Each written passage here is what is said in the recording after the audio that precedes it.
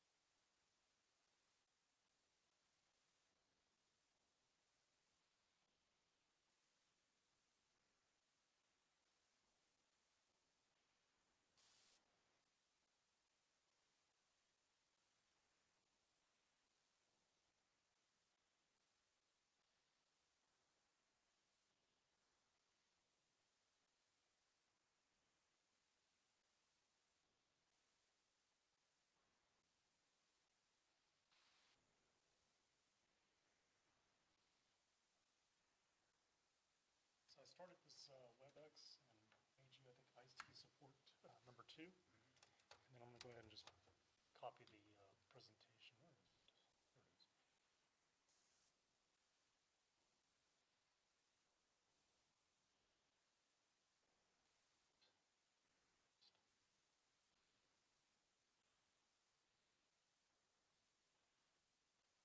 There it is. I'm going to give you this so you can copy it to your desktop as well. It says PG&E. User.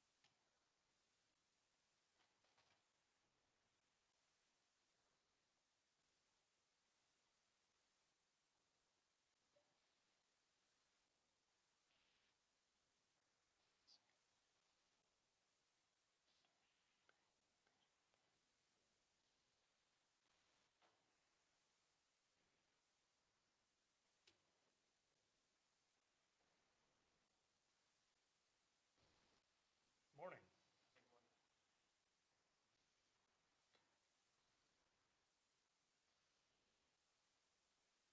So I started this a little early, this way people can join and stuff. Yep. Francisco will be helping you today. Yep.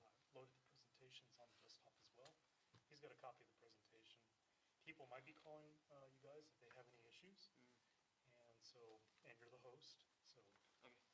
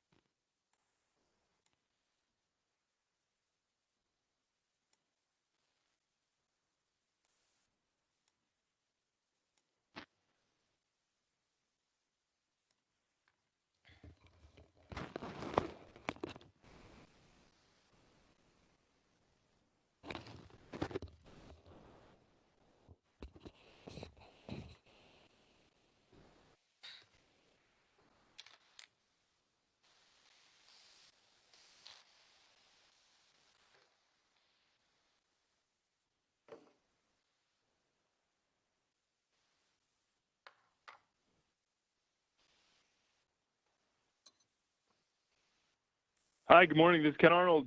Can you hear me? Yeah, I can hear you. Oh, wonderful.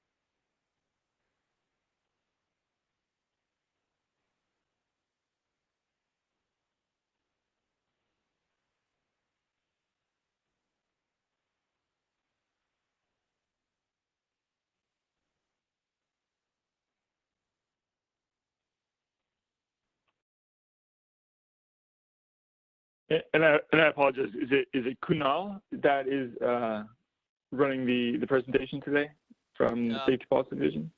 Yes, it's gonna be me presenting. Oh, wonderful, and very nice to meet you.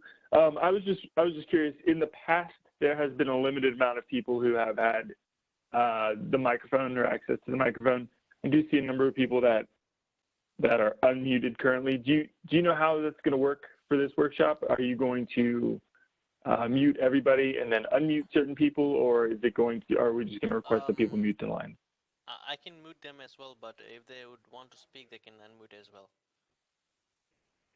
Okay, all right. That's a little bit of change. I think that's good to know. I appreciate that. Thank you. Yep.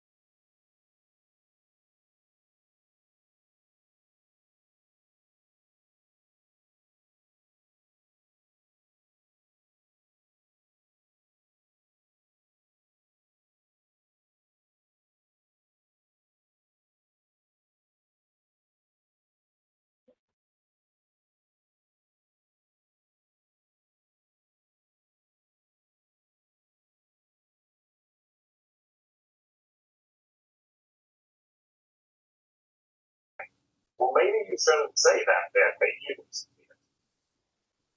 And I was like, see you, Louis, I guess, don't tell her on there, don't be good.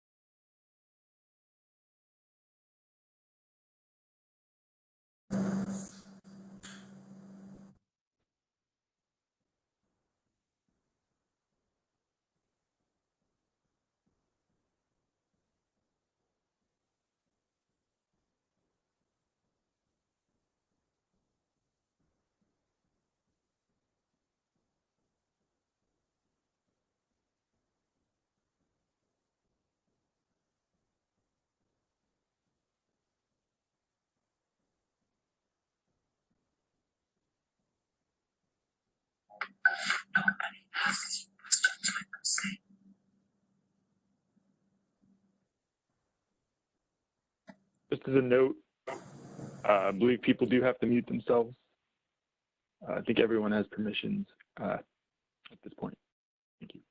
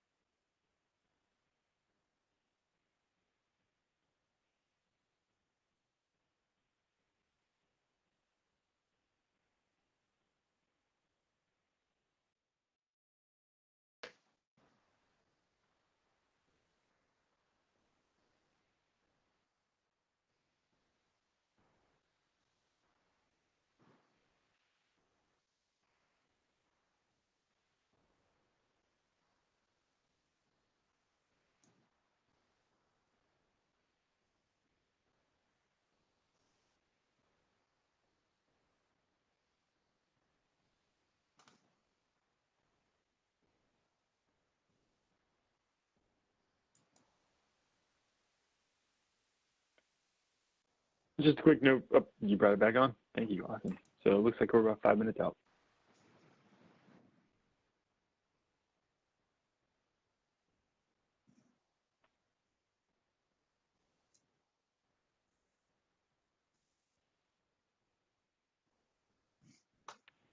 Ken Arnold, it's Becky Johnson. I'm just doing a mic check.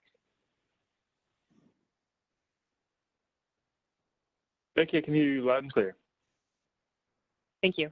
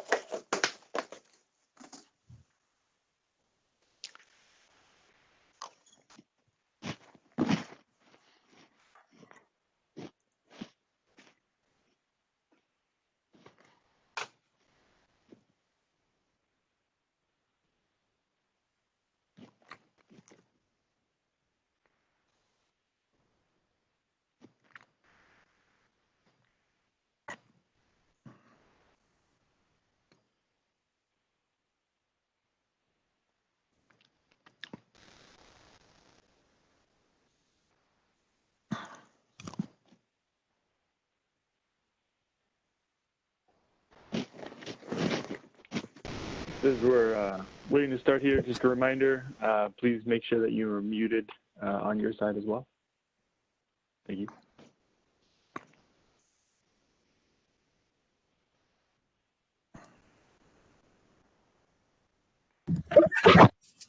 Hey, Ken. How are you? Good morning, Steve. I'm great. How are you? Good morning. Does your team have everybody ready to go? Yes. Well, I think we're in a good position to start at this point. Okay, let's wait about 5 more minutes for everybody to dial in. It's Okay. 9:58 right now. Yeah, it's 9:58 I was right just going to say, oh, sorry. Go ahead. I was going to say the difference in this workshop, it looks like people will have to be very mindful of being muted. Looks like they have the ability to unmute and mute. I've already seen a couple people unmuted, just kind of hearing background noises. Okay, good.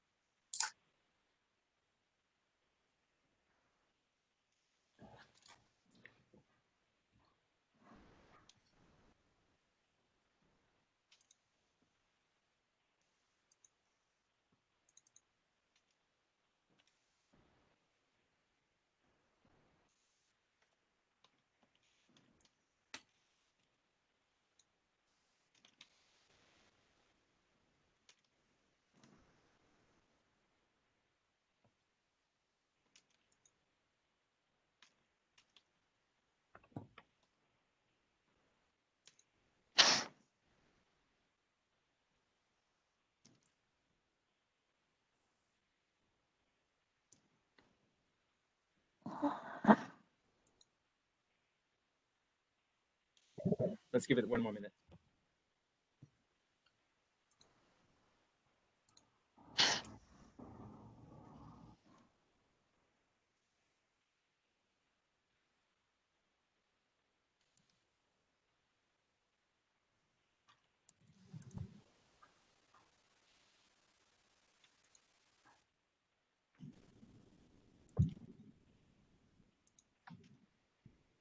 Okay, let's get started.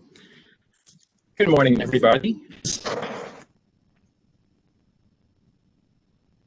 PG&E's Risk Assessment Mitigation Phase Application A2006012. This is a 2-day workshop. My name is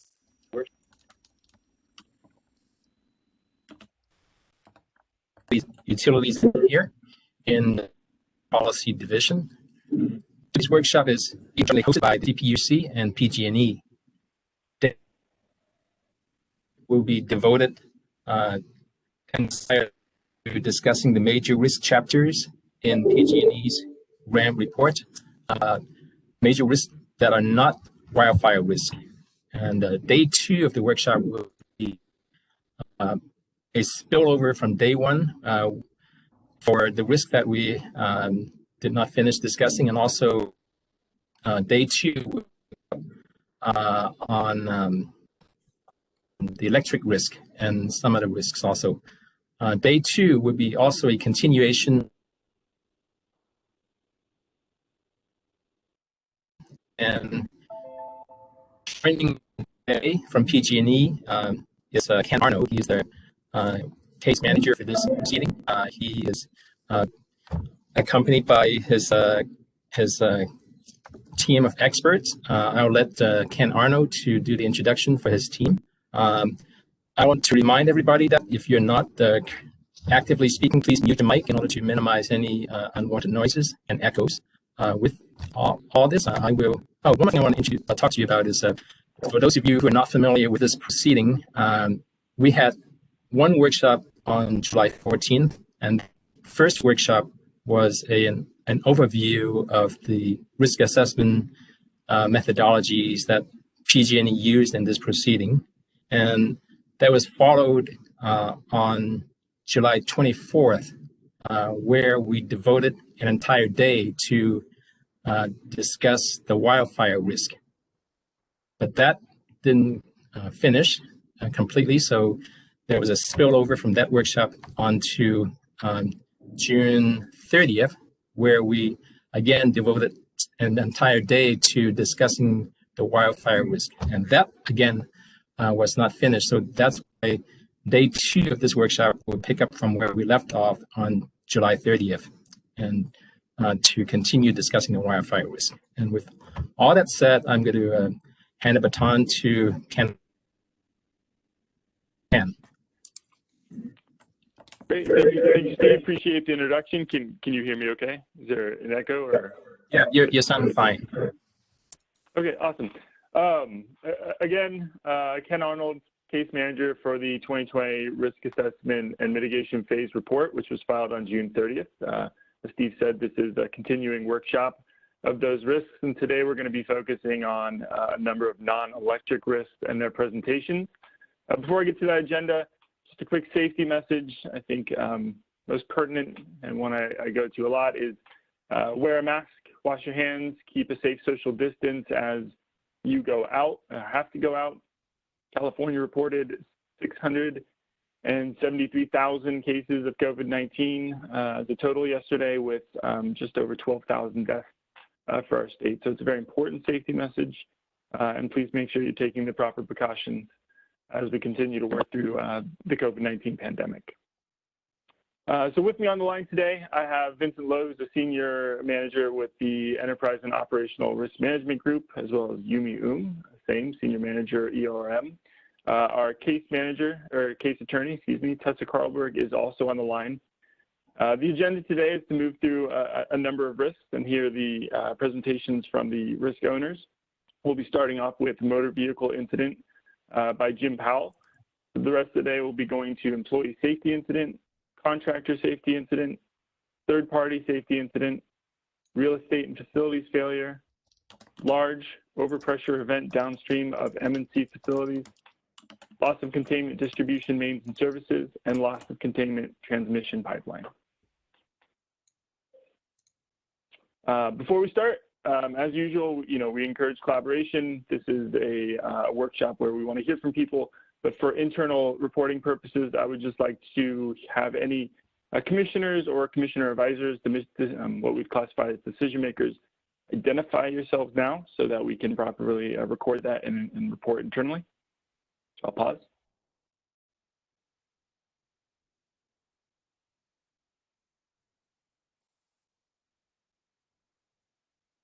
Okay, hearing none, we do have a lot to get through today. The request would be that you hold your questions to the end of the slide if you can. I think the difference at this workshop is that people do have the ability to unmute themselves. I think Steve and I were just notified that the Q&A function for WebEx is not functioning like it did last time. So if you cannot speak, you certainly can just speak through chat to everyone so people can see what the question is, and we will try to address that at the end of the slide as well. We'll be monitoring chat. With that said, I'll just pause for a second to see if any of my counterparts have anything else to add before we have Jim start his risk presentation.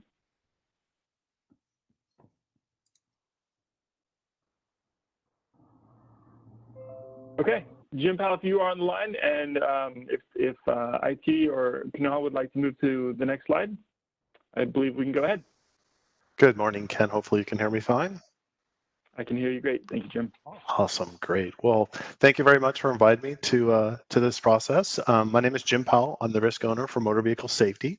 So I'm inside of the group called Enterprise Health and Safety inside of PG&E. So we can go to the next slide. I'll kind of walk through what we're going to go through today. First, I'm going to give a kind of an introduction, kind of give the definitions and kind of the risk scores, what we've been doing on our proceedings and our risk modeling. Then I'm going to look at our risk assessment. We're actually going to walk through the bow tie and some of the cross-cutting factors that we've actually looked at. And then finally, we're going to look at the mitigation controls that we're working on. So both what we have been doing in 2017 and what we're looking at 2020, and then our proposed stuff for 2023. So I'll pause for any questions. All right, let's go ahead and dive right in. Let's go for the definition. So next slide, please. All right, so the definition. So it's any motor vehicle accident involving a PG&E vehicle or one operated on behalf of PG&E, resulting in a recordable injury or fatality for an employee or the public property with property damage and other consequences. So what does that really mean? So it's a PG&E truck or a truck in which we rent, or a PG&E employee driving their personal vehicle for company business. So those are what we consider a motor vehicle incident. In scope, our vehicle, once again, our motor vehicle incidents involving that same type of vehicle, we include both preventable and non-preventable. So preventable was something that we would have actually could have prevented, and non-preventable was something that we were actually hit by a third party.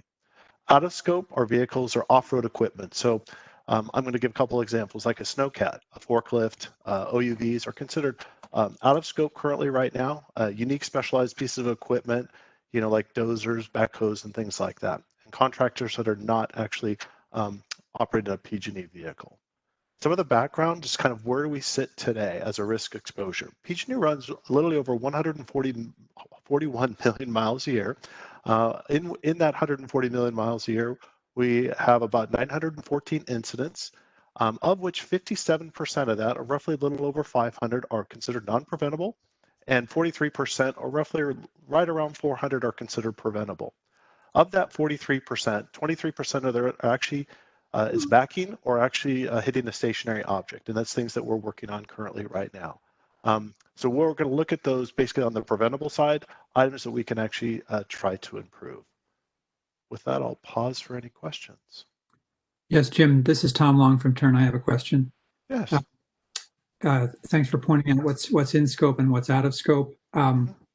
You indicated that forklifts, dozers, and other unique or specialized vehicles are not included. I would imagine those are some of the more risky vehicles that PG&E operates. Why are they excluded? And if they are excluded, where are they covered in the risk assessment? So great question. I appreciate that. So when we compare ourselves looking at AGA and EEI, all of those are actually considered out of scope. So when we try to benchmark ourselves, we actually benchmark those. We don't put those in because, once again, EEI, AGA don't actually consider them motor vehicle incidents. We still actually capture those incidents, but we currently are not, it's not part of this risk. I think we actually found this as a potential gap in the future. We are looking at actually gathering those because the past history, we have not gathered them. We are looking for a way that we can actually gather those incidents going forward and actually create what we're going to call a kind of an equipment incident accident. But we currently do not have that in our data set. Does that answer your question? Well, you said you're tracking the incidents, but they're not included in. I didn't quite follow that. We're going to track those incidents in the future. We just don't currently have it. A lot of those are actually found sometimes in employee safety, because that would, if they created an injury, many of those would be actually in the employee safety side of the house right now. But we're looking at potentially bringing them into our scope in the future. Okay, we're going to talk about employee safety in a minute, but it's said that excluded from there are injuries caused by PG&E assets. So it's, if those are assets that I don't know whether those injuries would be included. Just didn't look at, in the scope of that risk. It didn't look like an injury incurred in operating a forklift or a bulldozer would be included in that area. As far as I know, that those injuries, if there was an injury on a forklift or a snowcat, those would be included in employee safety side as it stands right now. Okay, let's look at that later then. Thanks. Okay, that's a good one.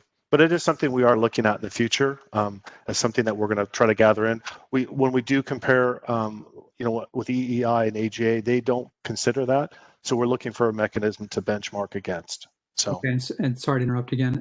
EEI and AGA are acronyms I'm not familiar with. Okay, AGA, American Gas Association. EEI is Edison Electric Institute. I think I said that correct. Okay, I thought these were particular motor vehicle safety acronyms. Okay, thank you. No, we're actually using against kind of benchmarking against utilities, and that kind of gives us that really just kind of see where we're sitting right now. Okay, thank you. As an organization. Great. Any other questions?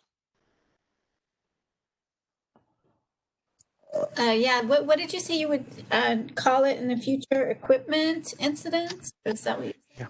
Yeah, we're looking for a name for it currently right now, but we'll be probably some sort of equipment incident. So we're still trying to define that. So it was a gap that we actually discovered really in the last several months, and looking for a way that we can actually capture those when it came to that. So the transportation services, our fleet team that we worked with, we actually found this as a potential gap. So we're trying to figure out a way that we can capture those items so we can define them better.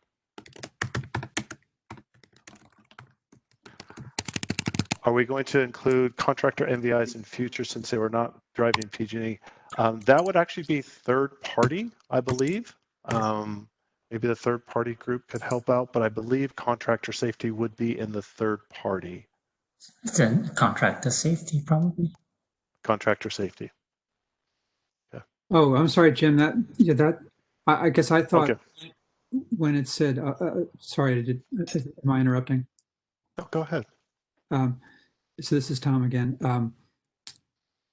I thought in the definition when it said a PG&E vehicle or one operated on behalf of PG&E, I guess I maybe misinterpreted that as including a vehicle operated by a contractor, which would be one that would be operated on behalf of PG&E.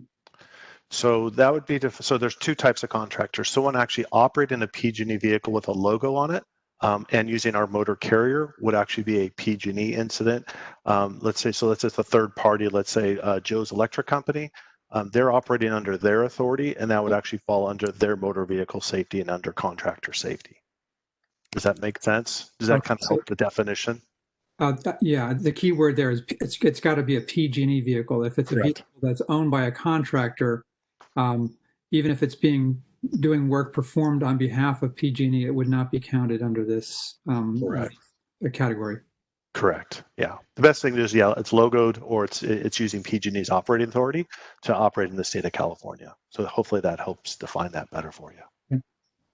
Great. And thanks to FEITA for that question. That helped clarify something. Great. Anything else? All right, let's move to the next slide.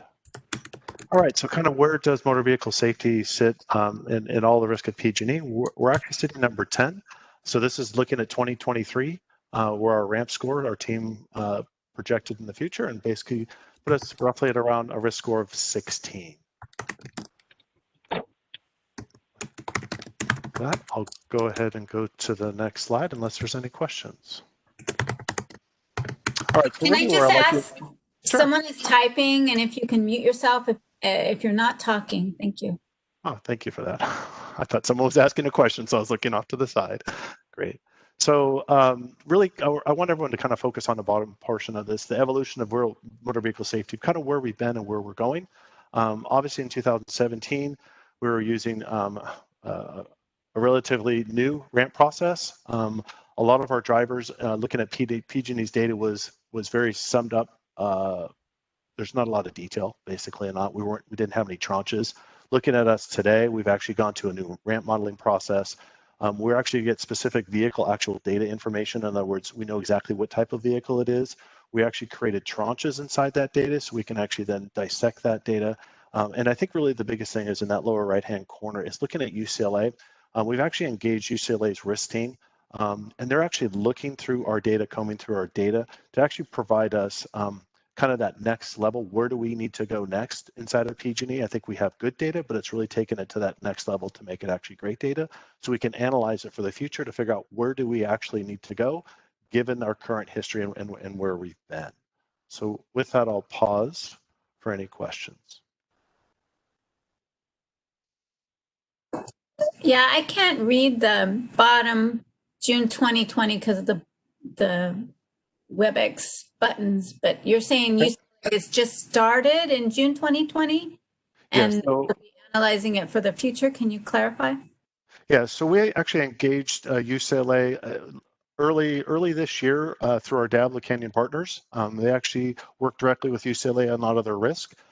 They actually just presented us a proposal to look forward into our data. So they've kind of given us a quick summation of, what does our data look like today, and then where we should start to go. And they're kind of, now we're doing our second deep dive into the data to actually analyze it on a case by case, looking at different tranche capabilities, looking at the actual factors that are involved, that risk analysis portion of it, kind of taking it more like I don't want to say an insurance company, but taking an insurance company approach to it and actually diving deeper and actually look what was actually caused that incident. Was it fatigue? Was it cell phone? Was it different items that they can identify? Was it the time of the day? Is it raining? Is it wet conditions, dry conditions, snow conditions, the different things like that. They're looking at that in a much more in-depth analysis. They're taking our current data and then broadcasting it with other data on top of it. Hopefully that answered your question. Yes, and is it only for the motor vehicle? Is UCLA doing this only for motor vehicle incidents? Yes. They're doing other things for Diablo Canyon, but this is a special one that we're working directly with them on the motor vehicle safety side.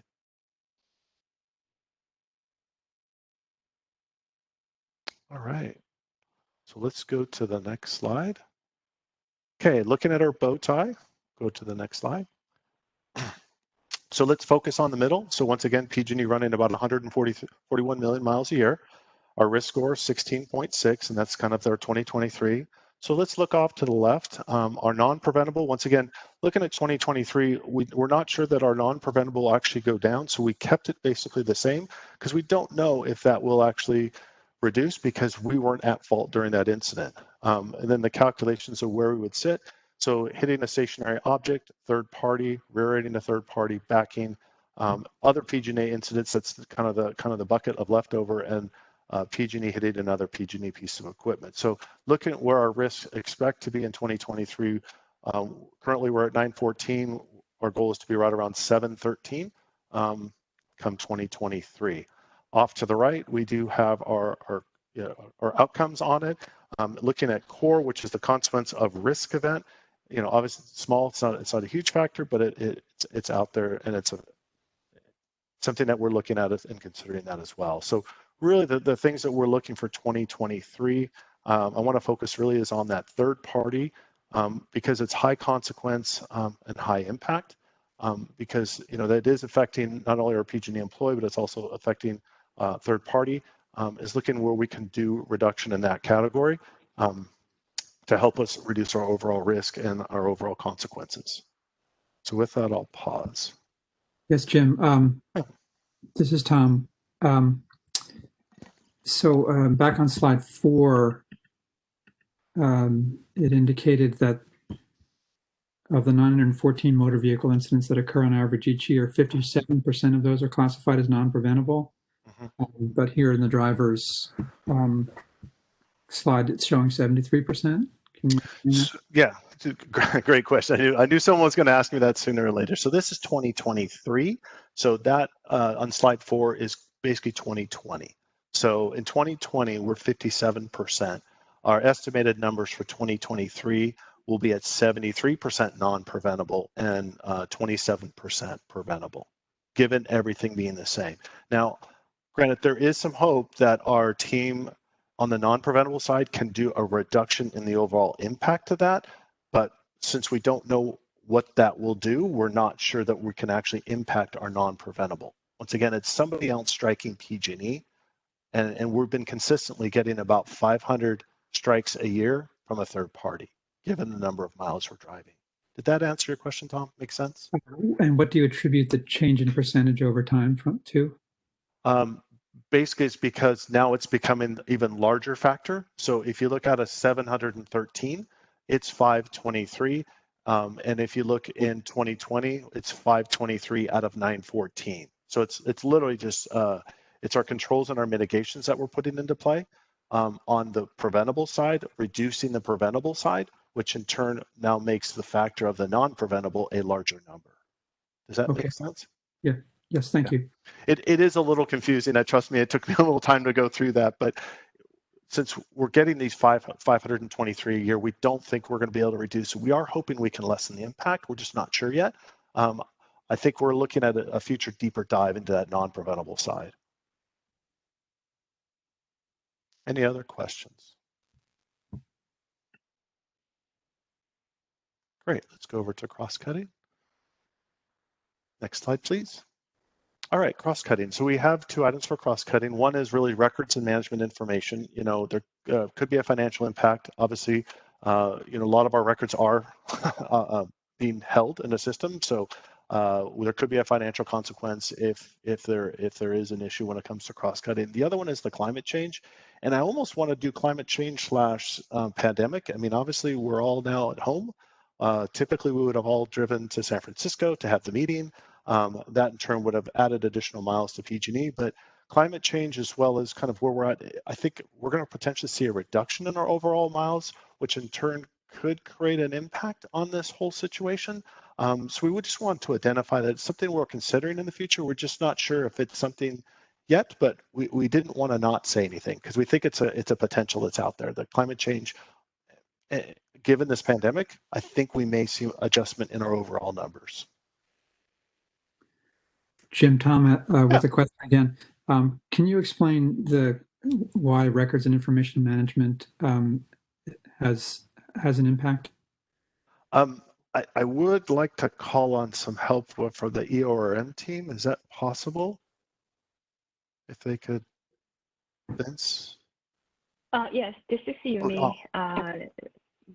Yes. So Tom, we actually incorporated all of the risks which has the financial consequence to have the record and information management consequence on top of the existing financial consequence to account for the fact that if the record management in each LOB is not mature enough, then there could be significant consequences associated with it. Like let's say there's an incident and we are trying to find the records and we are not able to find the records associated with it, then it's going to increase the cost for employees in finding the records and going through the recovery process or data request process or even the litigation process. So this is something that we have tried to add to all of the risk with the financial consequences so that we can reflect the maturity of record management practices in each LOB to individual risk. So this is well, it seems like the direct consequence of a safety incident, motor vehicle safety incident, would be someone is injured or damage is caused to another vehicle. But this is sort of a second order problem that once there's an incident and then somebody asks for records, the records in PG incurs some cost to search the records in investigating the incident. You thought it was important to include some recognition of those costs as an adder to the financial consequences.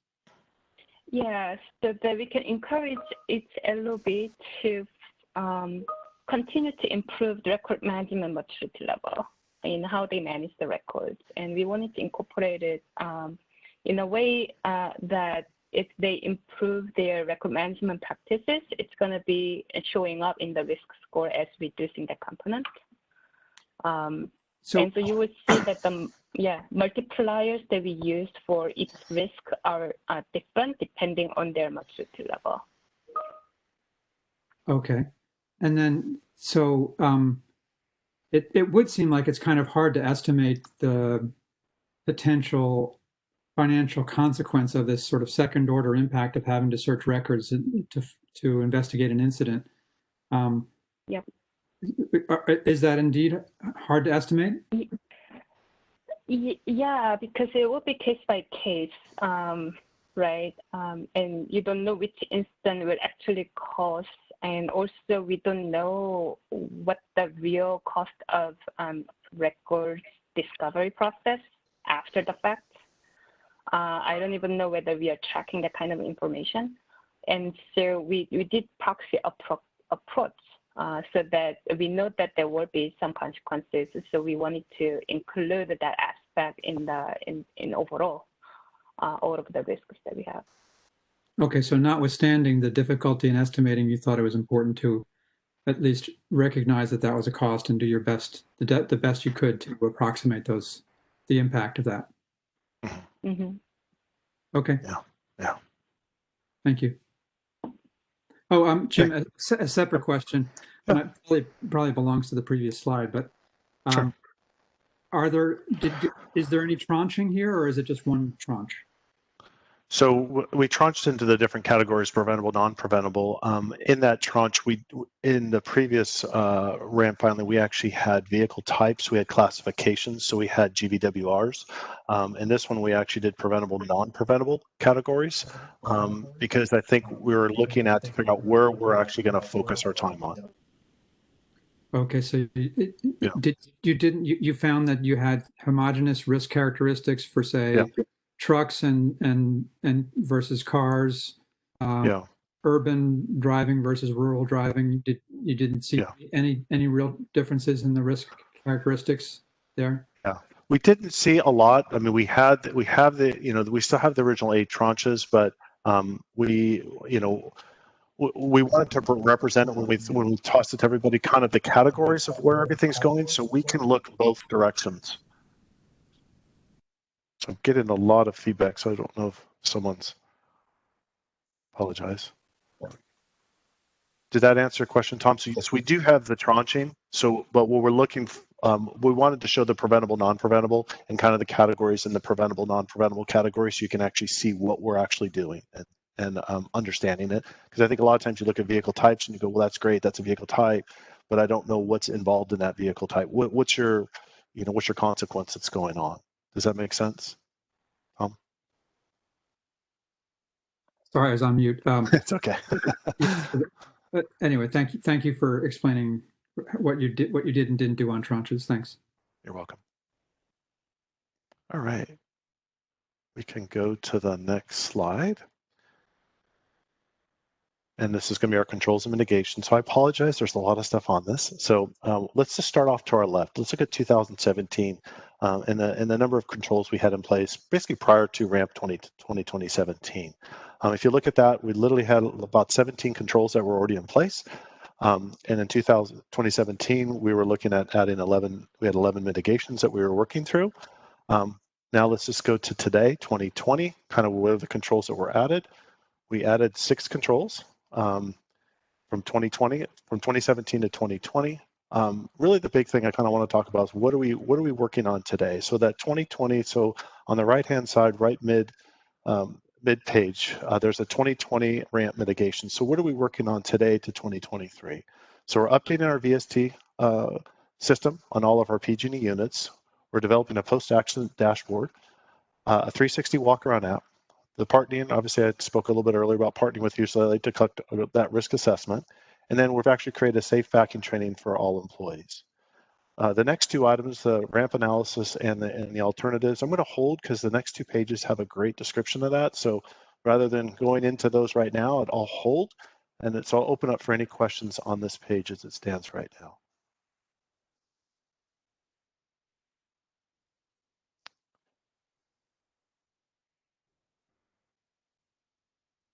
I see here it says a lot of vehicles, now a lot of new vehicles have cameras and anti-collision technology, active braking. It says, will PG be retrofitted into existing cars? New vehicles are purchased with anti-collision technology. I think we are looking at that. The transportation services team is looking to see if it's available. A lot of our models that we buy, so I'm looking at, let's just say a 1500 pickup. A lot of the base models do not have that available. So you actually have to buy it to a higher level to actually get some of that anti-collision. I know transportation services, the fleet team is actually looking at that, but as far as specifically, I know a lot of our single man operation or single person operations do have backing cameras on them and do have sensors. So they're doing what they can with what they have available at the level in which they're procuring. Our over 26,000 vehicle trucks, that technology really hasn't really been incorporated by the major manufacturers yet. I know they're in process of doing a lot of that, but it really hasn't been designed because those come in as what they call a cab chassis, and then you have to add on the body portion of the actual truck. So it becomes very hard for the upfitter who's actually doing that body design to actually incorporate those active controls in the system. So that's a really good question. But I know they are looking at. You're welcome. Jim, did you see the question before, the question before that from FEIT? I'm looking at PJs consider mitigation, reducing miles for optimizing routes. That was kind of one of our cross-cutting things we're considering is that I think PG&E is looking at that. Obviously, for first responders, they are looking for first available. If there's a leak detected, trying to figure out who that closest person is to it and who's the closest and most available person to it. So I think looking at some of our GPS and FIS systems that they're utilizing at our first responder levels, I know they are trying to optimize that as best they can. But our work, it varies. It's not like FedEx and UPS where they have routes, they get a package and they go and deliver it. It's a little bit different business because things change throughout the day. If something was to occur, we need to respond as quickly as possible and whatever's needed. So it's a little bit different than a kind of a UPS or a FedEx model. Hopefully that answered that question.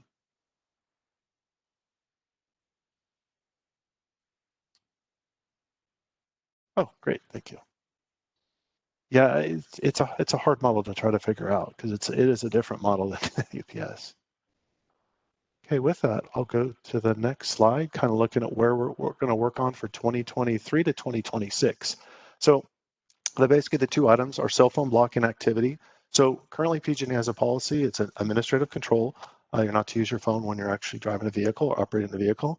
So we're actually looking for a system that actually controls that. So it'll not only control the cell phone capability, but also control any apps, i.e. text messaging, any notifications and things like that, that the phone will actually go silent once that vehicle starts to move. Then once that person arrives at that newer location, that in turn, that cell phone will become active again. I think the big challenge is that emergency response. How do we handle that? So we've actually engaged a current supplier right now. We're looking at actually doing some testing on that, if that capability can actually work, especially with our first responders, because we have other commitments. We need to be there in a certain amount of time. So our cell phone blocking activity is really something we're looking at, and that was really evident on the UCLA initial study, that they felt very comfortable at cell phone blocking. Having an engineering control would be a great add to our risk reduction. And then finally, we're kind of waiting on UCLA, looking at their risk assessment before we make any determinations of what else we want to change in our current risk profile. Looking at different things that they may suggest, looking at the data sets and how we actually collect the data. So it's all kind of on the table. UCLA, once again, is doing their risk, kind of a second phase risk assessment with all of our data. So I'll pause for any questions. Does that mean that you would get this before filing the GRC and incorporate this UCLA information before the GRC? That's our hope, Wendy. I hope that we can get that. Like I said, we have them working very hard on that. That is the plan. Once again, it's COVID has kind of it kind of created a little bit of a challenge with that. But the good news is we have been working with them very remotely, and we have a good system in play. I think we're going to have some good data out of them. So yes. Hey Jim, this is Steve Hayner. I just want to remind everybody that we will try to stick to the schedule a lot more closely than we did in the past workshops. And currently we are 9 minutes over time for your particular presentation. So please keep this in mind when you ask questions. Thank you. As far as questions on all phones, it's just PG&E cell phones and anything that's actually PG&E related. So it'd only be to PG&E cell phones. That was a question that was in the chat. With that, we can go to the next slide. So these are alternatives, and these were similar ones that we've had kind of on our potential mitigation list. Once again, really, if you look off to the far right, we're kind of waiting on the UCLA study. We think they're good ideas. Once again, we're kind of waiting on that UCLA study to see if we want to implement any of these ideas. We have given this to UCLA as ideas, but once again, we want them to actually come up with that kind of that next part of the process. So that's why they're all kind of sitting on hold. We actually did 2 of them. We actually did a risk assessment on them, but once again, until we have the UCLA study complete, we're holding on these. Okay. With that, I think I am done. Ken, do you want me to turn it back over to you, pending any questions?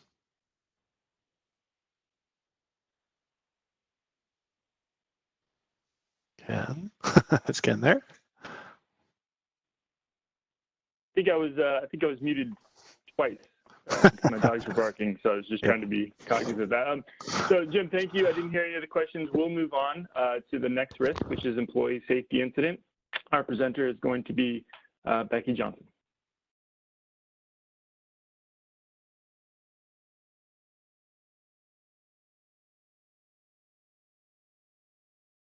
Becky, how about now? Can you hear me now? Yep. I was double muted. I apologize for that. Great. So good morning, everybody. My name is Becky Johnson. I'm also with the Enterprise Health and Safety team. And I want to start by saying that I think probably each one of you on the line with us today has some sort of connection to a PG&E employee, whether it's a friend, a family neighbor, or family member, or a neighbor. Everybody knows a PG&E employee. So I know that you're just as invested in protecting our workers as I am. And I really look forward to your thoughts and your questions as we go through the next few minutes here. So next slide, please. So what we're going to do is a similar flow to the other presentations that we've had. providing details on the risk drivers and the consequences, and then taking a look at the mitigations that we're proposing and the controls, which are what's already in place, and then taking a look at some of the alternative options too that aren't included in this filing. So any questions before we go on to the next page? Okay, we can move on, please. So the definition of this, it includes the approximate 22,000 people in PG&E's workforce. They're segmented by tranches of the highest risk. And while our office-based employees compose 60% of the population, it's our field-based employees who experience 75% of the risk events that we're talking about today. And then based on the data, less than 1% of these field-related Cal OSHA recordables have resulted in a serious injury or fatality.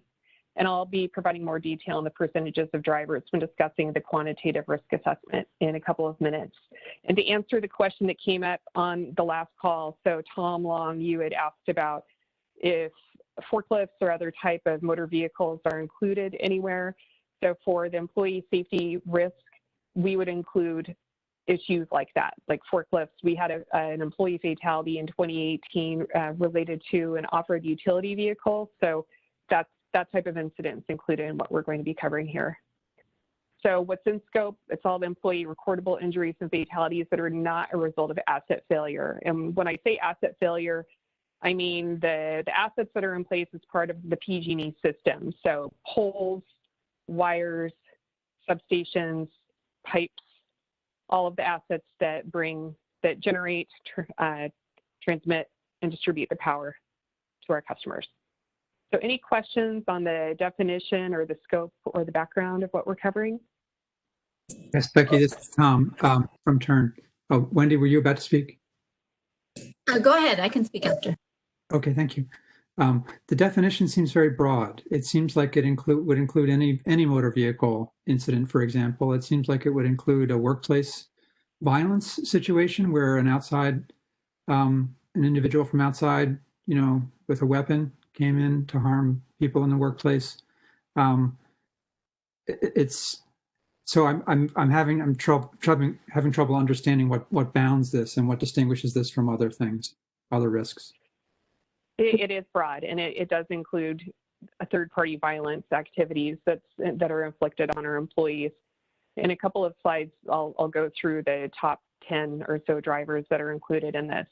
So it's pretty much anything not related to what Jim just covered in motor vehicle incident, and then also not related to our assets. But it is broad. It's based on Cal OSHA categories as far as what the different drivers would be, and then there are subcategories under those. Well, shouldn't out of scope then include, but not including motor vehicle incidents? You know what? That's a great point. I'll make a note of that. Okay, but otherwise it's intentionally extremely broad, is what you're saying. Correct. Okay. Yeah, given the high variability of the type of work that we do and the conditions that our employees face, it does cover a broad spectrum. Okay. Hi, I think I'm understanding, but I just want to clarify, Becky. In Southern California, Edison's last ramp, they had something called contact with energized equipment risk, which basically I simplified to be electrocution and electric shock risk. So it sounds like those kind of risk and gas equipment risk would be in those in the separate chapters for electric and gas, and not in the employee safety chapter, correct? It depends on what precipitated that contact. We would have to look at what the error precursors were and what actually caused the contact. So if the contact is caused by a failure of an asset, so say there's a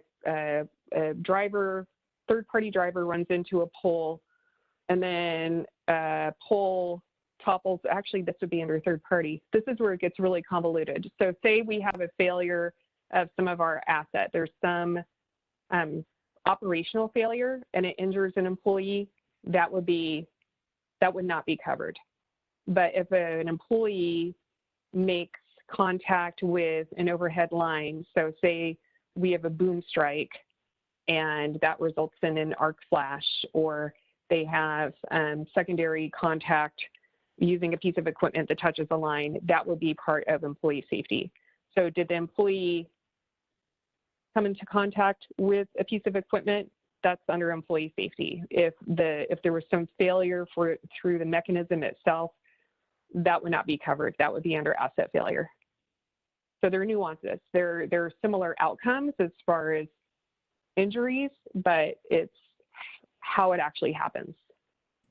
So the concern I have is just that as a power engineer, we need to understand kind of separately, or it helps to understand separately the incidents, you know, the fatalities and the serious injuries that are related to any types of electrocution and especially any kind of high voltage equipment.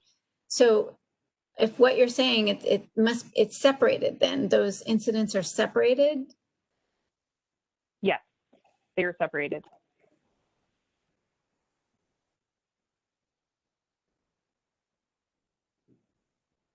Okay, I just have to, we'll just follow through and see how it is presented. Thank you.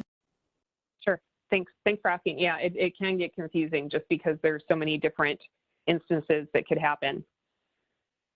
So any other questions on this slide? And I'm sorry, just to follow up on Wendy. So the place where if an employee was injured or electrocuted by a falling power energized line, that would be included in a different risk area. And even further, it depends on what caused that line to fall. So I spoke erroneously at first, and I think I was able to correct what I'd said. So if a third party causes that to fail and an employee comes into contact with it, that's actually classified under third party. But if it's just an outright failure of our assets, then that would be covered under asset. But if an employee in the course of doing his or her work comes into contact with a line and has electric contact, that's under employee safety. I'm just not sure. The concern I have is the mitigations, and it'll be interesting to see your proposed mitigations for these different incidents, because I would think some of the mitigations may be similar, or at least on the electric power engineering side. You want to, you know, I don't know. It depends, you know, how quickly you de-energize the line. So I've got to see how you've presented it. Yeah, so I see what you're saying, and the way I would characterize it is we need to look at the system as a whole, so systems thinking. So the mitigations would be different. So if it's a third-party incident, then we would need to do more public education about working safely around electric assets. Where if it's asset failure that causes electric contact with an employee, then we're looking at some sort of maintenance issue or some sort of construction issue.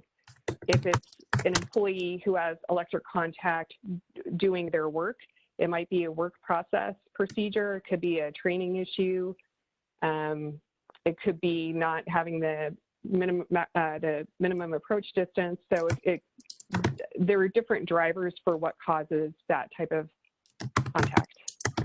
So the mitigations would be different, and each situation is unique.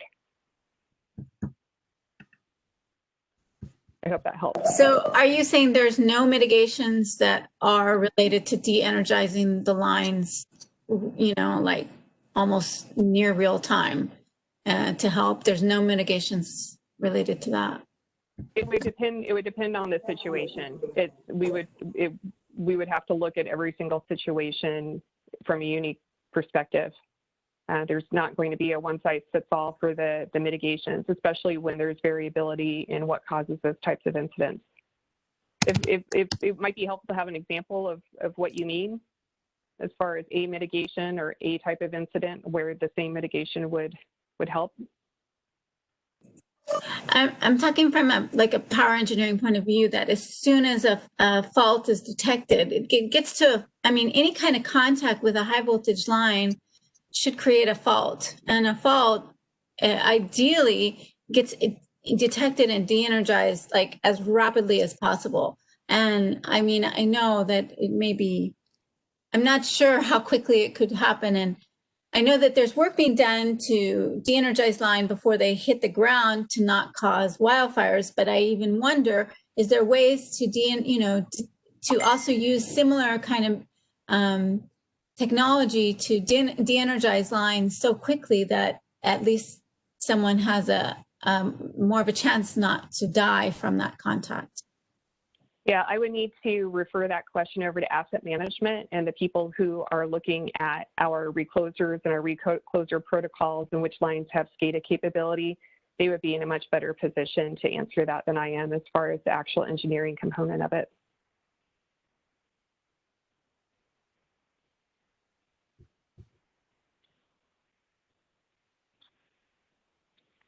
Any other questions on the definition, the scope, or the background?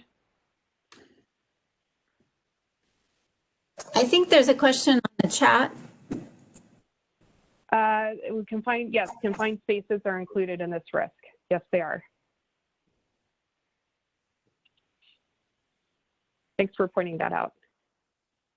Okay, anything else? Oh, does PG&E conduct chronic exposure risk to items such as carcinogens, and would that be included in this risk? Yes, that is part of our industrial health and safety initiative, which I will cover that. Of course. Okay, next slide, please. So this goes through the ranking, and you'll see on here that employee safety is the 5th highest risk. So that we have the safety risk score, which is the safety event times the consequence, and then the multi-attribute score incorporates the financial aspect of it. And I want to stress the importance of employee safety. I mean, it's without employees performing the work. If you look at the majority of these other risks, we really need the employees to be able to perform the work to mitigate or control them. So any questions on how this is ranked among the other risks presented?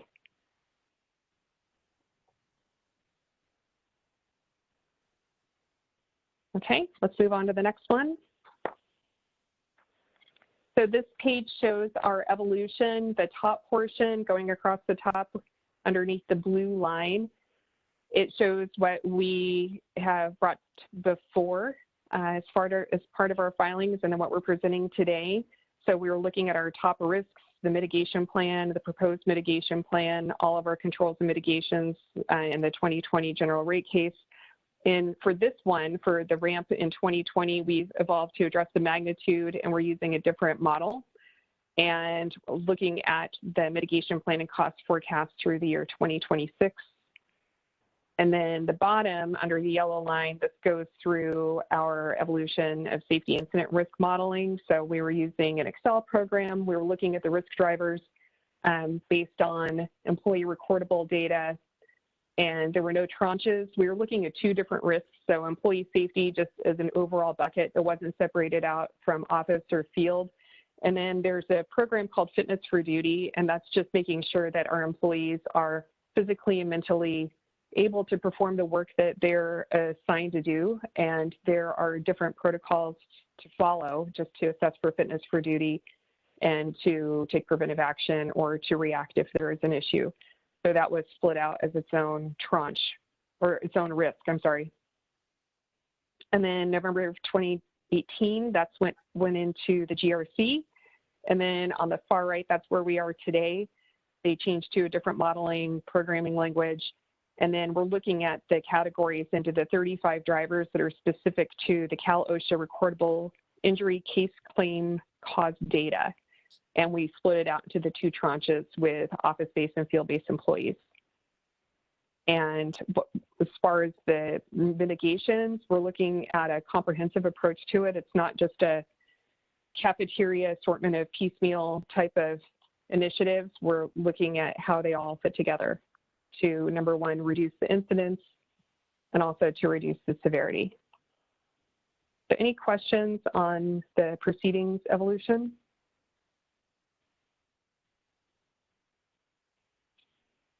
Okay, moving on.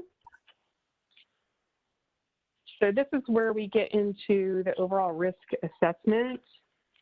Oh, next slide, I'm sorry. Okay, So on the left, we have our top drivers. So there are 35 drivers. The 35 drivers are based on the OSHA recordable data. And then we're seeing on here the top 10 on the left. And of these, we're looking at about 600 incidents per year. The top drivers are bodily reaction and exertion, and those compose 18% of the frequency. Anything involving strains, that's a collective 19% of the frequency.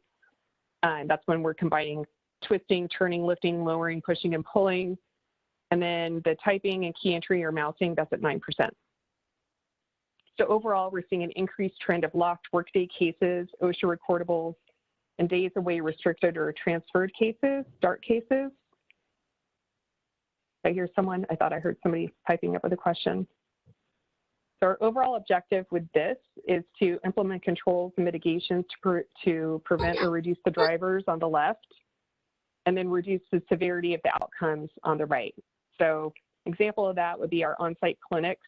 They meet that objective because they provide early intervention care for issues like a strain, just to make sure that we have the early intervention, people get the treatment that they need instead of trying to tough it out and keep working. And so that we're looking to have that eliminate or minimize longer term or more severe overexertion or bodily reaction.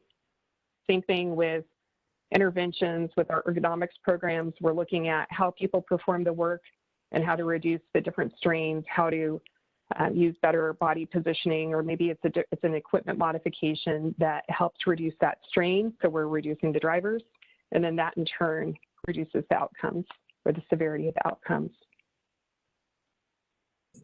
Any questions on this? Yeah.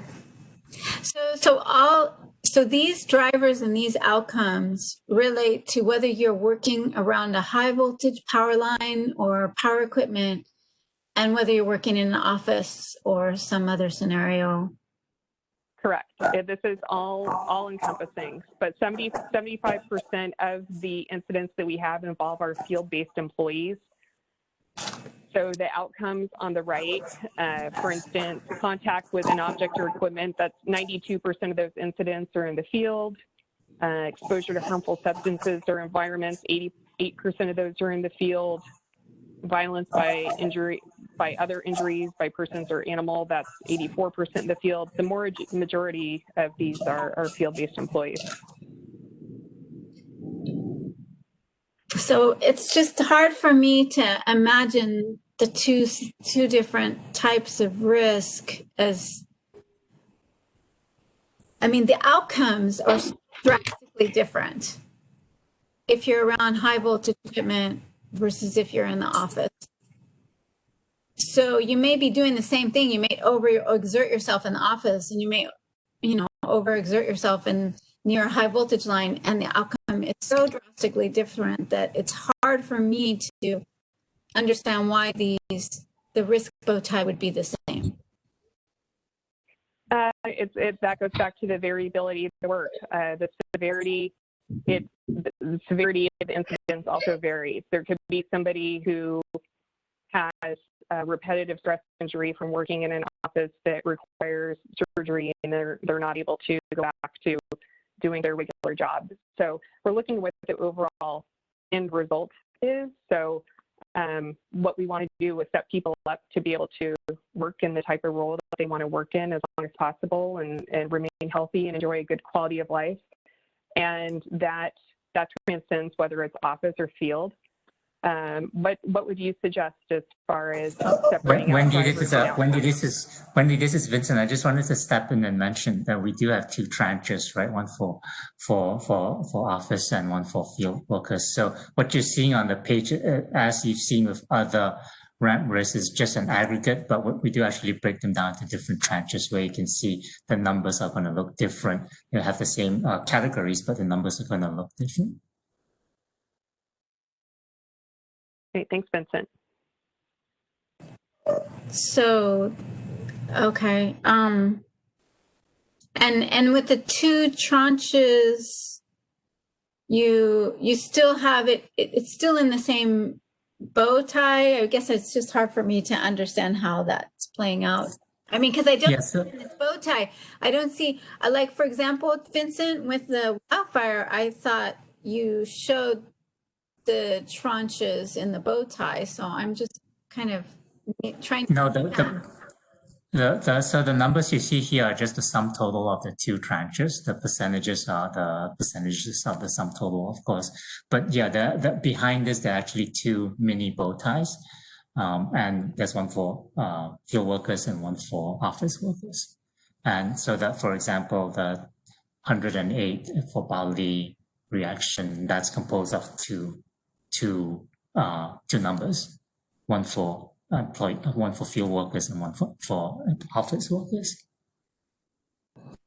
Okay, and did you divide the field workers up into different types of field workers, like high voltage, gas? I mean, did you find that was useful for the different kinds of risk profiles? I don't believe we did that for this time.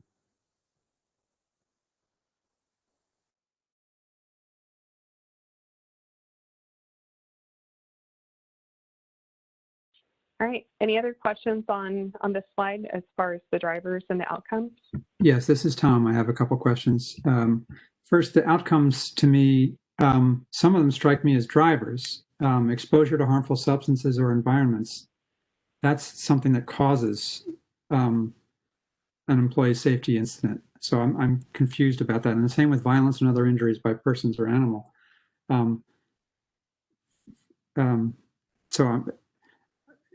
The classification of things versus drivers versus outcomes does not make sense to me. That could be better labeled as consequences, or that's this. So on the right, so where it says outcomes, so that just means something that this has happened. So we have had overexertion bodily reaction. We have had violence or other injuries by other people or animal, or fires or explosions. So that's a good point. That could be better worded.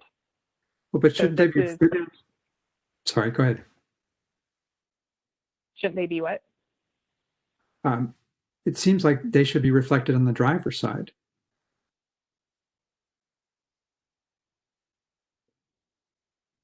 The drivers, so a lot of these, so on the drivers, those also feed up into those overall categories. So these are the OSHA categories. These are the these are the OSHA recordable injuries over on the right that are. So can I get help from one of our contacts who put this together, Vincent or Susan? Could you do a better job explaining the right-hand side?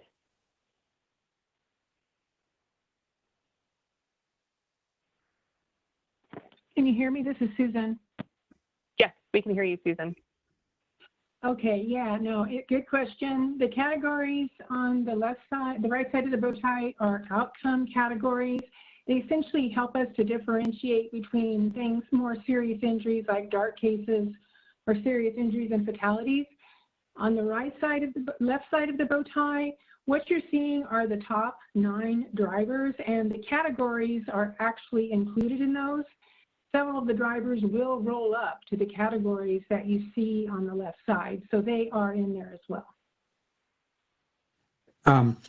Okay, so exposure to harmful substances or harmful subjects or substances or environments, that's also reflected as a driver, but it's just been rolled up here. Right, that would be in that aggregated, right. Okay. Go ahead, Becky. Yeah, so that would be in the aggregated portion. So that's where there could be exposure to harmful substances or environments in that other category in the drivers, but it depends on the severity of the outcome on the right if it's listed out specifically. Okay. And then in the outcomes. Just the other concern is, as I was asking before, it just seems like so many different kinds of things are included here. I mean, my concern is that targeted mitigations, if we were looking at breaking down this risk into tranches or some more targeted way, would be a helpful way to do it. I know you have a tranche between field and office workers, but someone operating a forklift or a bulldozer, complex machinery that's inherently dangerous and usually in somewhat dangerous situations,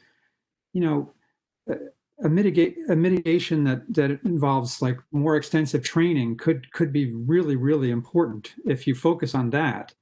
But all of these drivers have to do with exertion or strains. I mean, just different ways of saying a lot of the same things.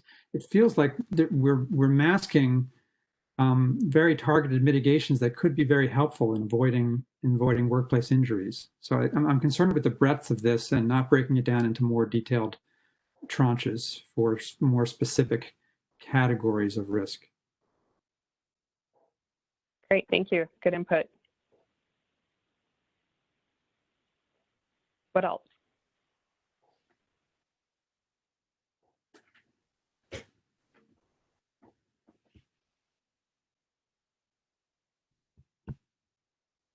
Okay. Hearing nothing else, we'll move on to the next slide, please. All right, so here are cross-cutting factors. So these include 3 drivers. So first and foremost, climate change. That's going to be mostly heat exposure for our workers out in the field. Second, with physical attacks, that might include an active shooter or other type of harm from a third party. We have 16 incidents related to criminal activity in our recordable injury data set, including a 2017 active shooter incident that killed a PG&E employee in Fresno. Third, we have our skilled and qualified workforce. So that ensures that we're hiring people for the right skills and that we're training them properly. And a lack of training or insufficient training can contribute to employee recordable injuries. So our training requirement owners advise our PG&E Academy or Cal OSHA trainings annually. And training is also sometimes a corrective action from a serious injury or fatality incident. And then similar to motor vehicle incident that Jim Powell described in the last session, the consequence of enterprise records information management can have financial implications if we don't maintain adequate record keeping or reporting requirements. And there could also be financial consequences when an employee is hurt. And that would be looked at on a case-by-case basis. So this is Wendy. The skilled and qualified workforce, I would think that there's different kinds of skills and qualifications based on the type of employee out of your 22,000 plus employees. So one, I understand just ergonomically working in an office. Many of us have those challenges, or working at home even, but it's very different if it would be nice to understand it for the field workers specifically where they need to have an improvement in their skills and qualifications. And on the electric high voltage side, on the gas side, on other sides, construction side, it would be very nice to understand that. And I'm not sure if your analysis is refined enough to help us understand that. Okay. Yeah, we can refine that more. It's definitely different on the gas side than the electric side, given DOT requirements on gas and the operator qualifications that they have versus people who are working around high voltage electricity, and definitely a different dynamic with office-based employees. So yeah, we'll look at that. Thank you. All right, what else on this one? Okay. And don't forget the construction, the backhoe operators and other construction. Sure, yeah, of course. Great, thank you. All right, we'll go on to the next one, please. So this is, that's in a different order than I have. Okay, so taking a look at 2017 versus 2020, the controls, those are completed and in place. We're actively contributing to these. There's really no finish line or completion date to the controls that are already in place. In 2017, we had a host of initiatives that were included. A lot of these were, so it's everything from updating our different standards, our knowledge assessment, skills assessment. We're starting our safety net observations. That's a tool that we're using to do observations out in the field. Safety leadership development, that's ensuring that our people leaders know how to have productive conversations in the field to enforce good safety practices and to provide constructive feedback if there are any issues that they see. Controls, fitness for that's under the fitness for duty risk assessment. So taking a look at overall employee wellness and training and our benefits. In 2020, we added a whole lot more to mental health and also a more integrated look at our employees' health and wellness. So that's our emotional health with employee assistance program, peer volunteer programs. So that includes drug and alcohol counseling, our employee health screenings and health coaching. We have a return to work task program. So say somebody gets injured and they want to be able to come back to work, but they can't do their regular job. We have other jobs that they can fulfill for the company. That's been really successful. Our nurse care line provides early intervention. We're making process improvements to our serious injury and fatality investigations program. And then our Leader in the Field initiative, that eases some of the administrative burden of our people leaders so they can spend more time with their employees out in the field. And then looking at the mitigations, so these are looking through 2017 through now. So we had a safety management system. It's not as robust as the one that we're proposing this time around, looking at our SIF investigations, MSD programs, musculoskeletal disorder programs. And then going into 2020, we're looking at a much larger scale enterprise safety management system, which I'll go into in more detail in the next slide, expanding our on-site clinics, providing early intervention along with our mobile medics program. These are items I'll be providing more details. Fit for You, that helps us decrease our repeat workers' comp cases by working with employees who've had multiple workers' comp cases, and we provide them health coaching, we provide them employee assistance program, we work with them on a whole suite of solutions to help them reduce those workers' comp cases. And the rest of these I'm going to cover on our next page. So any questions just on the overview of where we were and where we are now? So which controls and mitigations are specifically for voltage worker risk? You broke up there for a moment. Could you repeat which controls are specific to what? Yeah, I think someone else is unmuted. Can you unmute if you are not muted? I think Drusilla Dutton, you need to mute yourself maybe. So anyway, I was saying that which controls and mitigations, for example, are the most important mitigations for reducing high voltage worker electrocution risk related to these employee safety incidents? I would say one of the most important ones would be our enterprise safety management system. So that's a planned implementation that we have, and a significant component of that will be hazard control recognition. So being able to evaluate the work that's going to be performed and then recognize which hazards exist and then what controls you have to put in place to mitigate those risks. That's also going to include a management of change program. So that also evaluates the work as planned versus the work as performed, just because it is a dynamic environment. So if you need to change the work plan at all, the management of change system it has certain triggers that tell you, okay, well, if you're going to do this, here are what the downstream effects are. So you have to look at that more closely. So that definitely will benefit high voltage electric work. And then as far as any of our employees performing field work and office to that extent, all of our musculoskeletal disorder prevention programs. And everybody benefits from everything from the emotional health programs and the health screenings. Okay, let's move this along. We are about 15 minutes over time right now. Yep, okay, great. So next slide, please. So looking at this, our enterprise safety management system known as ESMS, our vehicle ergonomics program, which is on the next page, and our on-site clinics have the highest risk spend efficiency scores, meaning we'll get the most value for the funds that we're investing. And our ESMS on the on-site clinics have the highest total risk reduction scores.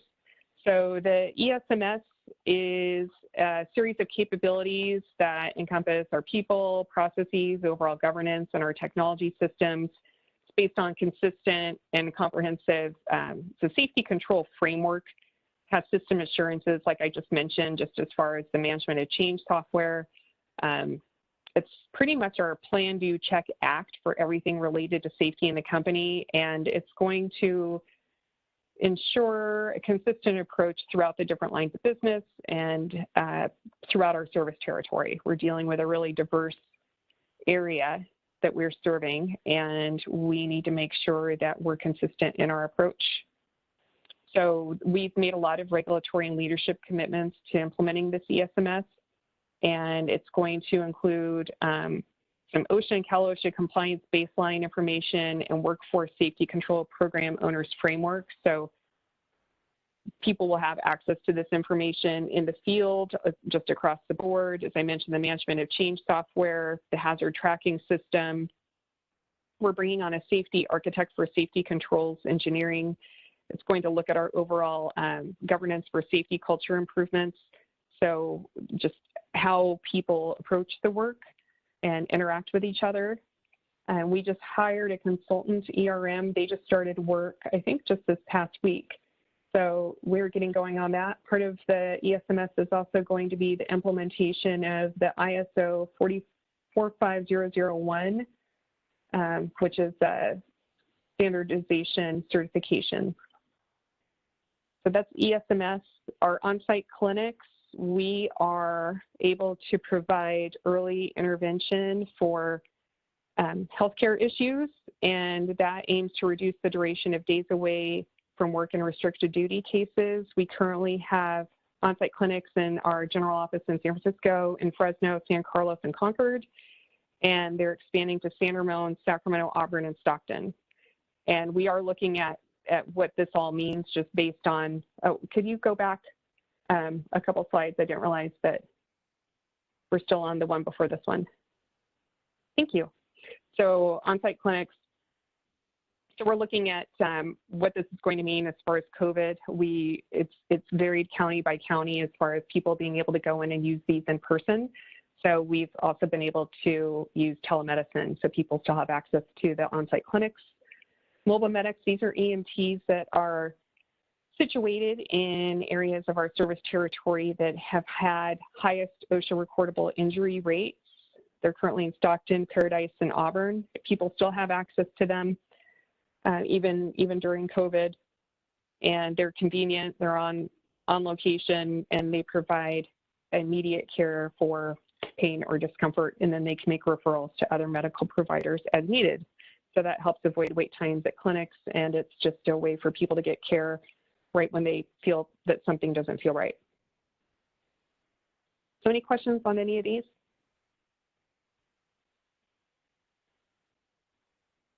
M1B and then M11 and M17, am I reading that right? Correct.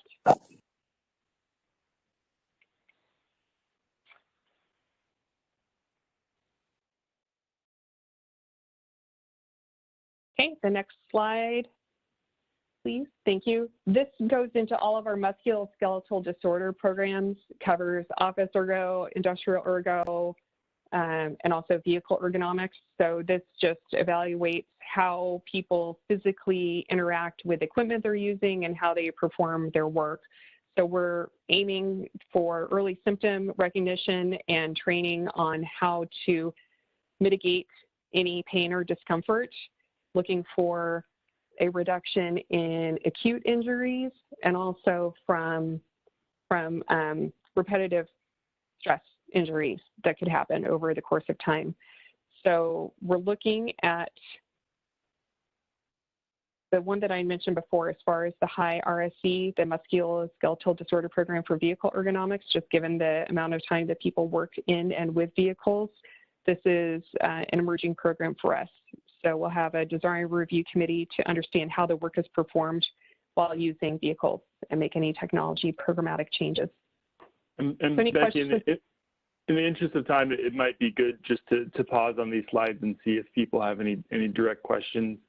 I don't know if we have to go through them individually at this point. Got it. Thanks, Ken. Becky, the MSD program for vehicle ergonomics, is that completely separate from the motor vehicle, the previous motor vehicle incident. So, I mean, wouldn't that be related to the motor vehicle incidents risk, bow tie? This is more how people go about performing their work, where MVI is more incidents that happen. So I don't know if that's a clear distinction. So this is how people are interfacing with the vehicles on a day-by-day basis. So this could be something that's chronic over time. It could be a repetitive stress injury that happens if somebody needs to lean or pull, or they get neck pain if they have to deal with keying when they're just not in an ideal ergonomic situation with how they're performing work in their vehicle or around their vehicle. So that's different from getting into a collision.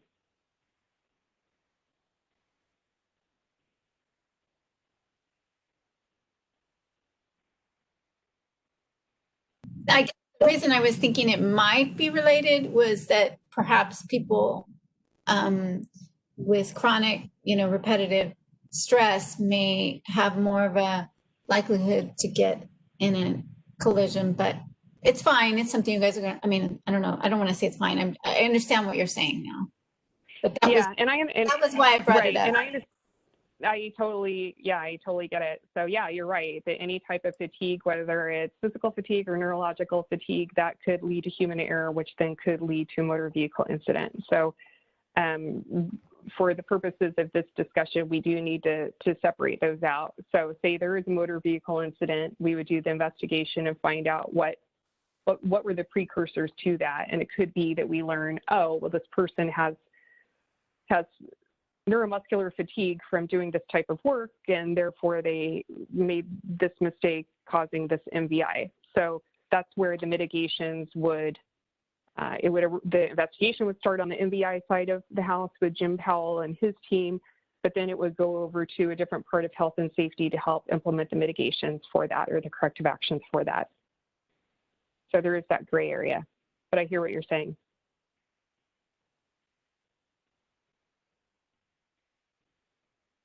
Okay, what else on this one?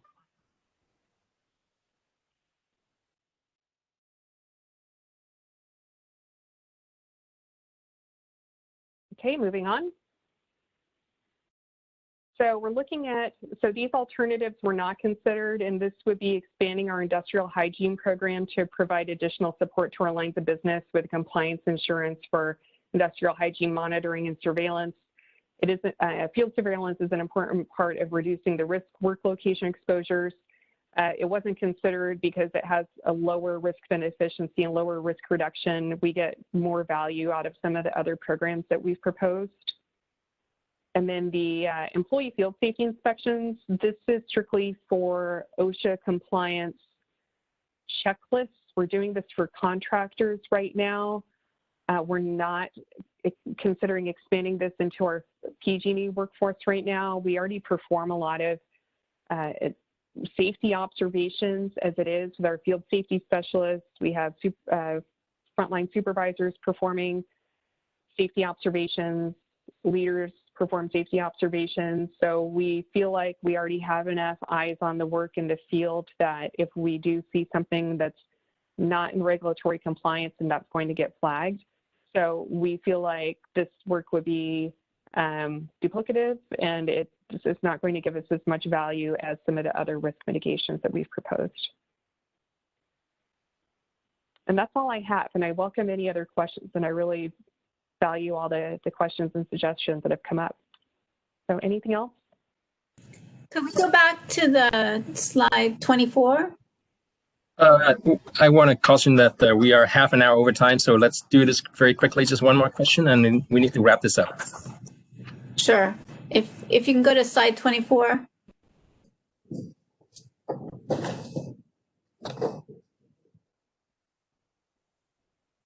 Basically, my question was about the mitigation that had the largest RC, the ESMS, I guess. Yeah. Right? So do you have, is it broken down into the types of employees that risk span efficiency is reducing the risk? Which employees is it, you know, the top 3 types of employees or something that you're reducing the risk? Is it the high voltage equipment workers? Is it the field, you know, is it all field workers? How have you, it's the slide before anyway, but it's the RSC 13. It's the highest RSC, right? Sure. Yeah, ESMS, it's going to target all employees within PG&E, and it's a set of standardized tools and processes that are focused on ensuring that we are identifying the risks and mitigating them before any of the risks become an issue. So it's not, I would need to research further if it's separated out specifically from one line of business to another line of business, but it's my understanding it's just to look at our system as a whole. I would need to see if the work plan is stratified at all as far as where they're going to start with the hazard identification process. But yeah, I can look into that further for you. Okay, let's take a break, 10-minute break, and come back here at 11:38, and we'll continue with the next presentation. Great, thank you, Steve. Thanks, everyone.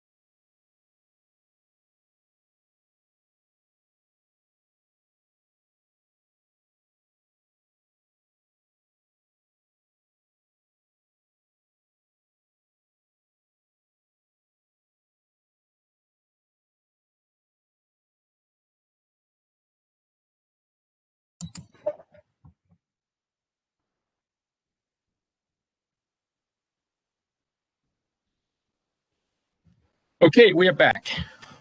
Let's continue. The next presentation is Contractor Safety Incident and the presenter is Christian Hollinger. Kristen.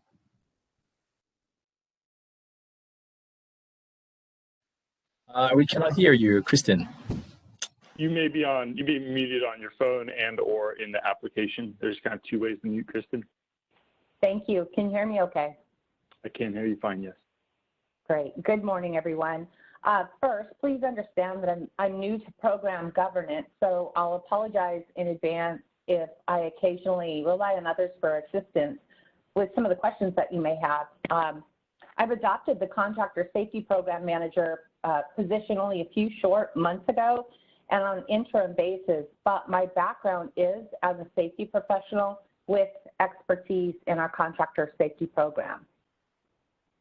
Next slide. Thank you. This is a basic agenda of what I'll cover. Next slide. So contractor safety incident is defined as an event, any event resulting in a contractor OSHA recordable injury or fatality, excluding events resulting from asset failure. Those events related to asset failure are covered in the asset management risks within electric and gas ops, as well as power generation. For the RAMP 2020 filing, we've made great improvements within risk analysis related to contractor safety through utilization of a safety pre-qualification vendor, IS Networld. And this tool allows for PG&E to differentiate workplace injury categories for our contractors. We're now using PG&E specific and relevant industry data in risk analysis, where in the 2017 RAMP, we were relying on proxy or incomplete data since at that time the contractor safety program was new. Contractor safety incident is a result of the Kern OII settlement agreement. Next slide, please. As you'll notice, contractor safety or contractor safety incident, as it's titled, is considered PG&E's fourth highest risk. And our mitigations are not included in this score.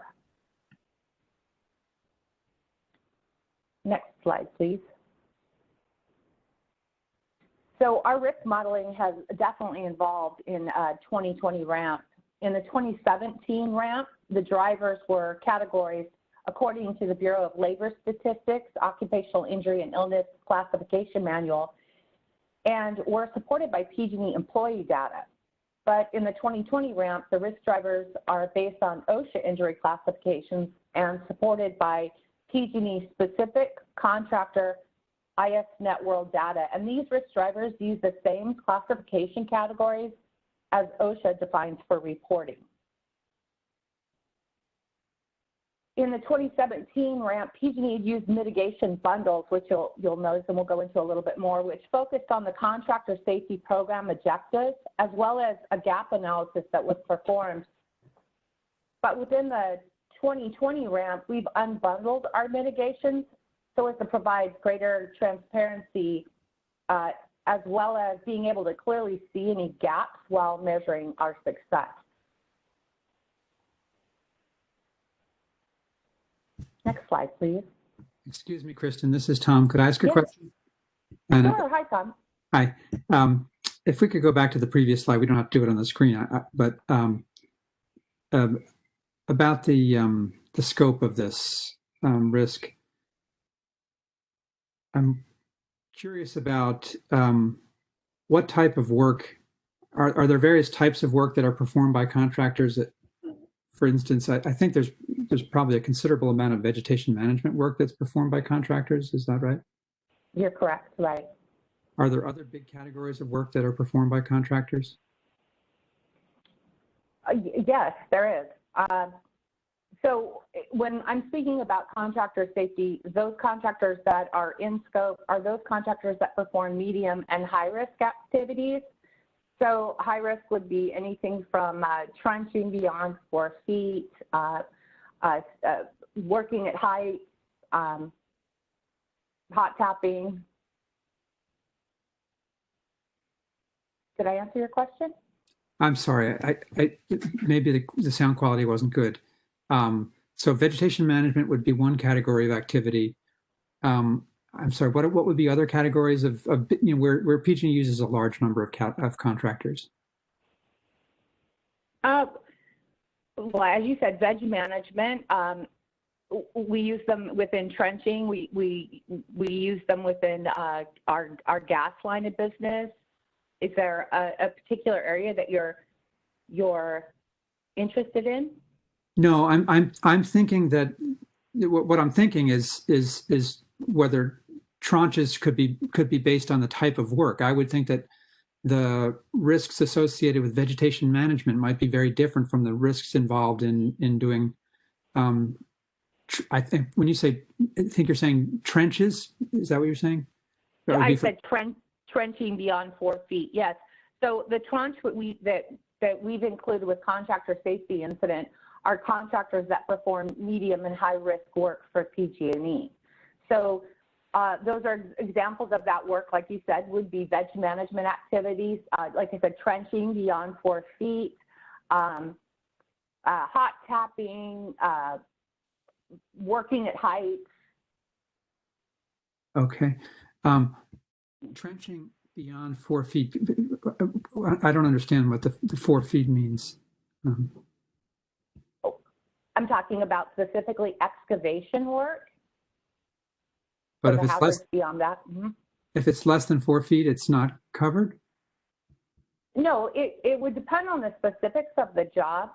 But again, if it's medium to high risk work, it is covered. Low risk work would be classroom type work. But again, we would look at the full scope of work to make that determination. And the contractor safety program does provide oversight no matter the risk level of the contractors. It's just that the majority of the elements within our program will only apply then to medium and high risk work. But like I said, there is an observation piece no matter the risk. And is trenching less than 4 feet, is that considered not medium to high risk? Again, that would depend on the scope. And no, I would guess that is medium risk work. What I'm trying to tell you are the type. I think your question was around the types of work. Yeah. And again, it would depend on the scope. Okay. Let's move on. I'm not sure I quite fully understand, but let's move on. Okay. Unless anybody else would like to provide additional content here. Well, Tom, I think this is John Gilganis. Sorry, and Kristen. I know you're asking about our contractors covered under our program that do really any type of excavation, and that is correct. We do oversee contractors doing excavations under 4 feet and over 4 feet. They may be risked differently. Under 4 feet may be medium, and anything beyond 4 feet may be high, but they are under our purview. Okay, thank you. Thank you, John.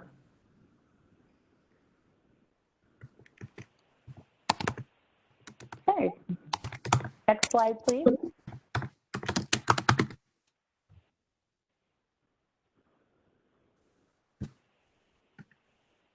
Okay, so the risk exposure in the 2017 and 2020 ramp bow ties are generally the same. However, for the 2020, the number of contractors is used to measure exposure rather than contractor hours.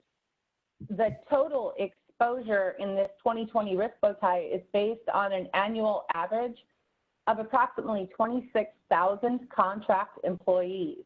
And to be more granular, these 25,840 individual workers are employed by the 2,200 individual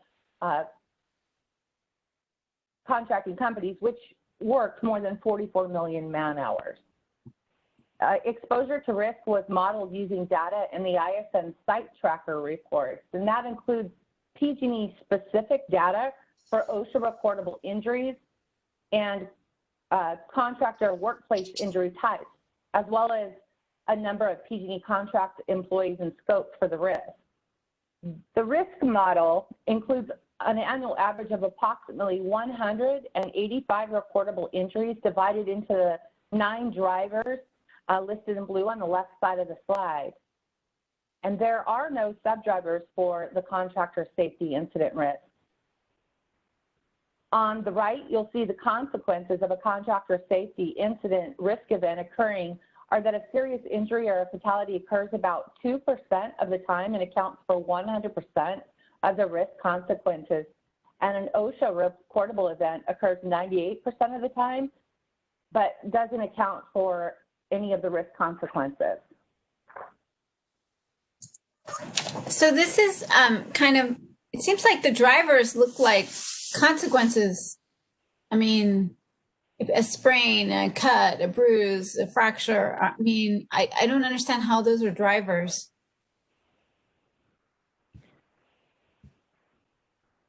Susan, would you mind popping in here to provide clarity on this one?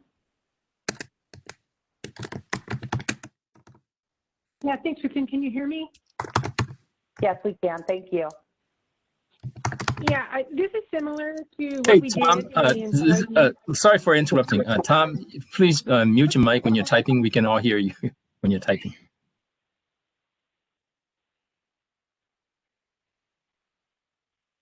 Yeah, thank you, Tom. Yeah, this is Susan.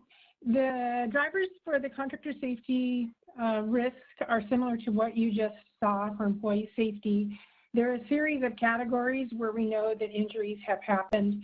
They are aligned with the Cal OSHA categories. They help us to better understand when we're analyzing our mitigations and thinking about them where we can add the greatest benefit. Does that answer your question?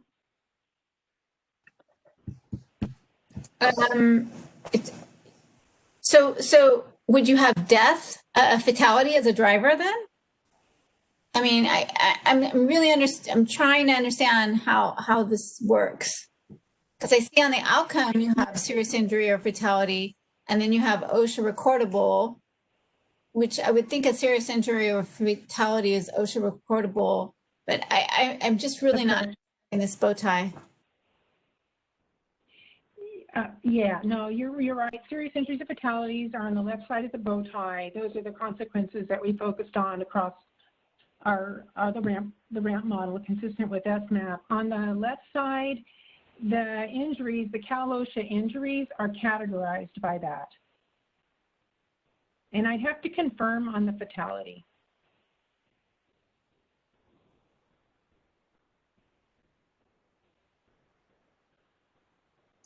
The question would be, what is the other driver? What is the other driver? Because that's the largest frequency with the largest risk. Does that include fatality, serious injury, that driver? So this is Becky Johnson. I can weigh in on that as far as what some of those other drivers are. I head up the serious injury and fatality investigations team as part of my day job. So that could include something like off-road vehicle use by contractors. It could be falling from heights. Those are drivers that don't happen that frequently, but they have higher consequences. They have a greater propensity to have a serious injury or fatality associated with them. Thanks, Becky. And the other thing I'll add quickly, and then I'm going to turn it back over to Kristen, is this data set is something that we receive from our third-party administrator, ISNetWorld. We do rely on our contractors to categorize those injuries. We do understand that others tough when it comes to analyze our mitigations. It's harder for us to really understand what's going on. So we are continuing to work with our third-party administrator on that category. Mm-hmm. This is Tom. Could I ask a question now? Sure, Tom. Okay, thanks. Yeah, I had the same concern about the drivers sure look like consequences to me, and I'm wondering, you know, if vegetation management is where a lot of the contract work is happening, which can be a hazardous activity. You know, I would think a driver would be, for example, a falling tree or a falling branch. Or if you're working in a bucket truck at elevation, equipment malfunction or falling out of the bucket. Those to me sound like drivers, as opposed to the results of those things, which are fractures, these other things that are mentioned on the driver side. Did PG&E think about it that way, or if not, why not? This is Becky. I can jump in on the veg question again too, because I used to head up that department. So a lot of the veg issues that you're describing, those would be in the category of being struck by. So say somebody's sectioning down a tree, there's a sawyer sectioning down a tree, and then there's a groundsman, and the groundsman's in the fall zone, and part of the tree strikes that person. It could result in a serious injury or fatality. So struck by would be included in that other category, and fall from heights would be in that too. Okay, because the concern is that we're missing mitigations that can address these causes as opposed to the consequences. It seems like when you group it this way, when you group the drivers as what are effectively consequences, you're missing the causes that can be targeted to reduce the likelihood of these bad events. Yeah, I would agree. I just want to mention that in Edison's last round, they had a whole category related to tree trimming, which I think was mostly, veg management, but there was a number of electrocutions, over the historical time period related to that. And there was, different causes, but it was all related to veg management, basically. And that was very important to understand because with the increase of veg management in the last few years and going forward, it was important to understand so that Edison, we could give feedback to Edison to say, hey, you really need to watch this. You've already had some problems before this increased veg management. So I agree with Tom. It's very hard to address the causes when they're kind of hidden like this. Mm-hmm. And I do appreciate what you're saying, and our team is looking closer at that. Like I said, for 2020, the improvement is the fact that we're able to use our contractor data. But like Susan had mentioned earlier, we do rely on the contractor to categorize that data. Our team recognizes that we need to dig a little deeper into this area, and it is something that we're addressing moving forward.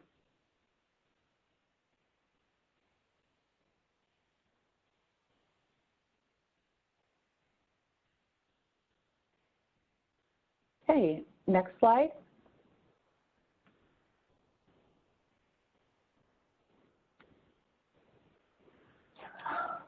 Cross-cutting. Okay. Within 2020 ramp, we're presenting 8 cross-cutting factors, but the only factor believed to impact this risk is records and information management, and that's due to the importance of our record keeping as well as the reporting requirements associated with that.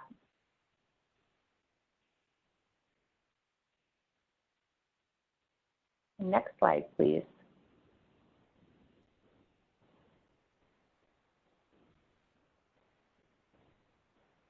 Okay, here's a comparison between 2017 and a 2020 ramp. And in the upper left, you have the 2017 ramp controls. In the upper right, the 2020 ramp controls. Lower left, you'll find the 2017 ramp mitigations, and on the lower right, the 2020 mitigations. And you can see the ramp evolution, especially in the level of detail within the mitigations as compared to 2017. I have a question. This is Steve Hain here. 38 in the previous slides, one of your previous slides states that 38% of the frequencies are attributed to the bucket of other. How do you design mitigations when the other is not really specific, it's not well defined. How do you design mitigations for those drivers? Well, being that the program itself is so new with PG&E, it wasn't difficult to see the some very fundamental improvements that need to happen within the program itself. So it's not to say that there won't be more coming forward even within the GRC or the years moving forward. It's just that we need a place to start, and this was the next logical step for us.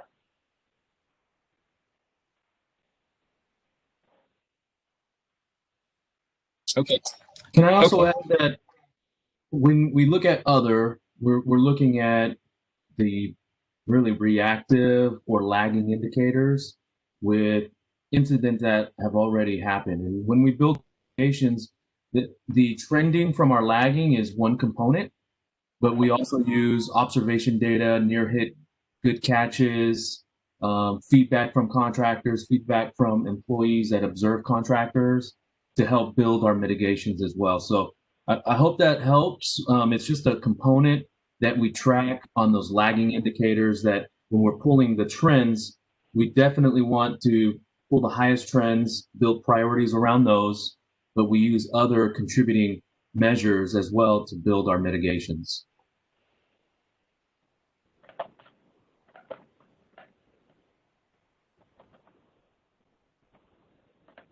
Did that answer your question? Yes, for now. I have to do more thinking on this, but I don't want to take up any more time on this particular question. Thanks. I just, Kristen, I want to point out the chat questions by FEITA. There's a few in there.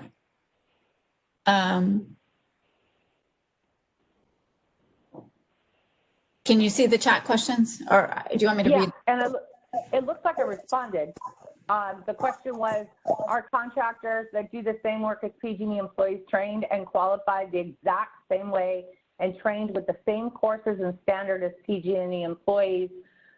So obviously contractors are required to provide their employee training, and so I can't say that it's the exact same training, but the expectation is that they are properly trained, which is verified through our contractor safety program assessment. Great, thank you. Next slide, please.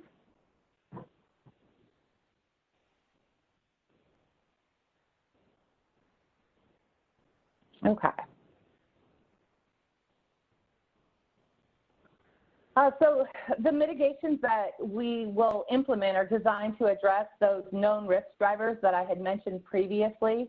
And you'll notice that some will be implemented in the 2022 period and others are to be implemented in 2023 to 2026 time period.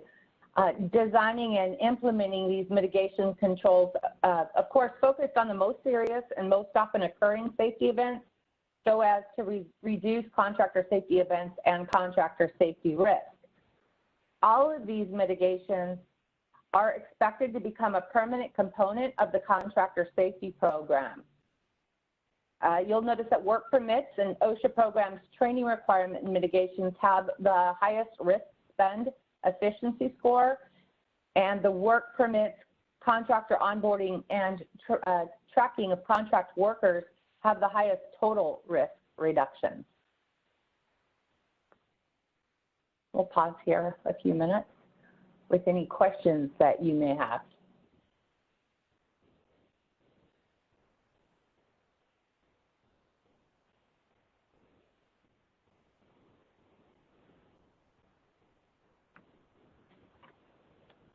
Okay.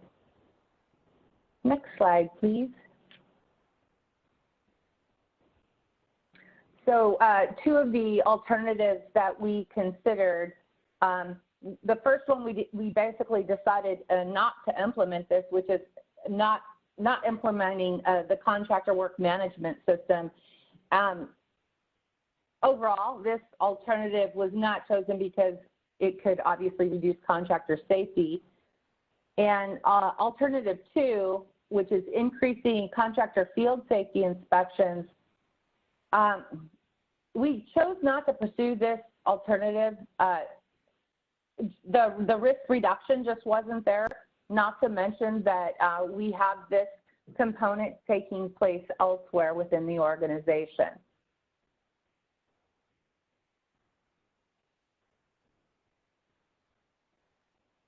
Next slide, please.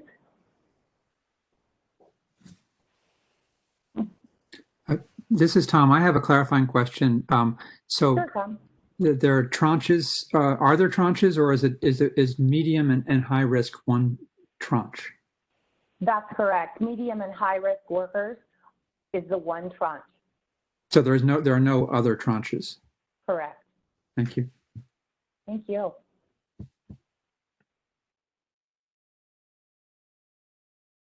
Okay, well, if there are no further questions, thank you for your time.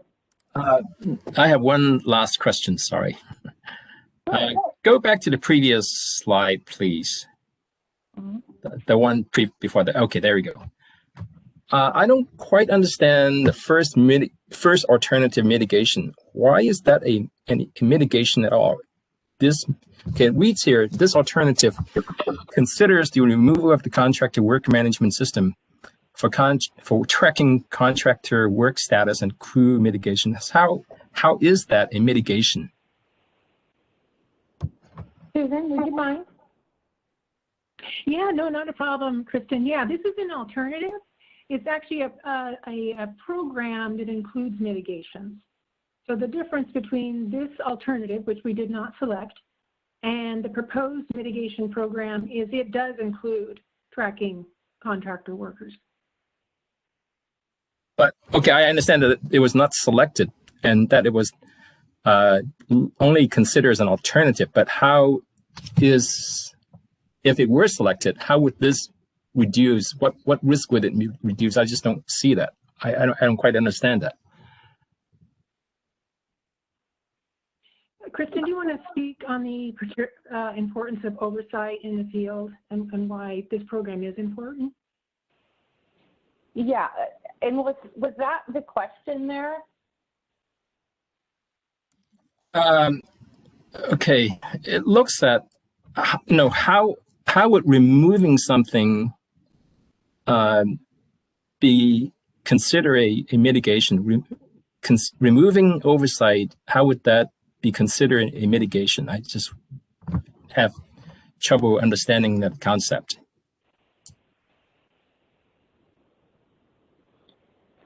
Yeah,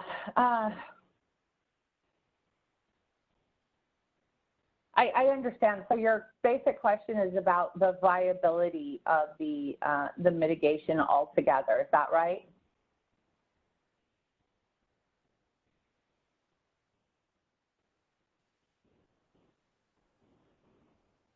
No, I'm having trouble understanding the description. Why is that a mitigation at all? Okay. Susan, I'm sorry. I'm gonna have to call on you. Yeah, no problem. Yeah, team effort. Yeah, it's an alternative, and this is one of the mitigations. If you look at our forecasted costs, which we're not covering today, we are investing quite a bit in the mitigation to track contractor work. So as part of our evaluation of alternatives, we removed it and thought about, what happens if we don't implement this particular mitigation.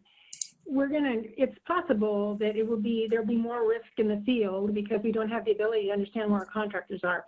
So we just looked at it as an alternative. You're right. This doesn't really mitigate the risk. It actually would increase it. That's what the thinking is. I think that's your question, and that's why we didn't select it. Yeah, that's the question. But then if that's the case, then it's not really an alternative mitigation. So this is Tessa. I think it might be helpful. So what's shown on this slide is just one piece. So for each of the alternative plans, there's a series of mitigations. I'm looking at page 1727 of our report. So the alternative plan has all of the mitigations included on the previous slide, except for the second plan, removes just specifically this mitigation. So the plan is you know, the previous 5 less this mitigation. So what we selected as part of the proposed plan is all 6. And this is saying we looked at maybe this is one mitigation of the entire portfolio that we would exclude, and ultimately we didn't select this. Okay. Yeah. Now that's a lot clearer. Okay. Thank you. Thank you, Tessa. Okay. So are there any other questions from anybody else? Okay. Let's take a lunch break. We originally scheduled for a 1-hour lunch break, but we are about 10 minutes behind. Let's make it a 15-minute lunch break, and let's resume at 1 o'clock. Great. Thank you, Steve. Thank you.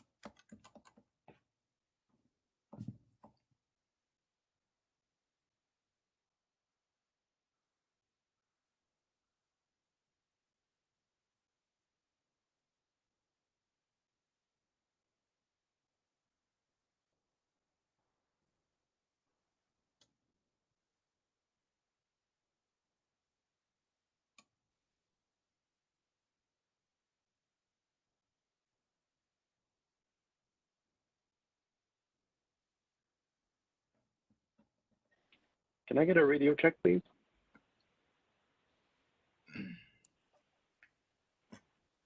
I can hear you. Hi, Diane Thurman's here. Thank you.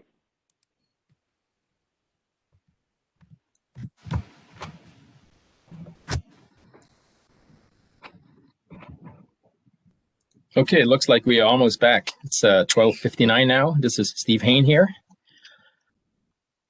I'll give it one more minute. I want to remind everybody to please mute your mic unless you're actively talking. Please mute your mic in between questions. I received complaints from people about typing noises. So when you're done talking, mute your mic immediately, please.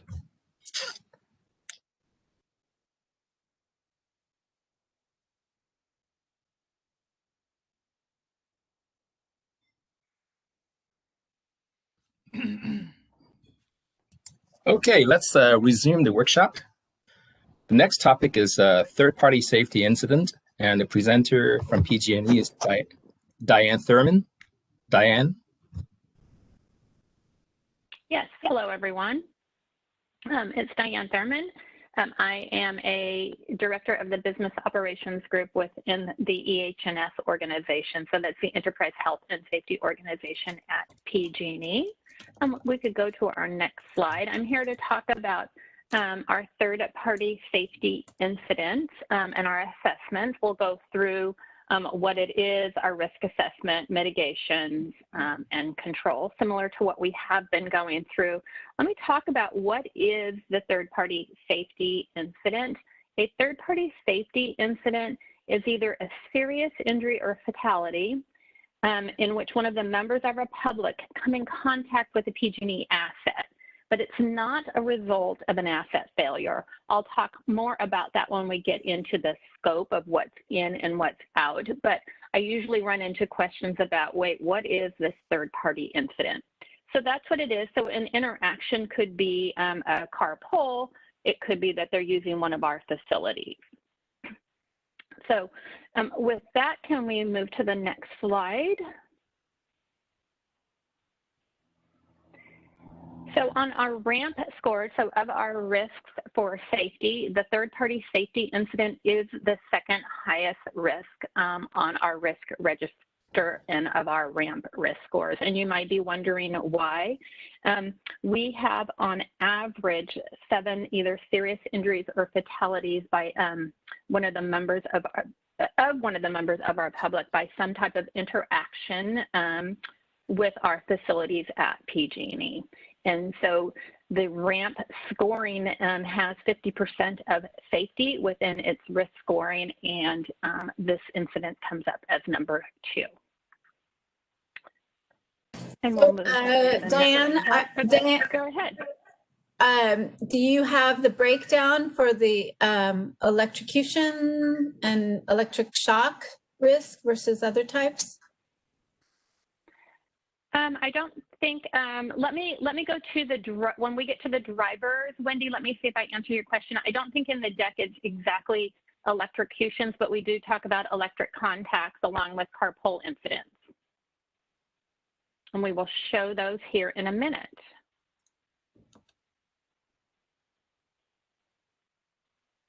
Can we go to the next slide, please?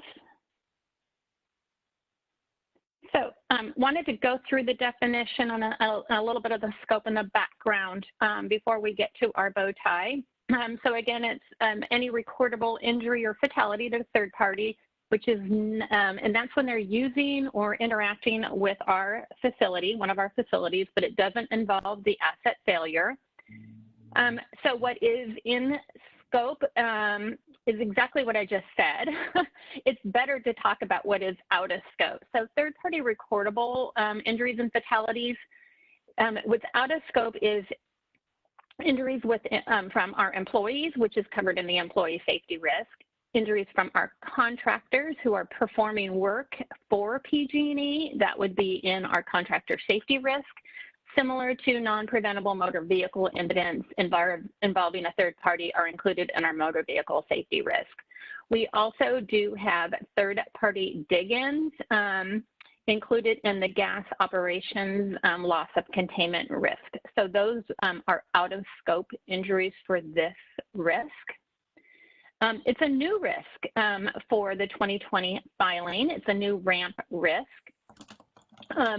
It is when we are looking at a recordable injury, we are using the definition of the Cal OSHA that aligns with it. When we're talking about our facilities, they are across our service territory, and we do tranche them by line of business. So we have gas operations, assets, and job sites, electric operations, assets, and job sites, power gen assets and job sites, and then we also have PG&E owned and managed land included in the ramp. That's how we tranched it. And when we looked at our data, we used the serious injuries report and also our CPUC electric incident report, probably commonly known as the EIR.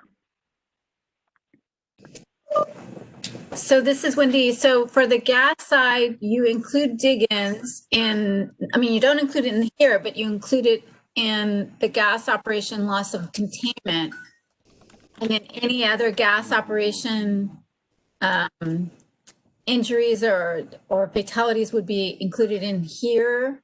I mean, I'm kind of lost. Can you repeat that? Yes, you actually have it correct. So the gas third-party dig-ins are included in the loss of containment risk. However, if a public, a member of our public, for instance, fell into an excavation and hurt themselves, that could be included in this risk if it wasn't the result of an excavation, cave-in, or if they tripped over an exposed gas pipe. So any other interaction with a gas facility would be included here if it wasn't related to an asset failure.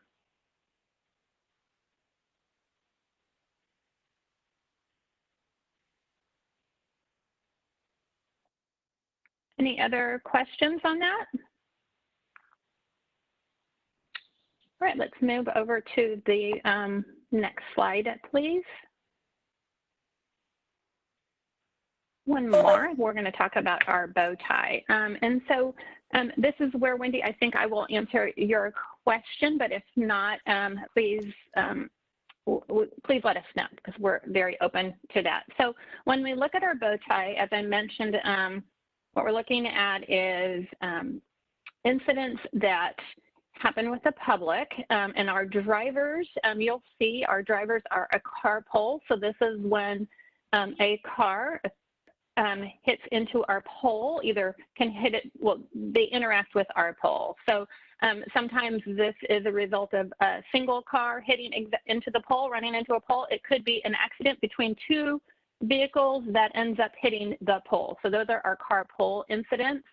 The other one is electric contact. So electric contact is when a third party comes in contact with one of our lines.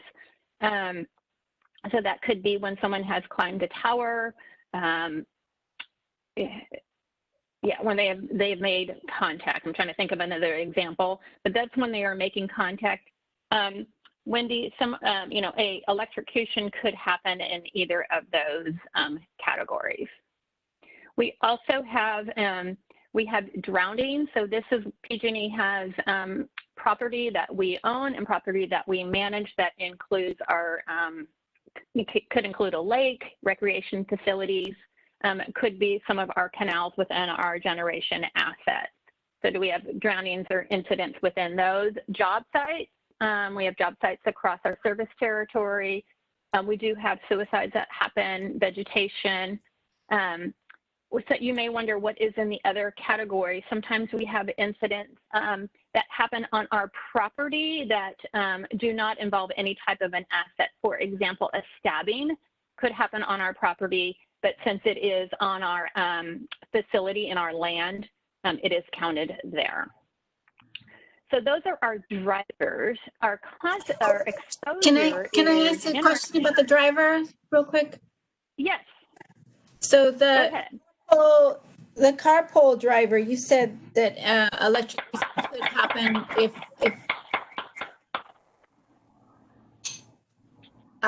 sorry, I heard some other noise. You said electrocution could happen as a result of someone hitting a car pole, car hitting a pole, or a guy, or electric contact. But is out of the 1,974 incidents per year for the carpool guy incidents, how many of those are electrocution, electric shock incidents? I don't have that data right now. That's something we could follow up with. I don't have it because yeah, I just don't have it. I don't know how many are exactly electrocutions or a shock, because you could also have a car pole and have a serious injury or fatality, which is from the impact of running into the pole versus stepping out and touching a line that is still energized. So I don't have that level of detail at my fingertips. I'm sorry. Okay, if you could follow up on that, and that would be great. And then what I wanted to point out is, correct me if I'm wrong, but with electric contact driver, wouldn't that be all or a majority of those 1,344 incidents per year would have some kind of electric shock or electrocution? No. It could be. It could be. We'll follow up with the data, but you could also have someone climbing a tower, for instance, and they fall. They never make it too close to the lines, but they fall off the line. Off the tower is an example of where it could not be the injury could not be electrocution. If you could break that information down further for those drivers, if it's not provided already, would be helpful. Yes, thank you. We will do that. Other questions on the drivers? I'm going to move over to exposure. Hi, Diane. Go ahead.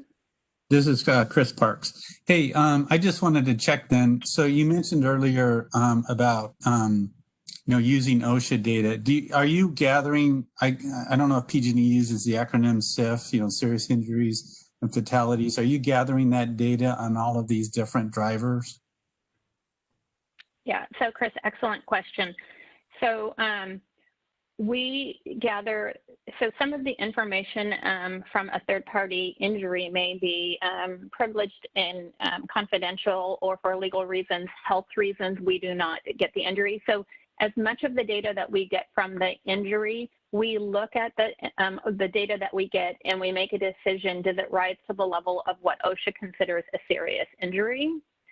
Fatalities obviously are a little bit easier, but that's how we do that.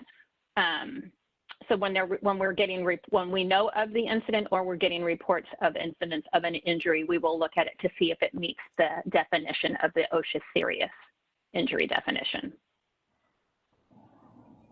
Okay, and you're saying you exclude from these drivers anything that would be considered an asset failure. Did I gather Correct. that right? Okay. Yes. Yes. Okay. All right. Thank you. So you got it. Okay. Thanks. I'm sorry. One diversion here. I apologize for not being on the video, but I've been having connection issues today, so I didn't want to take the chance of losing connection with my bandwidth. I'll move over to exposure. Exposure is the interaction with all of our assets. Just a reminder, 70,000 miles of service territory. We have, almost 200,000 of electric lines, whether those are distribution, not 200, sorry, 120,000, whether they're distribution or transmission lines, 67 powerhouses. We have 7,000 miles of gas transmission line, 42,000 miles of distribution line. So broad exposure for us. As I mentioned, we had tranched it into 4 areas of those lines of business. So when we move over to consequences, so the consequences, as I said before, is serious injury or fatality. Of the frequency of the average of the 3,417 events on average per year, less than 1% of those come to be a serious injury or fatality. You will notice here, though, we have a reliability outcome, and that is due to the electric contacts. That if some of the interactions with our facilities may also have a reliability impact, which could be an outage from, a car pole or any type of other incident. So those are the power-related outages that are a consequence as well. Any questions on the bow tie? Yeah, I'm not understanding the outcome. Okay, so you have the reliability impact is frequency, but where is the serious injury or fatality in the outcome? Yeah, so it is in the outcomes, and you're going to see it in two spots. So because safety is weighted heavy in the risk modeling, it's within the public interaction and the public interaction with reliability. I would say, to make it simple, overall, we have on average per year 7 serious injuries or fatalities that occur from any of our drivers. From the 2 electric contact drivers, those average 17 incidents per year.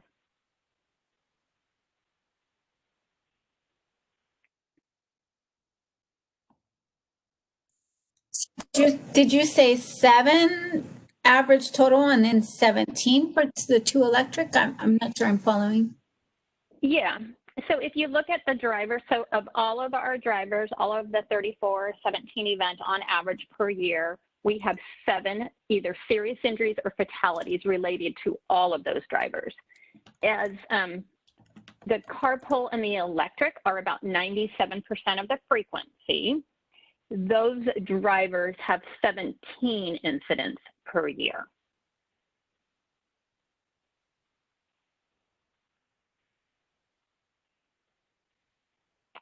Any other questions on our bow tie?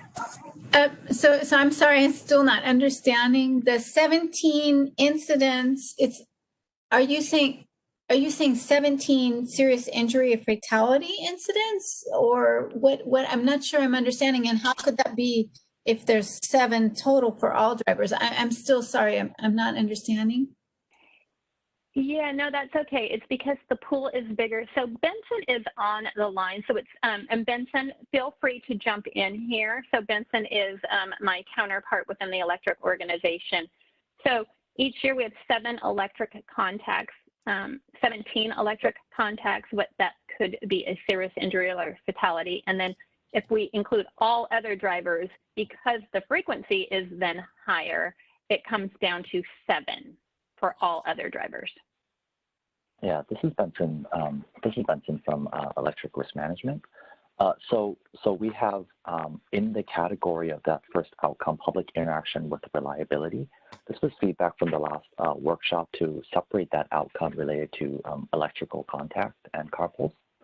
So in there we have about 17 incidences a year. That's about less than 1% of the public interactions leading to an actual serious injury or fatality. But we do recognize that we do have a lot of electrical contact and carpool incidences on against our assets, and we wanted to make sure that that's reflected accordingly. And then for the remaining other drivers that you see other than carpool and electric contact, that's about 7 incidences a year. Does that clarify that, Wendy? Does that mean that 17 plus 7 would be 24 incidents total? Yes. Okay, that's helpful because I couldn't understand how you could have less. Okay, so it's a total of 24 incidents per year of serious injury or fatalities from all drivers. and then it's 17 allocated to carpool or electric contact, and 7 for all other drivers outside of those two. Yes, that's the case. Okay, thank you for that clarification. Yeah. Sorry, I was confused. I was the one confusing you, Wendy. Apologize.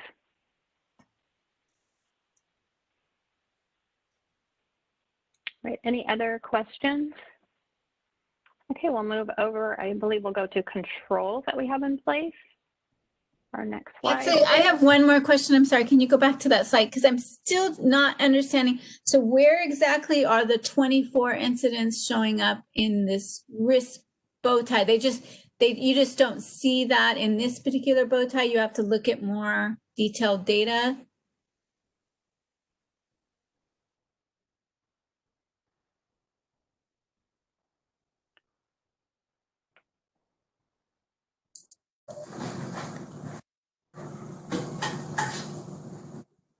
I believe, yeah, I can check. I believe we can find the data in the work papers that we have. It's Vincent here. Okay, so I bet, Vincent, I just want to make sure I'm understanding. So of the 17 incidents per year, that would be part of the 1974 and 44 frequencies of the carpool and guy. And then of the 7 incidents, it would be 7 of the total other incidents listed here. Is that right? On the frequency, they would have to be part of that, a subset of those frequencies. Is that correct? So as I understand it, like Benson was saying, that the 17 is out of the 1974 plus the 1344, right? And the others are the 7 are from the others, I believe. I'm sorry, not the others is on this page, but the ones that are not carpool or electric contact.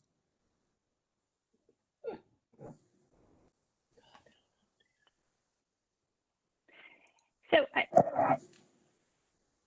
I think what would be helpful is if we prepared a chart that shows, because it doesn't pop out here. I agree with you, Wendy. Would it be helpful if we prepared a chart that shows the number of incidents per year? It would be very helpful if you could prepare something else to explain the connection to this bow tie if you don't have it already in your work papers, or if you can point to it in the work papers, but it is hard to follow because if I'm understanding then what you're saying, it's just a little counterintuitive because your total frequencies are so high for carpool and electric contact, to more than 3,000 per year of incidents. And so 17 of those 3,000 plus incidents compared to 7 out of the incidents. And it looks like 100, maybe 100, if that, of these others, 7 out of 100 is actually a higher frequency than 17 out of these. So it's just really hard to kind of follow if I'm understanding it correctly and comparing it to this bow tie. Yes, we will follow up with I don't know if it's in, right as I'm speaking right now, I don't know if it's in our work paper, but we definitely have a year-to-year comparison that we can provide. If I can jump in here, Wendy, there is something you seem to be confusing, which is events versus incidents. It may help to keep the terminology straight. So we have 3417 events. Of 3,417 events, 17 are safety incidents where some kind of safety impact occurred.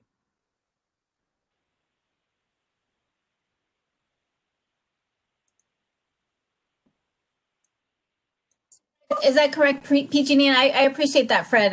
And if that's correct, I think what I said earlier still applies, but I definitely appreciate the clarifying terminology. Can you clarify that, PG&E?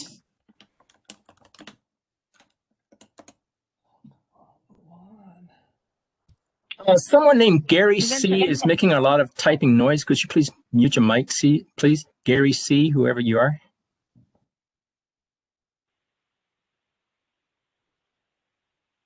Thank you, because I was having trouble hearing the whole part of the comment. So either if one of the PG&E teams could respond, or if you could repeat the comment, it would be helpful. So this is Yumi. Can I just clarify around the instance? So the risk event here is all of the third-party safety incidents in the scope. Out of these 3,400 events per year, some of them belong to EO trenches. Out of them, those are probably the top 3 drivers. Out of those, there are instances that result in the risk events that result in safety outcome, and that's a small subset of that. So for those events that have positive safety outcome or have positive safety risk scores associated with it, the core value here on the right that you see doesn't reflect how much of them is actually coming from the safety risk score, because this is the aggregate of all of the risk, reliability as well as financial as well as the safety. But if you look at the consequence table in the chapter of the RAMP report, there is a separate decomposition of the 0.2 core value and the frequency as well into different attributes. And also, if you look at the work paper that we have submitted in I believe July 17, I think the first work paper of this risk have detailed data around the total number of incident or risk events for this risk by the driver, as well as the number of serious injuries and the number of fatality as well. So it's included in that work paper that you can refer to.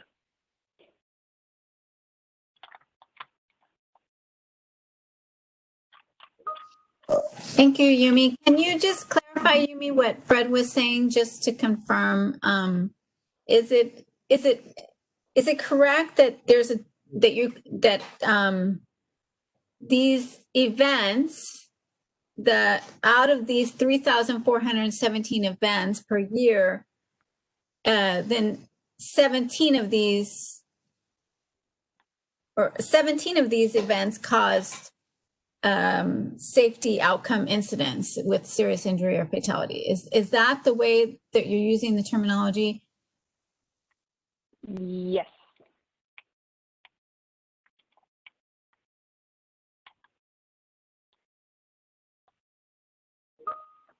And one more thing, Yumi, you said some belong to which tranches? You were saying the risk events when you first started talking. I wasn't sure. EOB, or did you say something else? So I don't know whether there's any slide around the trenches for this risk. There are 4 trenches for this risk. One of the trench is EO public interaction with assets and job sites. And that trench has 3 drivers associated with it. And that's the top 3 drivers that you are seeing here, I believe. The carport and electrical contact and others are all EO-related risk events. Are you all of them? Yumi, I'm just trying to understand. Are you saying EO? Oh, sorry, electric operation. Yeah. Okay. That's. I just want to clarify.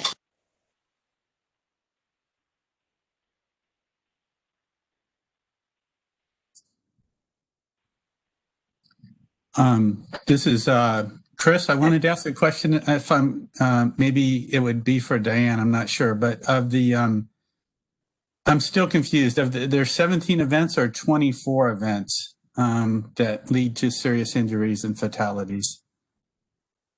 I think you're right. I think it's 24. Sorry.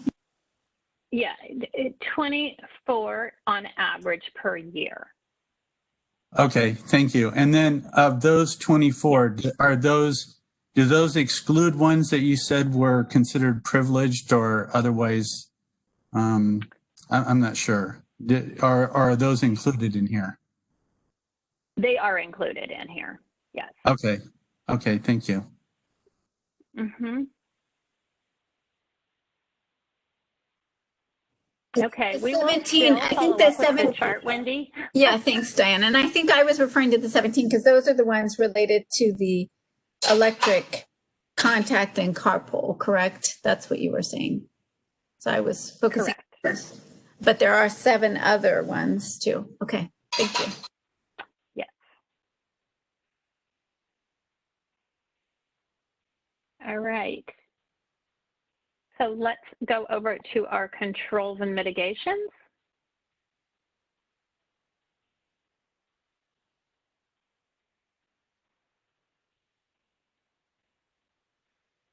Thank you. So on the controls that we have in place, overall, we do have some code of safe practices in place that relate to our traffic management.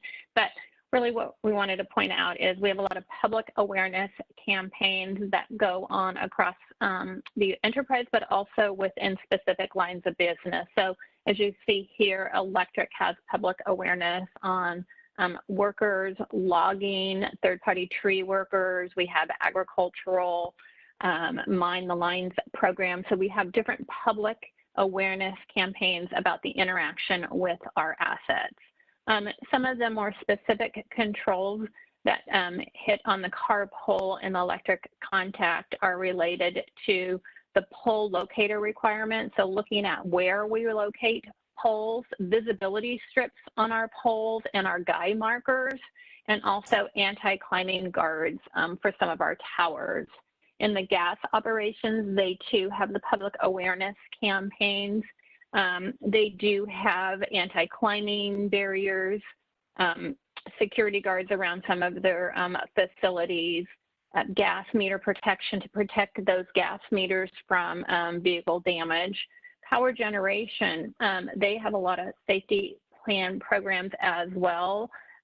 We have campground and land management activities. So that's where we see the people who are interacting maybe on a lake that PG&E either owns or manages, and when you have a boating accident, so you would see boating, water safety. We also have warnings for an unusual water release, and we have surveillance and monitoring of our dams. So these controls are in place now. But for example, the Safe Kids program, when did that start? Because I am unaware of that, and I did quite a bit of research because I volunteer in K-8 schools, and I never knew about this Safe Kids program. So when did that start? I don't know the exact date of the start. Does anyone on the phone know? To my knowledge, it's been going on for quite a while. This is Tessa. I'm looking at page 1519 of our report, and it says that it's been in place since 2001. Thank you, Tessa. Okay, I'll have to search for it because I didn't find it when I looked on your website. And the other question I have is, are any of these, are you guys matching up the actual 24 incidents?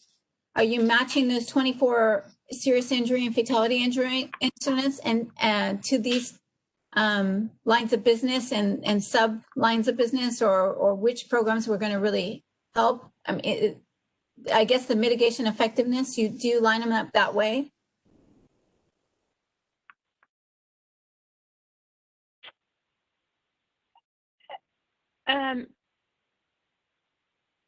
Do you mean taking each incident and lining it up to the mitigation?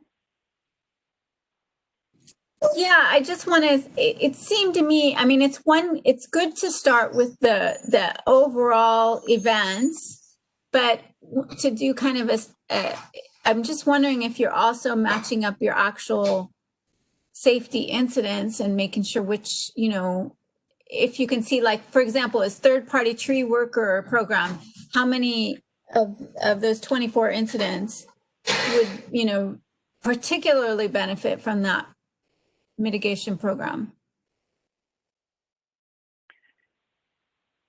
I am going to ask our to Benson. Did you want to respond to that? Go ahead. Yeah.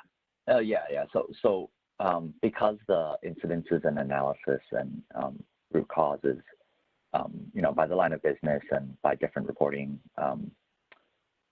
by EIR reporting versus OSHA reporting, we do have the incident data by line of business, yes, and by incident.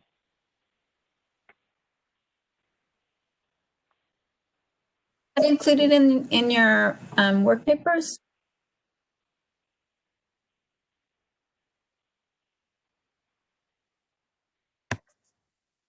Hi, this is Fred Haynes. I'm going to butt in a little bit. As I understand it, what we're talking about as a control is a program that's already in place and isn't really being debated or offered or proposed. Only one control in the entire ramp has been given a risk spin efficiency analysis as a pilot study. I think, Wendy, what you'd prefer to see would be for proposed mitigations, how those interact. I don't think asking them about an analysis of existing controls is really in the scope, but that's my opinion. I appreciate that, Fred. I think what I'm trying to understand is both controls and mitigations. Any kind of programs that are reducing risk, it'll be helpful when we see those 24 incidents and the root cause analysis by the line of business, really analysis which controls and which mitigations both of really target those actual incidents.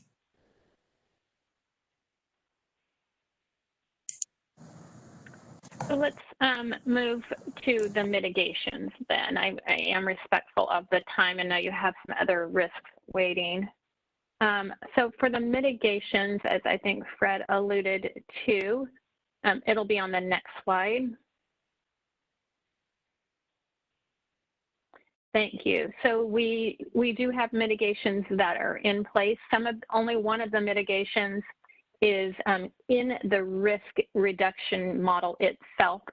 Some of the other mitigations we'll talk about are the analysis part is in a different is in the asset risk. So we are doing system hardening, which is, I think you all have read this already, which is replacement of bare conductors, strengthening our system. So how this could help reduce the risk of the incidents of the drivers we're looking at is replacement of the uninsulated wires down, and making our system hardier. The other piece of it is, so that one is in the distribution overhead risk failure. The other is our reclosures. And again, this helps with electric contact. So protective devices on installing protective devices that help with wires down incidents. Again, that one is in our electric distribution overhead risk from when you can consider in the risk reduction. For gas operations, they are replacing pipe that is vulnerable to exposures. And so it is reducing the mitigation of a loss of containment on the pipeline, but we also do see a benefit of having our pipe, of replacing pipe that is exposed due to, and there could be an interaction from a public member with that pipe. The power gen, we have, this is the one that is included in our risk reduction. It's the installation of additional barriers along portions of our hydroelectric canals and our waterways. And this is directly related to the water safety third-party drownings and is included in our risk reduction. The power generation organization also has emergency plans related to high dam hazards. And this would be unplanned water releases, and also sudden dam failure warning systems from this. And this is, again, a risk that is in the dam. I think it's in the dam risk, but it's not considered as part of our risk analysis. But these are all mitigations that help us reduce the risk of interactions with a member of our public. And the alternatives that we looked at would be, so if we could go to the next slide, the alternatives would be to delay the work of the barriers, the installation of the barriers. We decided not to consider that alternative because we do want to install the barriers. We think that they are an effective control. I'm not sure who's monitoring the slides, but if we could move to the next one. This is Chris Parks. Do you mind if I ask a question on this slide before you move on, Diane? Sure. Just on the power generation, I think you were, I don't know if I captured it correctly, but I think on the power generation and the dams, you were saying that the EAPs are the mitigation for the dams, but that you don't do a separate risk analysis of those as part of the ramp. Did I capture that correctly? What I'm trying to say is these mitigations, when we look at the risk reduction analysis for third-party safety incident, these mitigations are not included in that. But Okay, they do have an indirect impact, yes. Got it. And just so I understand it correctly, so if there were, let's say that there were, you know, as a result of a dam risk, there could potentially be evacuations or folks harmed or businesses harmed because of a inundation or something like that. How does that get analyzed? Is that part of this or not? Is that considered third party? So, if the dam was to fail, it would not be in the third party. Okay, and a spillway failure would not be a third party either. Do I have that right? That's correct. Elijah, did you want to, I do have my generation SME on the phone. Elijah, did you want to add any to that? Oh. Can you hear me? He may be, yep, now we can hear you. There we go. Yeah, I would just say we have a presentation on the large inshore water release or dam failure tomorrow. I think it's the first presentation in the morning. And we do capture events like that as well as used our EAPs and that. So I would just say it's out of scope of this risk, the third-party safety incident, but is firmly in the dam failure, large uncontrolled water release risk. Got it. So Thank you. Yeah, this is meant to say the dam is fully operational in this risk. Nothing has happened with the dam because that's covered by our risk.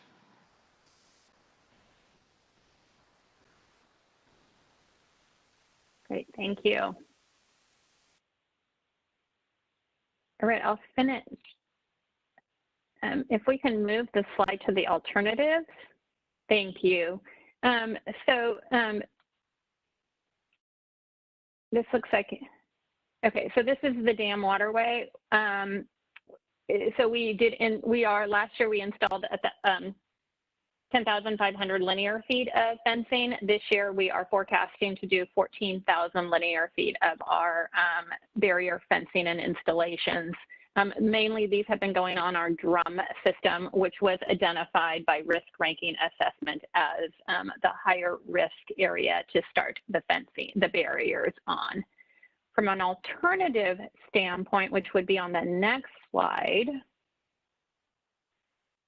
if we can move there, one of the alternatives is do we delay, that's what I was mentioning, do we delay the installation? And we decided no, it's an option we could consider, but we decided not to select that as an alternative. Because we felt it's very important safety work to install those barriers. The second alternative that we have considered is a targeted look at the electric safety pilot program, doing a pilot basically on the program to target either regions or circuits that have a high number of or high rate of third-party contacts with our electric assets. This would be a pilot program evaluating the physical locations, the types of incidents, and looking at potential mitigation options.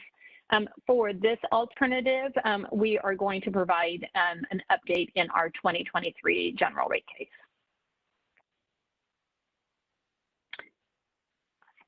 This alternative has a, I'm sorry, this is Wendy. So this alternative has an RSC of 147. So is that why you decided that it is worth following up?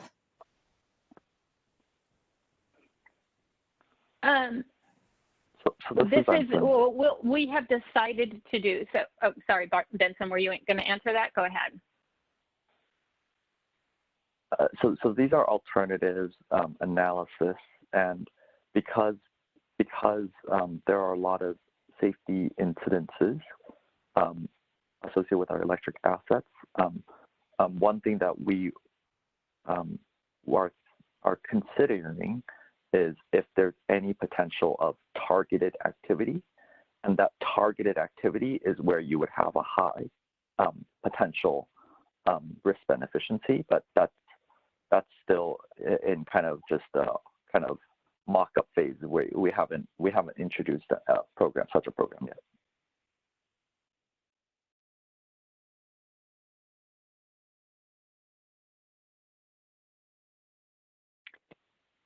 I believe that is the end of my slide. There may be one on the cost of the alternatives that is the end of my slides. Is there any further questions? I know we have 2 follow-up action items, which is a list. Now I'm looking for where I wrote them. Looking at the incidents year by year, and also we can follow up with the data we have on electric shock or electrocution, excuse me.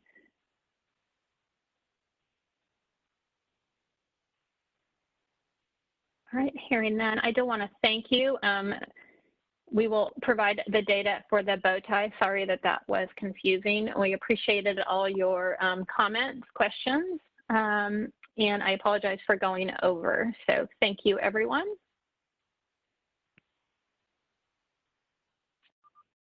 Okay, thank you. So the next presenter is Thomas Crowley. Tom? Yes, I'm on the line. Thank you. Before you begin, let's do a time check. Right now it's 1:46, and this is a half-hour presentation. Is it correct? It is roughly half hour. Okay, okay. Go ahead, please. All right, thank you. And if you need me to accelerate some areas, just please let me know. I'll go as quickly as possible, but hopefully be as thorough as possible. So as a quick introduction, my name is Tom Crowley. I'm presenting the Real Estate and Facilities Failure Risk today. I'm a member of the PG&E's Corporate Real Estate Strategy and Services team, or as we refer to in testimony and later in this presentation as CRESS, C-R-E-S-S. I recently was the director of our portfolio planning and project delivery team. In March of this year, I shifted roles to focus on strategic repositioning programs such as assisting regionalization planning in our transition to Oakland. I'm also the CRESS GRC witness. Janice Wong, also a member of CRESS that assisted in developing our testimony, is on the call. We also engaged PG&E's geosciences team to assist with developing our presentation and the models related to seismic performance. Nozar Jahandir is on the call from that team. So if we need some SME support, they're available as needed. For the agenda today, if you go to the next slide, we'll provide the overview of the risk, describe how this compares to the 2017 ramp process, talk about the bow tie, our proposed mitigation plan, and some alternatives considered. If you'd like to go to the next slide, please. So the real estate, facilities, and failure risk is the risk, as you can read there, event which causes a building, facility, or property within PG&E service area to be deemed unsafe or inaccessible, so that PG&E is unable to use that building or property to support our operations. Key risk drivers include seismic events, local flooding, landslide, building fire, or physical security breach. The scope of this risk is all PG&E owned or leased facilities and buildings. However, all other non-facility related PG&E assets such as electric and gas infrastructure, transmission distribution systems, dams, substations are covered under other risks. The real estate and facilities risk is currently ranked 7th as derived from the safety risk score. And you can see that our total risk score is 97. It's notable that 2/3 of the risk score 69 for safety versus the financial score of 27 shows that the safety impact is a significant outcome for the risk, as the seismic event is the most significant driver. And we believe that when planned mitigations are applied through the 2023 through 2026 period, the overall risk reduction is projected to improve by 10%. So I'll keep moving. If there's questions, please do break in to the interest of time. So this is Steve Hain here. Question is, seismic risk is included. Does that mean that if a seismic event damages a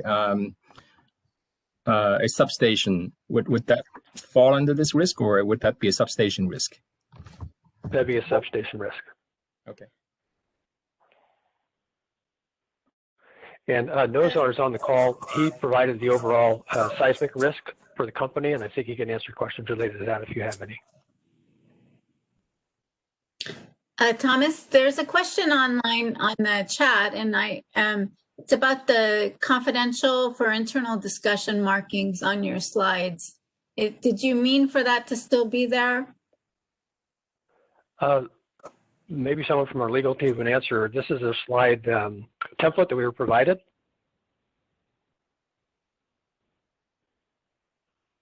I'll jump in. No, Wendy, I think that's an erroneous statement at the bottom. This is a public forum, and we're using this here.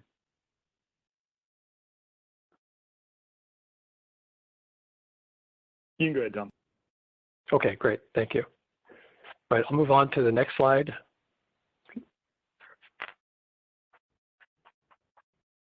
So as you can read the slide there, that it talks about how the facilities failure risk was not part of the 2017 ramp filing. Real estate facilities failure risk was added to this risk register in 2019 as a new risk in the 2020 ramp. The risk was not included in the 2017 ramp because it had been disaggregated into two separate risks, seismic vulnerability and fire life safety risk. So now the real estate facilities failure risk aggregates these two risks into one larger overall risk, which now includes additional risk drivers such as flood, landslide, and physical attack.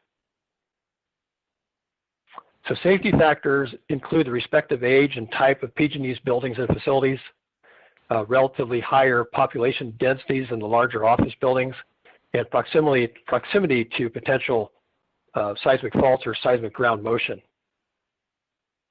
Financial factors include the cost, relatively high cost, particularly in the Northern California, to build or rebuild buildings and facilities within our service territory. Any questions on that slide?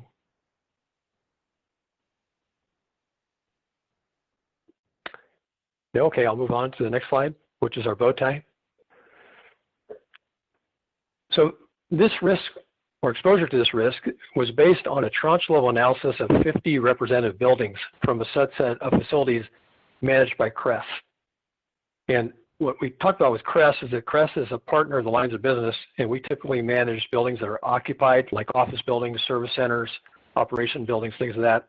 As we mentioned, we do not manage directly substations, gas assets, transmission assets. So it does include high, mid, and low-rise office buildings, service centers, conference centers, and critical facilities. Are we on the right slide? Did I go the wrong one? I asked to go to slide 5. Yes, there we are. Perfect. Sorry, I was looking at my notes to go by, so sorry. Thank you, Ken, for catching that. So I'll let people catch up as well. As I mentioned, I overviewed the exposure risk is based on our tranche level analysis of 50 representative buildings. And we found that through the analysis that 62% of the risk events are seismically driven, while the remainder are comprised of physical security, flood, landslide, or building fire. You can see the total number of risks events per year for all of them is essentially 8. And so of the 8 average annual events, 5 of those are seismic, which gives it the 62% frequency. And as we show there on the outcome side, as mentioned, that seismic events drive most of the risk impact, 99%, while resulting damage depends on the size of the earthquake. And as you can see, we have minor, moderate, strong, and severe. Seismic events that result in the highest safety impact values due to potential injury or damage are coupled with the relatively high cost to build happen in the more severe events. And then we have events related to fire, flood, physical attack, and landslide that make up to 1%, but they typically result in minor or relatively small, if I could say the word small, damage. For example, local flooding, if you can think of a large rainstorm, not necessarily a torrential flood that causes a dam to break or a river to collapse to go over that, but just typical local flooding, maybe flooding a parking lot, will typically go away based on the flood water mitigations that are in place, just determined by the local building codes and how we build the sites. We maintain flood water management as depicted by code. Building fires are generally focused in one area of a building or property, and the code required fire life safety, and fire detection systems typically identify and start mitigations right away, such as sprinkler systems come on and or local fire alarms are enacted. Physical attack generally occurs as a result of trespass, and most likely for the intent of property theft. And although it occurs, the value of the theft is relatively low. Thomas, do your operation centers, are they included in this real estate analysis? If you don't mind me, let me ask you, by operation centers, I think of we have what we call operations buildings. So do you mean like our emergency operations center or grid control center, or are you talking about just a typical operations building as a service center? I'm sorry, I lost track. Can you ask the question again? So Wendy, I'll answer your question. Maybe I'll just do it this way more proactively. This tranche level score or tranche level representative sample includes some of our critical facilities, our grid control centers, emergency operations center, security operations center. It includes operations buildings at service centers. It also includes some of our major, all of our major office buildings. Does that answer your question? Yes, so you're saying it does include your grid control centers. And the reason I'm bringing this up is I know you have a new big facility, electric facility, I think out at Vacaville, a control center, I think, or and the reason, yes, we do. And the reason I'm bringing it up is because the wildfire, got very close to Vacaville, the recent wildfire. So I imagine there was a lot going on to protect your facilities there. So it just occurs to me that perhaps in the future, there's another kind of driver, which is wildfires impacting your facilities rather than just building fire itself. Sure. General wildfire is not included in this risk. It's included elsewhere, but yes, and you're right that we have a Vacaville Critical Operations Campus in Vacaville. It has our grid control center, some other critical assets, our security operations center. It also has one of our emergency operations centers and some backup capacities for gas. And you're right that we did have to leave that site last week due to fires, but as part of our disaster recovery business continuity program, we have redundant sites. So there's another active grid control center in Rockland and another emergency operations center in San Francisco and in San Ramon Valley Conference Center. So what we did in that, what we did then and what we do is that we switch primary operations to a facility that's not within the risk area.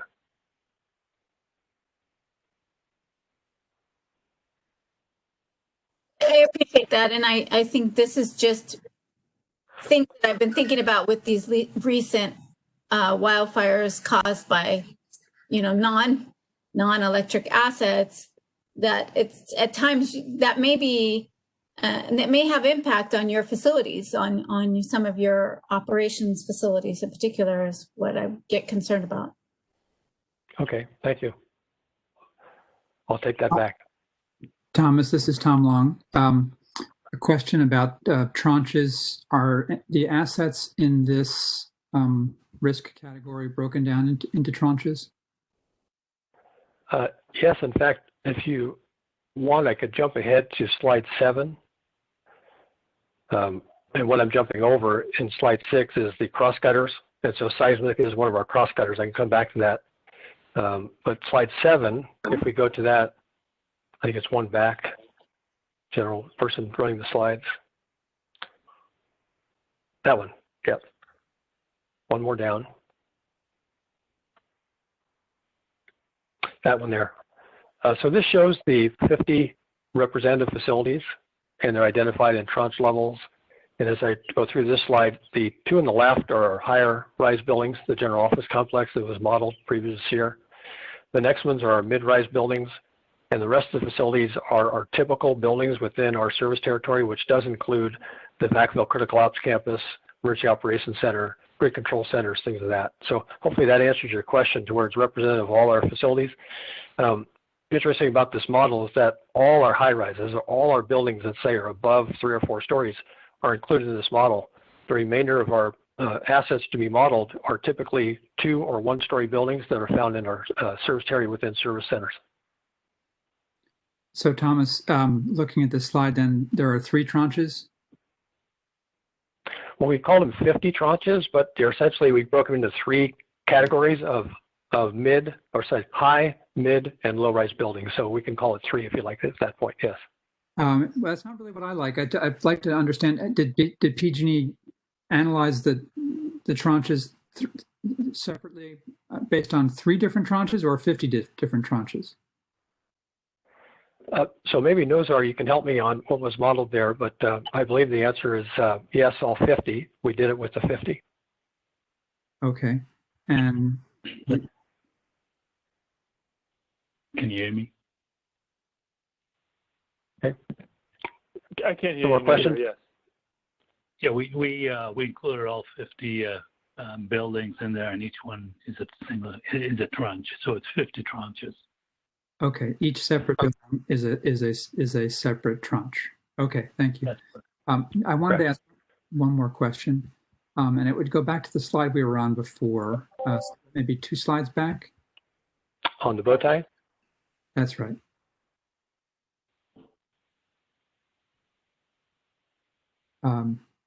If we can get to that slide, if we can go back 2 slides, that would be helpful. There we go, bow tie. This is a question that isn't just limited to you, but when on the driver's side of the bow tie, there's a column that says % risk. I just want to confirm that I'm understanding what's being presented. The % risk is the % of the total risk score that's represented by that particular driver. It's the total risk score that is lure times core. Is that correct?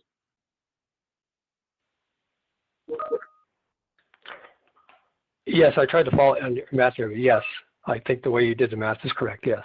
Okay, even though it's depicted on the driver's side, which typically has to do with likelihood, you're sort of jumping ahead to the total risk score and indicating for that particular driver what % of the total risk score that driver represents. Correct. Okay, thank you. All right, so again, I'm happy to slow down or keep moving forward. I jumped over the cross-cutting slide, but I can call out that seismic is one of the cross-cutters. And that physical attack, seismic event and physical attack are actually drivers as well. And that climate change is a mitigation alternative, and wreckage management is a consequence multiplier for our risk. We're not on the slide. I know, we're not, I just jumped over that. We're still on the bow tie, but the person managing the slides, if you could go to the next one, which is the cross-cutter, and then if you want to go one more, we'll go to the facilities failure risk slide. That's a cross-cutter slide. So actually, I have a question on this slide, Thomas. So how does that work that you have seismic in both as a cross-cutting factor and as a major factor? Nozar, can you help me with that one? Yeah, actually for this risk, it is a driver. The term cross-cutter is applied in a way that you get so many buildings that will be affected at one time. But in terms of the it is a driver. Yeah, I'm sorry if I just said that wrong. Seismic event and physical attack are drivers within this risk. I'll slow down a bit.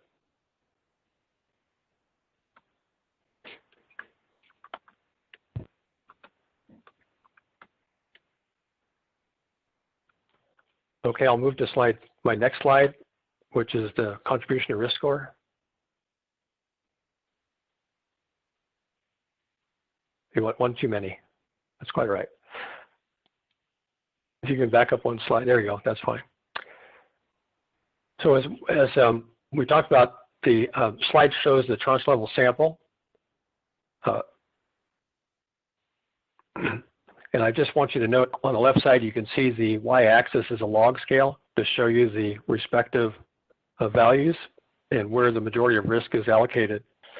We put the boxes around there to show that the two boxes on the left represent two buildings that are in the San Francisco Geo Complex. 77 Beale is the one on the left, and 245 Market is the next one over. Those are what we call our high-rise buildings. The next box are our mid-rise building. That includes Concord, San Ramon, Bishop Branch, what we call building Y and Z, 111 Albany, and one other building. And so those are what we call our mid-rise buildings. And again, those are our larger office. I'm sorry, does someone have a question? No? That's what we would consider our more dense from an employee population buildings.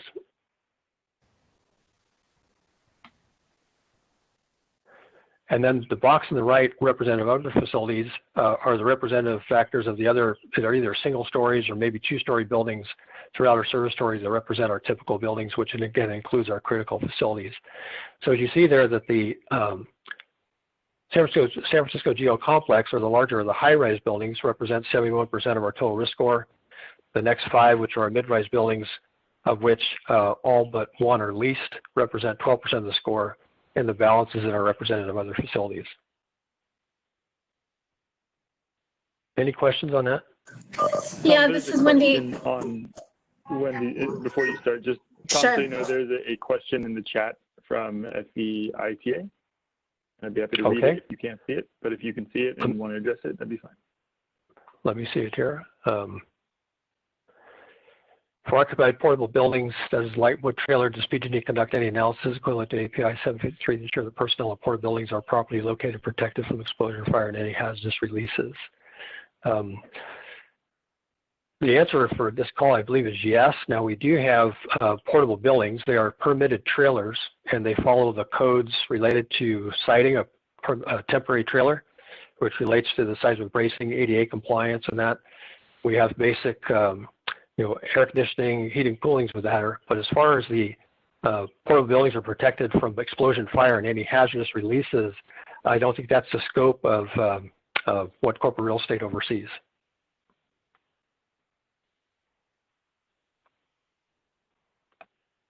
All right, thank you. Thanks for pointing that out, Ken.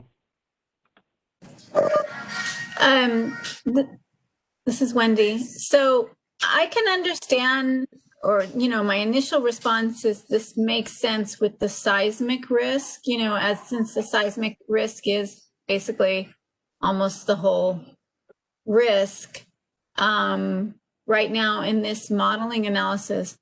But given the recent occurrences with the wildfire, I wonder. I mean, I really think that pointing out your critical infrastructure, your facilities that are part of your critical infrastructure, and the risk, the consequences of those being impacted, I would think would be more than just general office building risk. And I do know that one of your Beale Street has a center in that, so that would make sense. But anyway, if you're understanding what I mean, perhaps you can comment on it. Well, I'll give you a brief comment, and that like the Vacaville property you're referencing, from a fire risk perspective, we have extensive setbacks, defendable space. The buildings are designed at higher facility levels, higher seismic levels, higher fire levels, higher redundancy, heating, cooling levels, electric levels. We have primary, secondary electric feeds. So we being PG&E, take what we believe adequate disaster recovery, business continuity mitigations to ensure that those operate. And if they are comprised, we have secondary sites to go to so we don't lose operations.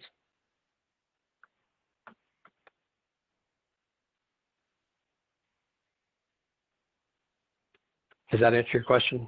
I appreciate that feedback, but I guess what I'm thinking still is that in future modeling, or to me as a power engineer, I would like to see the facilities that are part of the power engineering infrastructure kind of separated from non, operational facilities. Sure, understood. So I think, should we maybe take that offline, Wendy and team? I agree with you, but maybe this is not forum to get into that. Yeah, that's fine. I just, it might, Yeah. Hey, Wendy, we really need to move on. We're running behind on the schedule. There's a lot more in the afternoon for the gas safety chapters. Okay. So I'll move forward. On the next slide, if you would like to go to that, it talks about PG&E's in process of updating its seismic policy to address building performance based on operations, disaster recovery, and business continuity goals, as you mentioned, Wendy, and take into account updated seismic codes to consider potential ground motion. Our prior policy talks about Richter scale. I think it's something that is well known to folks that really measures the energy of the earthquake at the epicenter. But what we're focused on now, and current codes and ordinances are focusing on, is potential ground motion at the actual facility's location. And so we're updating our policies to talk about operations. As you can see in the cartoon on the far left, one of our critical facilities, like the Grid Control Center, we want it to be fully operational following a seismic event, to where no one, you wouldn't even feel it, you probably wouldn't even know what happened.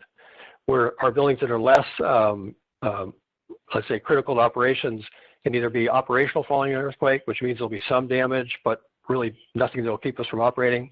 At least in all codes pretty much guarantee from a code perspective that the buildings are life safe, which means you can get out. There'll be some damage, but you can get out. You might not be able to turn right away, but you can get out. Or collapse prevention, we could definitely get out, but the building might be a total loss. So we're just updating our policy to ensure that every one of our facilities are surveyed against a performance level and make sure they have their proper level based on what the operations intended are. So going to slide 9, the next one, it's 9 on mine, it's 58 on yours.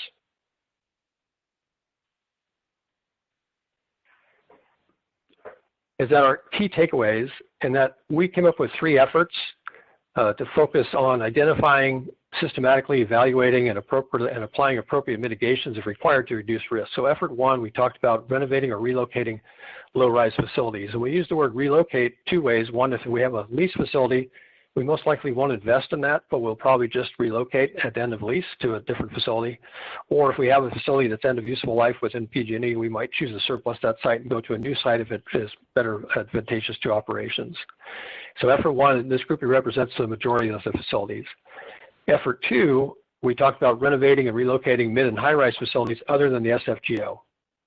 And this grouping, as I mentioned, is relatively small. There are 7 current buildings in that group, which about 6 are leased. And effort 3 was renovate or relocate the SFGO. So now we'll replace that with Oakland. Since we did the testimony, we have made a business decision to leave the SFGO and relocate to Oakland. So we'll go through the process of updating our model in the future with information from Oakland. And so in all cases, the facilities will be reviewed to ensure the appropriate minimum performance level is determined, and mitigations will be enacted by either renovating the building or relocating operations to a new site that meets the established minimum criteria. Going to the next slide. We come up with our risk spend efficiencies, and these are a little bit premature in that this risk is relatively new. We're modeling it. We're modeling as we go forward. And in 2020 and 2021, we plan to continue to model facilities to determine the right level of mitigations. So we use some current estimates based on incremental investment in our existing facilities. We also had some preliminary investments on if we were going to renovate or relocate the SFGO. So as I mentioned, we see these risk score efficiencies now, and those will be dialed in through the remainder of this year and early next year based on more accurate predictions of investment.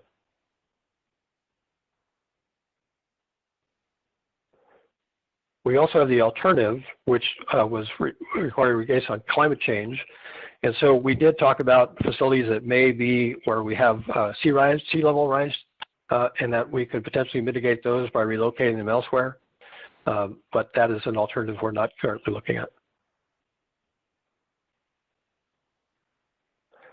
And then the next slide.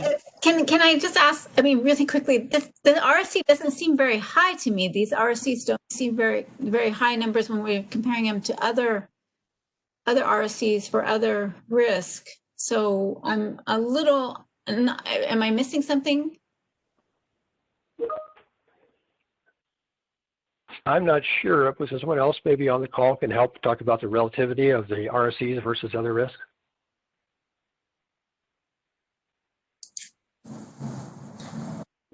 Yeah, sorry, this is Vincent. Just wanted to mention, the RSCs offer a combination of the cost and the risk reduction, right? So it could, most of these mitigations are probably going to be expensive to do.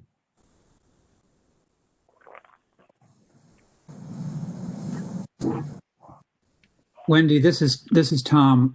I'd suggest you look at work paper page 3-1 and 2. That has a list of all the RSCs for all the programs, all the mitigation programs. Thank you, Tom. All right, so I'm going to the next slide, slide 60 on your deck. So our key takeaways, as you can read there, and I'll just go through them quickly with you, is that initial risk quantification and understanding of the tranches informed our risk reduction strategy mitigation, which is to renovate or relocate. The level risk is calculated primarily based on the seismic fragility curves, which model the location of the asset, employee density within the asset, the type of building or structure, as magnitude of seismic event or performance level of the building. And then, as most businesses are driven by business decisions related to having employees in areas where we can recruit and retain employees, which continues to drive decisions to consolidate employees into higher mid-rise office buildings, and that continues to drive the largest risks within the CREST portfolio, as shown in the 2 high-rise and 5 mid-rise structures. We have controls in place. We actively develop and implement day-to-day control programs to mitigate facilities risk, enhance safety, and maintain compliance. And we have ongoing methods to ensure the buildings and systems are adequate and maintained through inspections, preventive maintenance, very detailed investment programs for ongoing asset maintenance and management. In the last bullet, the proposed mitigations will further inform and potentially reduce risk related to relatively dense office buildings or complexes, as well as the overall portfolio. We put some slides in the appendix for the team if they want to refer to those. But at this point, I'll just open to questions and maybe close based on time.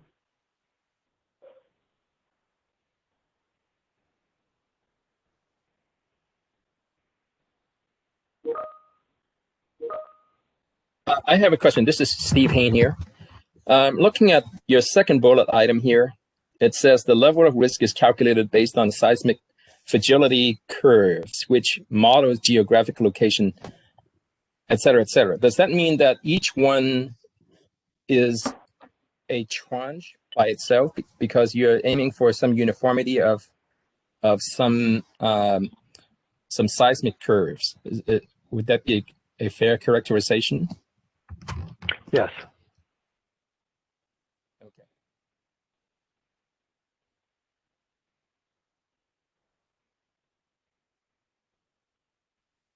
I have no further questions. I see a chat. Sorry. Okay. There's not a question. It was a statement. Thank you.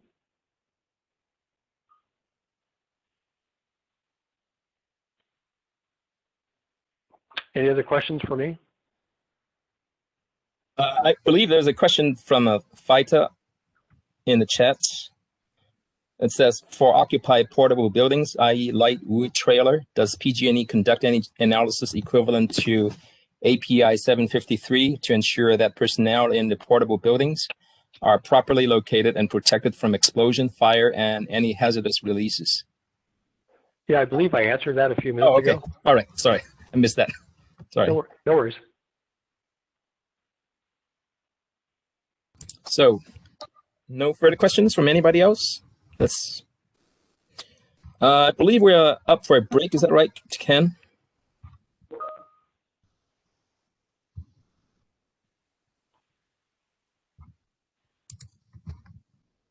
Let me look at my schedule.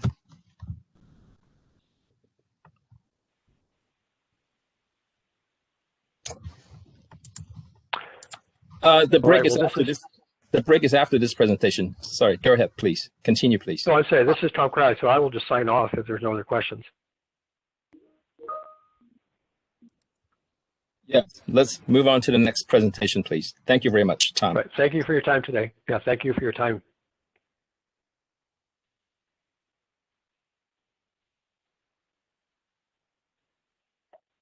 Okay, am I on? Can you hear me? Oh, sorry, Steve. I think I was double muted. I was talking. We could take a break if you want to. Vince is the risk owner for all three of the gas risks, and then just close out.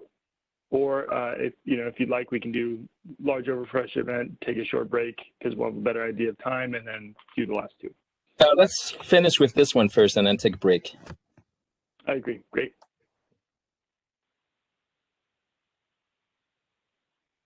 Okay, Ken, can you hear me? Yes, I can. Okay, great. So good afternoon, all. My name is Vince Tenge. I'm the Director of Risk and Compliance in Gas Operations.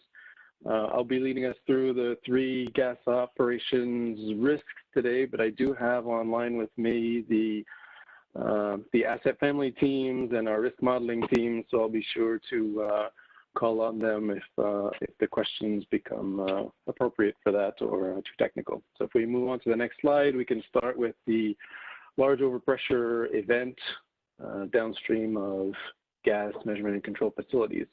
You can see where we are here on this slide. This is the 12th risk overall in RAMP. From a safety perspective, it's the third of three gas operations risk that's presented in RAMP. It has an overall risk score of 13, 5 of which is the contribution from safety.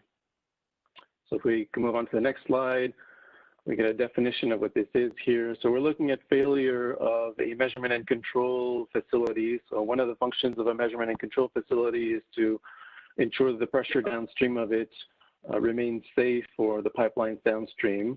And so we're looking at a failure of such facility that would result in a large overpressure event in the pipelines downstream. And so what's in scope here is large overpressure events only. Small overpressure events are excluded from scope, and large is defined consistent with regulatory reporting requirements. In other words, small overpressure events are not reportable events. Also worth mentioning, what's in scope and out of scope here is that these measurement and control facilities are both transmission and distribution. In other words, the downstream pipelines can be transmission or distribution. And as well, we're not including only a loss of containment event, but we're also including, we'll talk about a little bit more about this in the future, but we also include in this risk the benign event. So there's an overpressure event or a large overpressure event downstream, but there is no loss of containment. That's still included in here. There are still consequences associated to this, so we model it for completeness. I think that's all I've got on this slide. I trust that people will chime in if they've got questions. We can move on to the next slide. All right, so here's an overview of the bow tie, which folks should be mostly familiar with at this point. So the two key drivers here are equipment related, so equipment failure of some kind or incorrect operations. And subsets of incorrect operations are two of our cross-cutting risks, which is the record and information management and skilled and qualified workforce. You can see there the percent contribution to the frequency of those. About 2/3 of the total 5.6 events that are expected per year are equipment related. The other third has to do with incorrect operations. And you can see the contribution to the overall risk score. On the right of the bow tie, you see the different outcomes. I mentioned we look at not just the loss of containment event, but also the benign event. Most of the events, 94% of the events we expect are the benign events, so there's no loss of containment, but they are included here because they have mostly a financial consequence associated to them. Even a benign event requires activities downstream, analysis, leak survey, We want to make sure the pipelines, the facilities are safe before resuming service. And then the bottom two outcomes, loss of containment, are combined with other, or the coincidence of the loss of containment event and an IT asset failure or a cyber attack. These are rare events, which we're still investigating, but would marginally increase the severity of the consequence. The exposure, 4,624, is the total number of measurement and control stations that are in scope here. Questions? Yes. Vincent, this is Tom from Turn. Could you explain the nature of the incorrect operations driver? What kinds of things are occurring there? So it could be sometimes we have employees operating valves to throttle the pressure downstream, and the valve may be open too much, or an incorrect valve might be open. For instance, those are types of incorrect operations that might lead to an overpressure downstream. And what's the mitigation for that?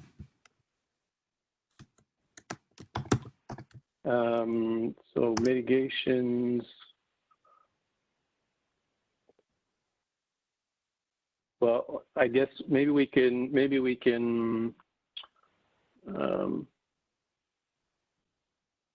I don't know if someone from either Terry or Sarah want to chime in here with those mitigations. I know we've got some that are coming due before the end.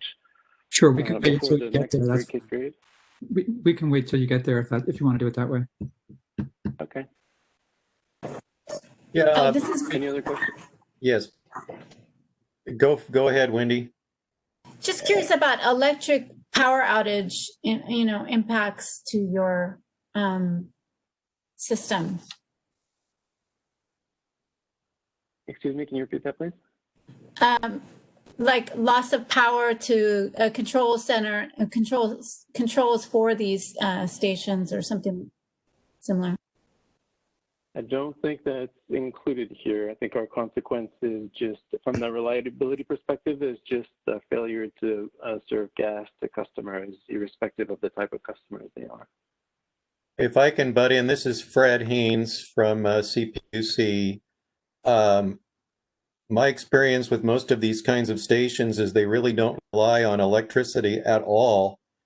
Quite often their control function is done using pipeline gas as the source of power. And if electric devices are involved, there's quite often independent supply, such as solar panel, right on the site, so that if they suffer a loss of regular electrical power, they have their own internal way of generating power so that the control function, or at least the communications with the site, are maintained. So I'm fairly satisfied there is not a whole lot of potential for electrical risk having an impact. I wanted to ask you about your driver frequencies. Are those developed strictly from PG&E's own history, or is there also application of some national data in there? I believe the drivers come from PG&E data, but I'm going to look to the team here, Thomas or Sarah, to correct me if I'm wrong. Since we're talking about the likelihood of the event. Correct. In terms of equipment-related incorrect operations, that was derived entirely from PG&E data. Thank you. Very good. Thank you very much for that. And thank you for the clarification from before. I had misunderstood Wendy's question. I thought Wendy was interested in consequence of these and not on the likelihood. So thank you for that clarification. Any other questions on the bow tie?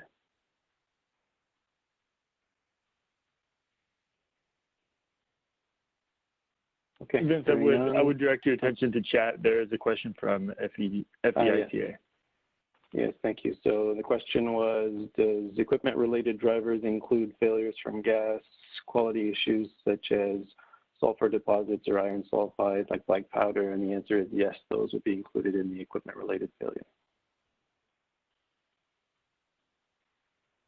And then there's another question. Most facilities that use power will have backup UPS batteries for 24 hours. Large facilities will have a backup gas generator.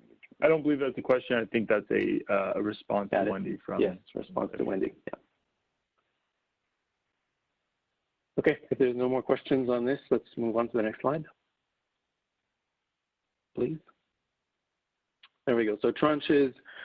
These are the 6 tranches, basically mostly driven from the type of facilities that are being operated here. I mentioned that our MNC facilities have both transmission and distribution downstream. The first 3 are transmission stations. The bottom 3 are distribution. The first 2 have transmission pipelines downstream. We break them up into complex facilities and simple facilities. On the right, you get the numbers there and a percentage of the total number of facilities. The third one is transmission large volume customers. The next 3 are all, well, I guess the number 4 is district regulators that are not high pressure regulator type facilities. And the bottom 2 are, I shouldn't say the bottom 2. The fifth one are district regulators and farm taps, and they're combined together because they are both of the same HPR type high pressure regulator hardware. And then the last one is district regulators that serve low pressure systems. Any questions on tranches? I see maybe another question on the chat.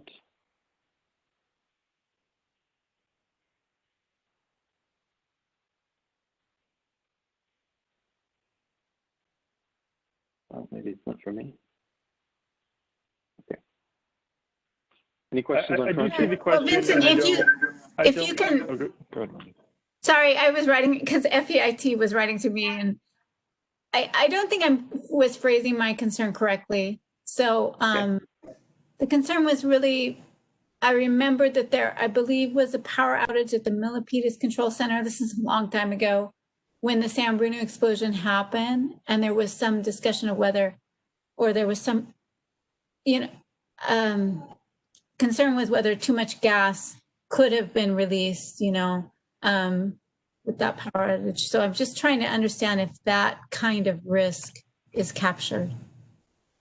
I'm going to turn that over to Sarah and Terry. So Vince, this is Terry White. I can take a shot at that. Thank you. So more globally, pressure control systems are either pneumatic, or if they have an electrical component to them, we have battery backup or generation backup. So all of our systems have pressure control systems which will operate independent of utility power. In the case of the San Bruno explosion, there were some questions around the operation at Milpitas Terminal. Milpitas lost power and ended up controlling pressure using the backup pneumatic system as designed. So does that answer the question? So basically you're saying that you don't believe there's any risk in that from that concern because of the backup pneumatic system or battery? Yes, that's correct. Okay, thank you.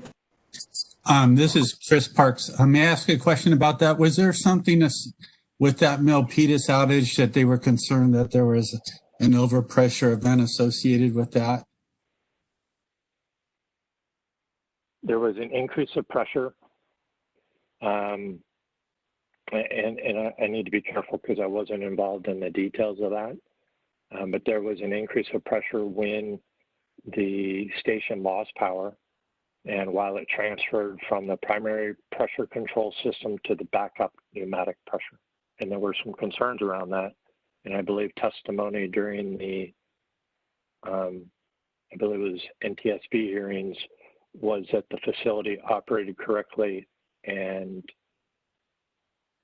I should stop there. That's the limit of my understanding. Thank you.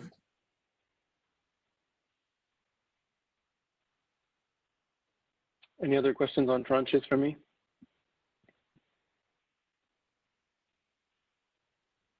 Okay, if that's the case, let's move to the next slide, please. This is a quick overview of the cross-cutting risks that are included here and whether they impact the likelihood side of the bow tie, the consequence side of the bow tie, or both. If there's no questions on this slide, I'm going to move on for sake of time. Move to the next slide, please. Yeah, so here's the first slide where we actually look at the output of the model. So what we're looking at here are the 6 tranches or the six bars on the charts. The blue bars represent the exposure, so the number or the fraction of facilities in each tranche, and the yellow bars represent the baseline risk that those assets represent. So you can see that some of those assets are overrepresented. Some of the tranches are overrepresented in terms of risk. For example, the transmission complex, transmission simples are overrepresented in terms of risk. And if you look at the chart below, you'll actually see the components of risk, whether it's safety, reliability, or financials. The transmission ones, the large, a big component of the additional risk here comes from the reliability consequence of the large overpressure event from the transmission facilities, versus the distribution ones, their contribution tends to be more safety because they are closer to populated areas.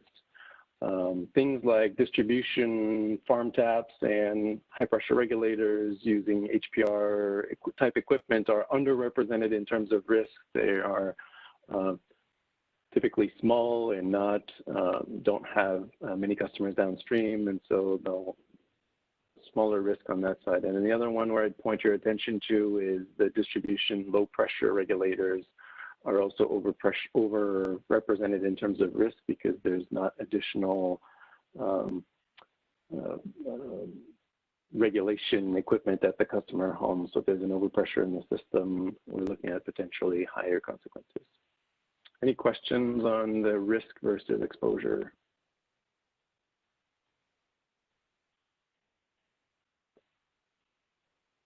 Okay, let's move to the next slide, please. This is where we look at risk spend efficiency. So we've got, again, in this case, it's not the tranches, it's the mitigations that are included in RAMP. And so the blue bars represent the risk spend efficiency, and the yellow bars represent the risk reduction from that program. So if I'm going to go here from right to left, the first two on the right are station overpressure protection enhancements, basically retrofitting existing transmission and distribution stations with secondary overpressure protection like slam shut devices or relief valves. I'm going to skip the alternatives for a second. HPR replacement program replaces our HPR type facilities, both HPR district regs and farm taps. SCADA visibility is a way to have visibility into the pressure and the conditions, the operating conditions of the system, so that we can react to abnormal conditions faster. So the alternatives 1 and 2 here are really alternatives to the distribution station overprotection enhancements. So the station OPP enhancements really, like I said, is a retrofit of existing stations. Here we're looking at retrofitting all of our existing stations. Some of these stations are single run stations, and installing secondary overpressure protection like a slam shut device is problematic because they create an additional, they may mitigate a safety risk, but create an additional reliability risk. And so alternative 1 was looking at instead rebuilding some of those single run stations instead of retrofitting them, rebuilding those stations into a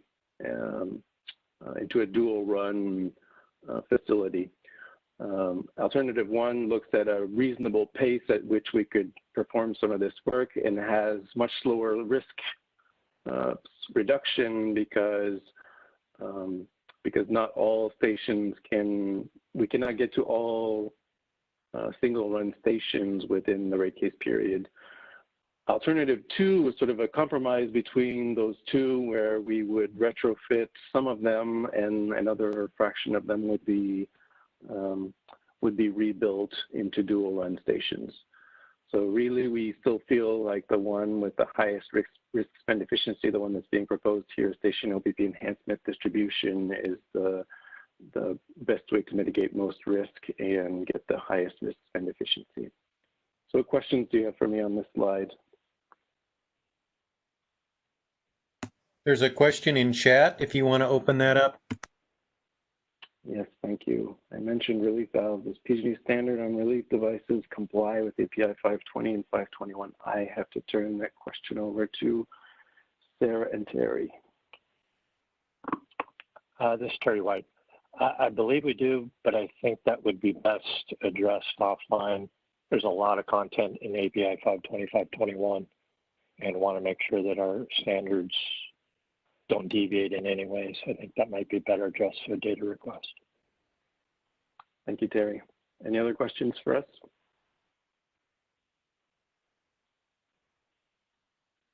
I believe this is the last slide. It concludes my my prepared remarks on the large overpressure event. Thank you, Vincent. Thank you. Okay, let's take a, should we take a 10-minute break or a 15-minute break? Let's take a 10. To Vince and, or you, I think 10 is fine, I think, given kind of the length of the day and trying to get this over. So 10 minutes. Yeah, let's do a 10-minute break. Come back here at 2:50, please. Sounds good. Sounds good, thank you.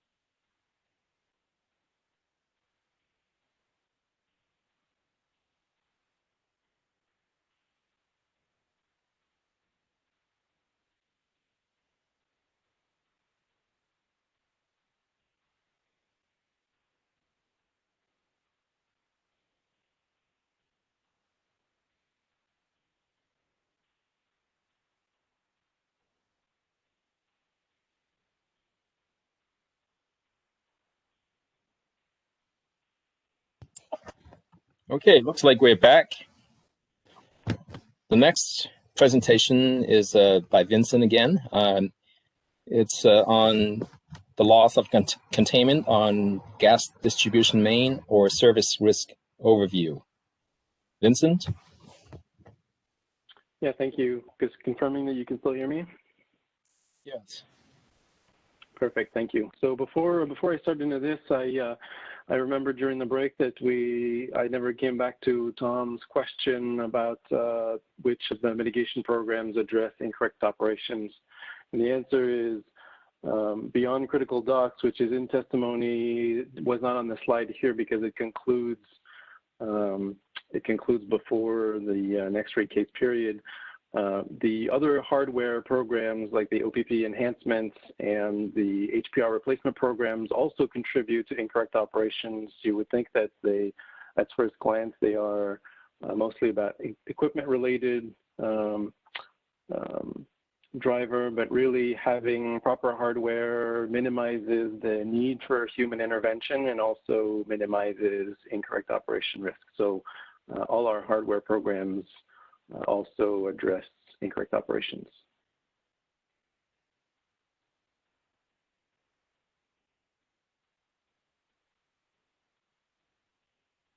Give a second for Tom to react. If there's nothing, then I'll move on to our loss of containment on gas distribution, mains, or services. All right, let's do it. So this risk here is number 6. Overall, from a ramp perspective, it's the second highest important risk for gas operations. 2/3, a little bit more of 2/3 of the risk is the safety component. You can see 72 is the safety score, 99 is the overall score. So if we go to the next slide, we'll define the risk. So basically here we're looking at a failure on a main or service that would result in a loss of containment. On a distribution main or service pipeline, included in scope here are not just ignition events. We're including ignition events as well as no ignition events. So all loss of containment events. What's excluded from scope is loss of containment events as a result of large overpressurization events. So those were covered in the previous risk. So all loss of containment events are captured here except for those that are caused by OP events, which those are really as a result of the facilities upstream. So with that, let's move on to the next slide. So here's the bow tie. So you can see, again, on the left here, the top drivers are all consistent with threats on the pipeline, consistent with federal codes, equipment failure, incorrect operations, corrosion, et cetera. So I'm not going to go through all of them. You can see the contribution that they all make from to the frequency perspective and to the overall risk. So you can see here we're looking at the bottom an expected number of events that's quite significant, so nearly 30,000 events per year. A reminder, this is all loss of containments, which includes leaks, many of which are very small. So for instance, the top driver, their equipment failure, 65% of the frequency is driven by that equipment failure. The overwhelming majority of those equipment failures really leaks on threads. And so we're looking at a much more high frequency, lower risk or lower consequence events than some of the other risks that we described. On the right are the outcomes. And so 2 things to note here. One is you can see that all our outcomes are broken up into minor or major outcome. And that distinction there is sort of a threshold based on reportability criteria from PHMSA, so federal regulations. So a major outcome would be one that is reportable to PHMSA because it includes serious injury or fatality or $50,000 of implications from a financial consequence perspective. If it's minor, it does not meet those requirements, so we model those differently. And then you also see that many of them have a severity low, medium, or high. And what that is what we find when we look at the data is that the different drivers have very different consequence profiles or consequence distributions. And so this is a way to map the drivers to specific consequence distributions. For instance, I mentioned equipment failure before. That was leaks on threads for the most part. That is a minor or major severity low outcome. Severity low because that's what the data shows, that typically the severity of those is less than some of the other drivers that we have here. And then you can see some of the others have to do with our cross-cutting risks, such as seismic. And then one thing I forgot to mention, I should have mentioned in the definition in the previous slide, is that we are now including the cross-bore risk in here. If you remember the workshop from February, we were treating cross-bore as a completely separate risk. And we heard a lot of feedback during that workshop. People were interested in having visibility into cross-bore, even though cross-bore wasn't making the criteria for being included in RAMP. We sort of thought about how our approach was dealing with this here, and we realized that we had sufficient flexibility with tranching to be able to include cross-bore in this risk here. Cross-bore does apply to distribution mains, and so we could have a more holistic view of the distribution risk by including cross-bore here, and we could tranche it out to be able to have sufficient visibility for us as well. So here's a compromise for how to deal with cross-bore. And again, we've got cross-bore showing up both in a minor or major event. Okay, this is Steve Hain here. Could you please explain why you model the risks differently based on whether or not they are reportable, PHMSA reportable versus non-reportable? Well, it's just a measure of the consequence of the event, right? And so we have a different consequence distribution for the two different outcomes. And instead of using another arbitrary threshold for the difference, we're using PHMSA reportability criteria, which lines up well when we need to use PHMSA data to help supplement PG&E data from a consequence perspective, at least for the reportable ones where there's more data that's available. Does that help? Somewhat, yes. I need to think more on it to have a follow-up question. Okay, let's move on. Okay. This is Jonathan Lesser. May I ask a question, please? Can a gas distribution incident with ignition cause a wildfire? Is that a possibility? It's a possibility.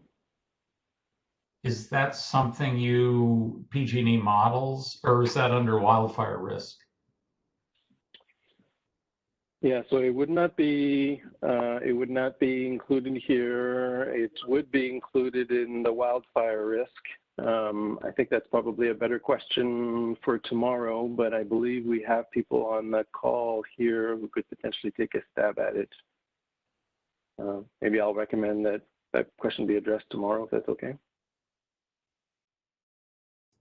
Thank you. And Vincent, this is Tom from Turn. I heard your answer, by the way, on the last risk about incorrect operations. I'm going to ask the same question again. What are the nature of the incidents that can occur that fall under the category of incorrect operations for this risk? Mike, I'm gonna call on you for this one so that I don't overlap with the overpressure event. Hi, Tom. Yeah, I'm going back to the testimony here and just going to the page where it speaks to it. It's incorrect operations, human errors, incorrect procedures. this could happen when people are improperly trained or untrained personnel are performing work on distribution. And I believe we also put the cross-bore as a incorrect operation from the original installation being installed as a cross-bore. The program itself is inspecting for a possible cross-bore that was an incorrect operation. Would it include misclassifying a leak, say, you know, as priority of a leak? It's an interesting question. I'm not sure I've thought of it. Haven't really thought of it. Well, the leak itself would be an event.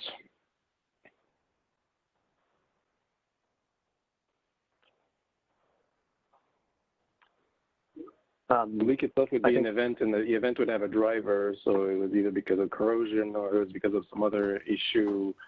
I don't think how we classify it would be a driver for what caused the leak itself.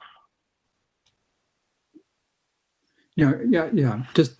Just to be a little clearer, what I have in mind is, and I forget the way you grade the leaks, but there's 2 and 3 levels, and I forget which is the more severe, but a possibility that someone assesses a leak and then fails to realize that it's one that needs to be addressed, you know, right away, as opposed to, you know, weeks or months later.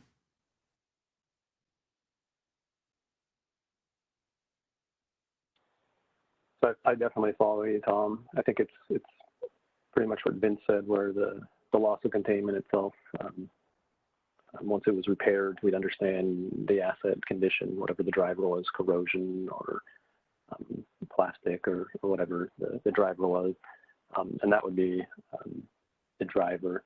I can certainly see where an incorrect operation, let's just say if that same incident happened and an incident happened, let's call it a major event, there would be an incorrect driver to that as well. But that would have to be through some sort of review of, you know, what was the driver that got to the delay or the misclassification. And so when the ones that are categorized as incorrect operations, how is that determined that an correct operation occurred?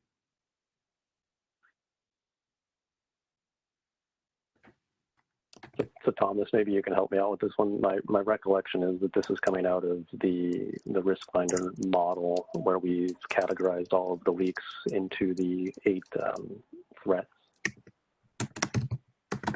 Yeah, Mike, this is Thomas. You're correct. I think we can refer to work paper GO LOCD 1 for the subdriver details on each of these drivers that are listed on the screen.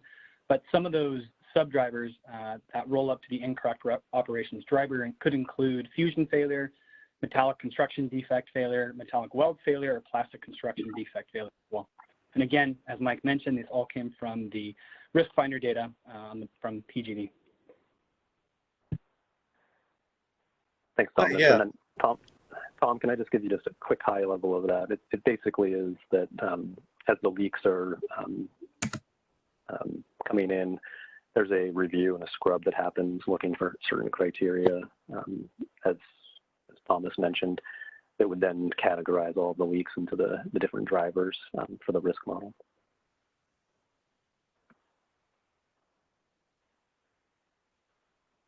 For example, yeah, this is Fred. So I would understand that to be, for instance, after the leak occurred and you investigated the cause, if you found that, say, the leak happened on plastic distribution pipe and there was a fusion fitting, where a pipe was supposed to be joined, but it was found that the fusion fitting was incorrectly applied or incorrectly installed, that would have been a incorrectly performed operation by the technician that installed it. So that would be an incorrect operation driver. Correct. Good example. Thank you. The other thing I wanted to point out here on the bow tie before we wrap this up is the exposure in the top middle, you can see that we don't have the exposure. We have different units for the exposure. So mains and services are measured in miles. You can see the total mileage here. But we also have risers, and risers we use counts. So 4 million risers, and then for cross-bore that's included in here, we're looking at the remaining inspections to be performed. So 767,000 cross-bore inspections remain. That's the exposure that we have for cross-bores. Any questions on the bow tie before we move on to the next slide?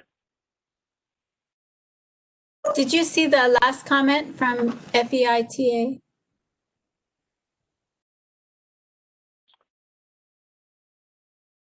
Yes, so in principle, the wildfire risk should include gas assets as a driver. I don't necessarily disagree, but I'm going to turn it over again. I think tomorrow's forum will be a better one to discuss why is it not included in wildfire risk.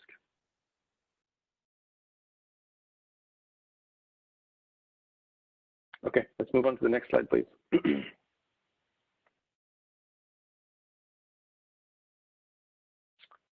So here are the tranches that we have. So we've got 12 tranches for this risk, and this is a little bit different than what we showed in February at the workshop. We had fewer tranches than this. We heard and concur that more tranches are desirable, particularly for this risk. And so we broke the tranches up into 4 categories. You can see the large buckets there on the left are mains, services, risers, and crossbore. Mains and services are further subdivided into the material, so plastic or steel, and then those are further categorized by population density low or high. So the population density obviously is a measure to some extent of the consequence of failure. Plastic and steel influence our mitigation programs, and some of the threats depend on it. So we're trying to provide more granularity into the tranches here. Risers are typically steel, and so we only have population density low or high. And then the last one is crossbore. We had a lot of conversation in February about crossbores and whether the situation is different in San Francisco or outside of San Francisco. So we broke up, we provided that visibility by creating 2 tranches of crossbore, inspections remaining in San Francisco versus inspections remaining outside of San Francisco. So you can see the exposure in terms of miles, counts of risers, or counts of inspection, and the percentage of the category of the tranche. Any questions on this before we proceed? Okay, let's move on. I think this slide represents the cross-cutting risks that are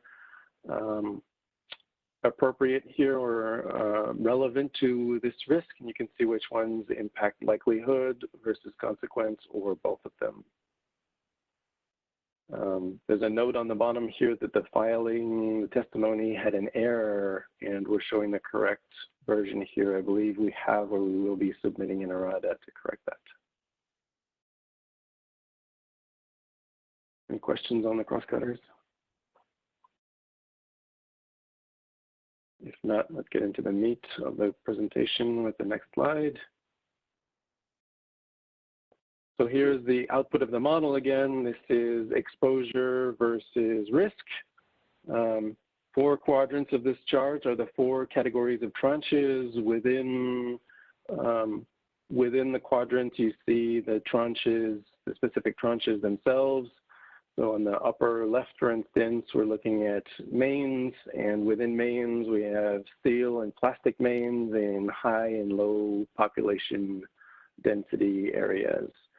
And so similar to the last presentation, the exposure is in blue, so that's how many assets we have in that tranche, or the fraction of the assets in that tranche. And then yellow is the risk contribution. So similar to before, you would expect some of these tranches to be over or underrepresented in terms of risk. I think a good example of this is if you look at the risers on the bottom left, those are only tranched between population density high and low. If it's in high population density, it's overrepresented in terms of risk, vice versa for low population density. Cross-bore may be notable here, so very few inspections remaining in San Francisco compared to the rest of the service territory, but they are significantly overrepresented. San Francisco is significantly overrepresented in terms of risk, all proportions being equal, because both the likelihood of a cross-bore in San Francisco is higher, there's more sewer laterals and so on, but also the consequence of failure might be more significant because San Francisco tends to be more densely populated. Any questions on exposure versus risk?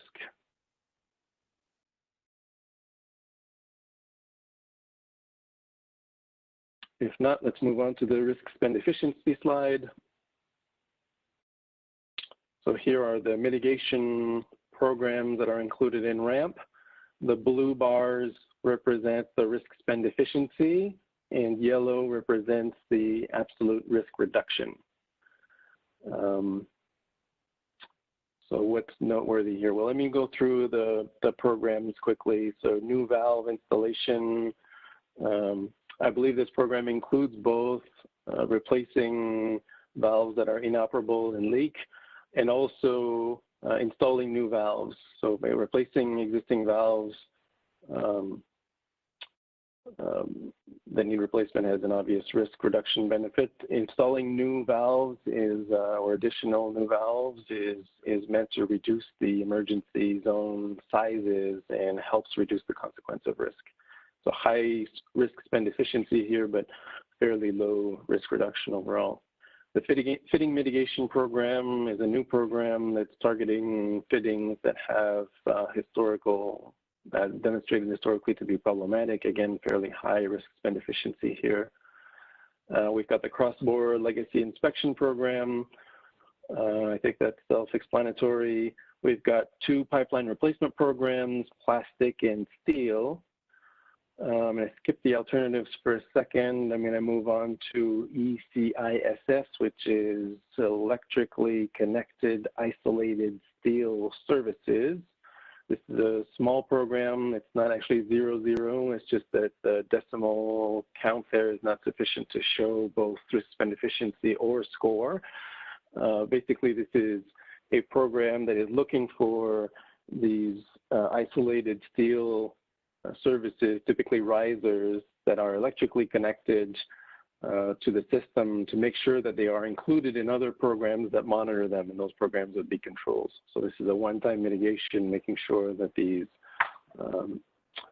isolated services are appropriately captured and monitored. And if we look at the three alternatives, alternative one is the use of fire retardant. So proactively in areas where we have spans or above ground piping to protect against potential wildfires. That's a fairly small amount of risk reduction. Alternatives 2 and 3 are really preliminary alternatives here, and they are meant to be alternatives to the pipeline replacement programs, so respectively the steel and plastic pipeline replacement programs. So what we're looking at doing here is, instead of replacing that pipe that is subject to those pipeline replacement programs, what if instead we no longer provided gas service to those customers, but instead electrified those services? And so those are very preliminary. Customers may not be interested in this approach. We may need, policymakers at the state or local level to support these kinds of alternatives. The modeling here is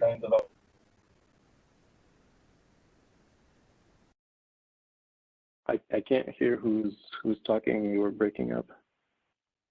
Charles Feinstein, I think you need to mute. Okay.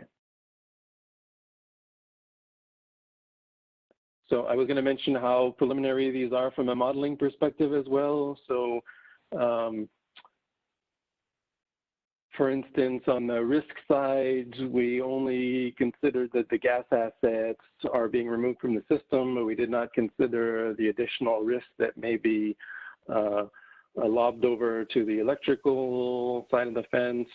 Another consideration is the cost here. There's no consideration to potential grid enhancements that would need to be performed because of the extra load on the grid, if that were the case. So maybe at first this works well, but over time, other enhancements will be required to the grid.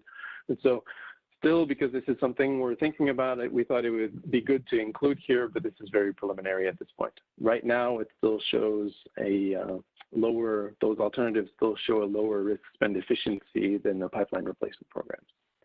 So what questions do you have for us on the risk spend efficiency and risk slide? This is Jonathan Lesser. I've got a couple of questions. Does PG&E try to calculate cost benefit ratios from the RSE values? Because this is, according to your work papers, this is roughly a $2.4 billion set of programs. And it seems like PG&E would want to calculate benefit cost ratios to let customers know that, in fact, that spending is going to provide them with more than $2.4 billion worth of risk reduction value. Well, I would think that that's sort of the point of the risk spend efficiency, right? It's trying to articulate how much risk is being reduced by these programs compared to their cost. So in my mind, the cost benefit analysis is the same or analogous to a risk spend efficiency.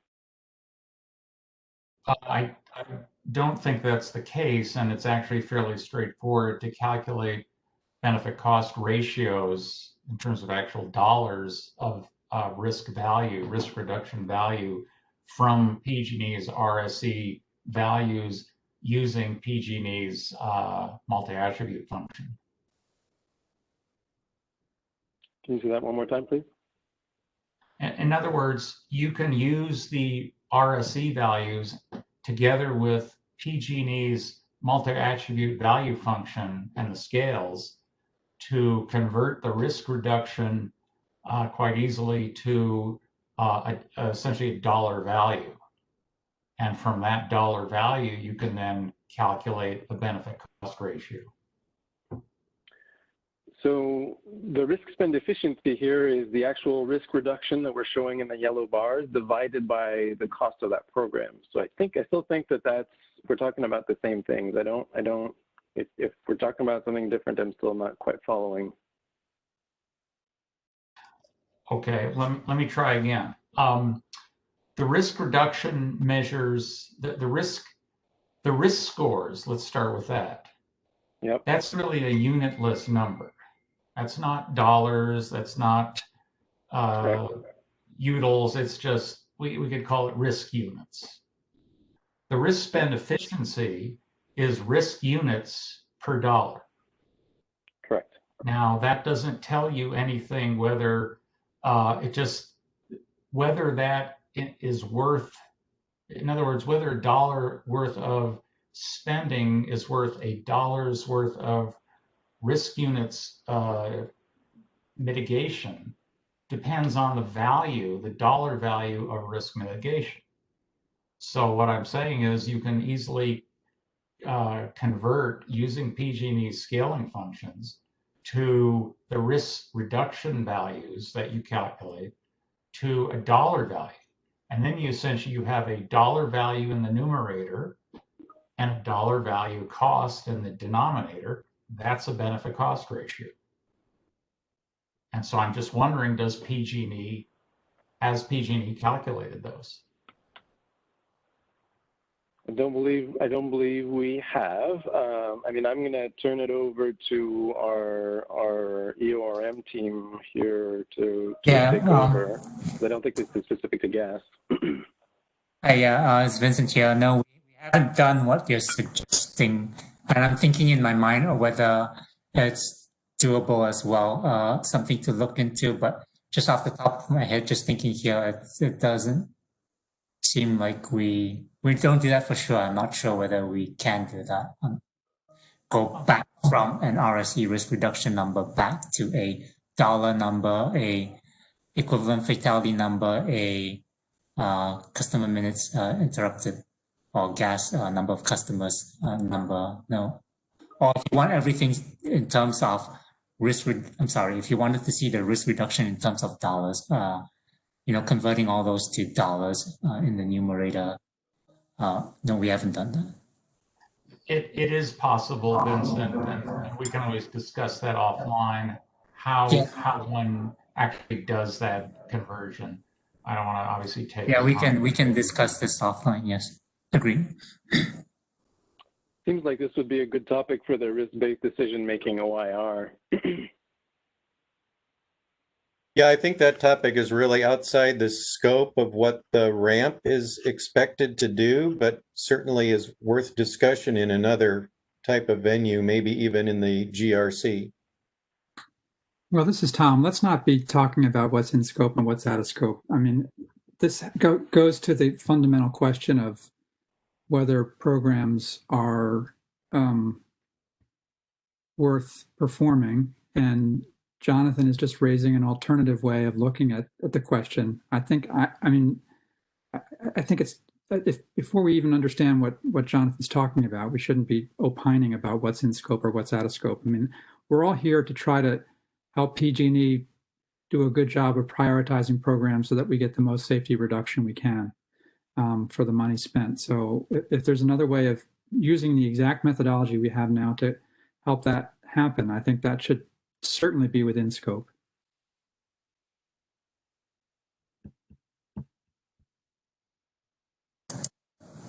Just wanted to mention that we've been focused on the RSEs as you know, that's what the SMAP settlement agreement kind of focuses on. So that's what we've used in these analysis.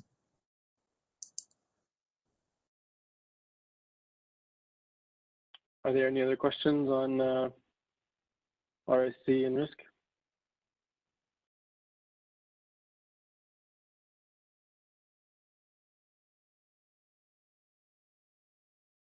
If not, that concludes my presentation for the distribution loss of containment risk.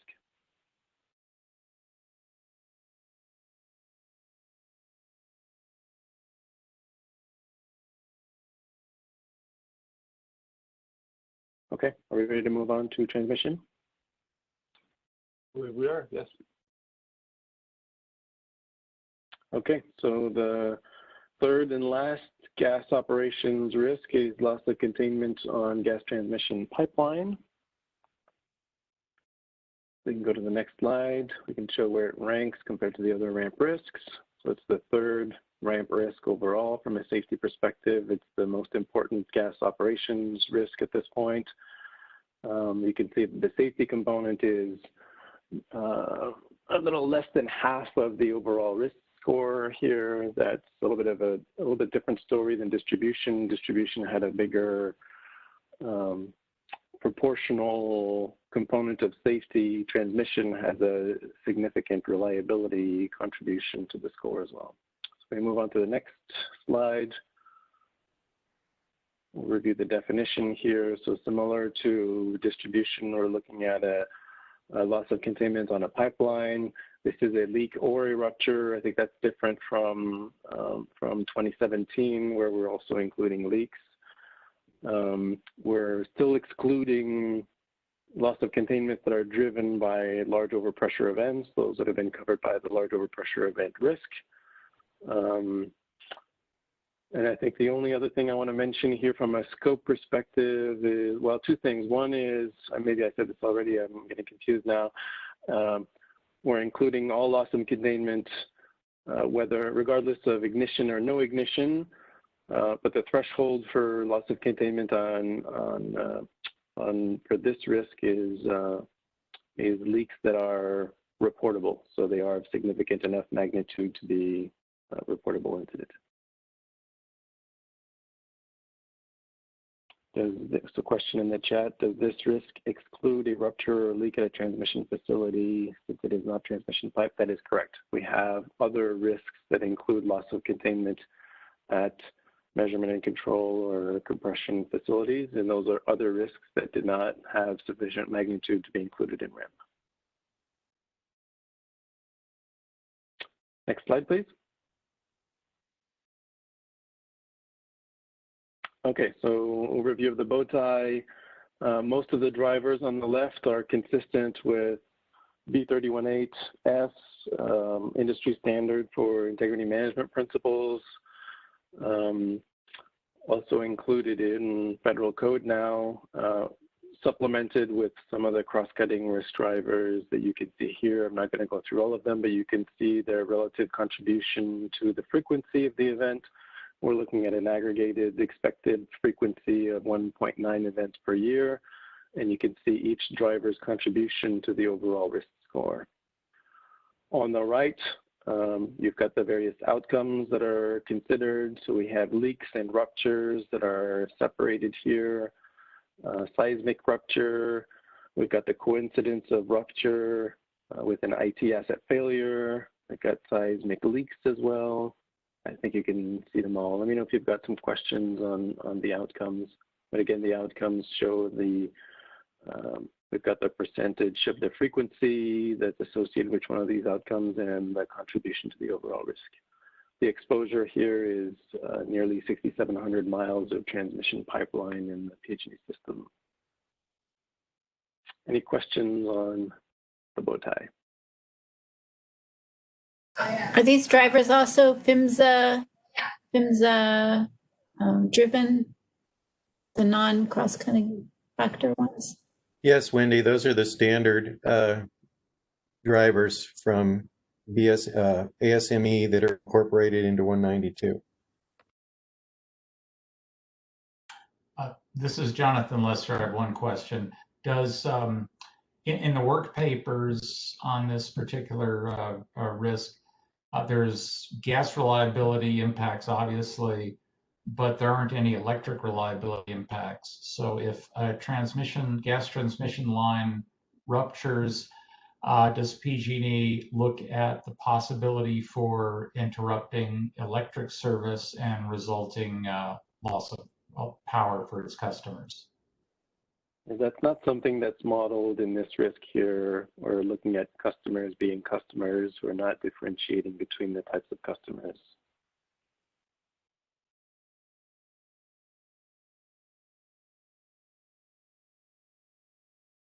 So just to clarify, if a gas-fired generator lost natural gas service, had to shut down, PG&E would consider the resulting loss of power and possible loss of electric service to customers. Would that be considered an indirect impact by PG&E?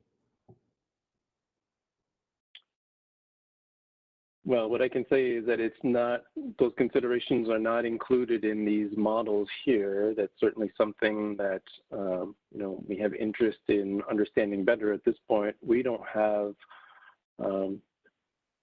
good visibility into the redundancy or the consequence side of losing gas to a power plant to be able to model this appropriately.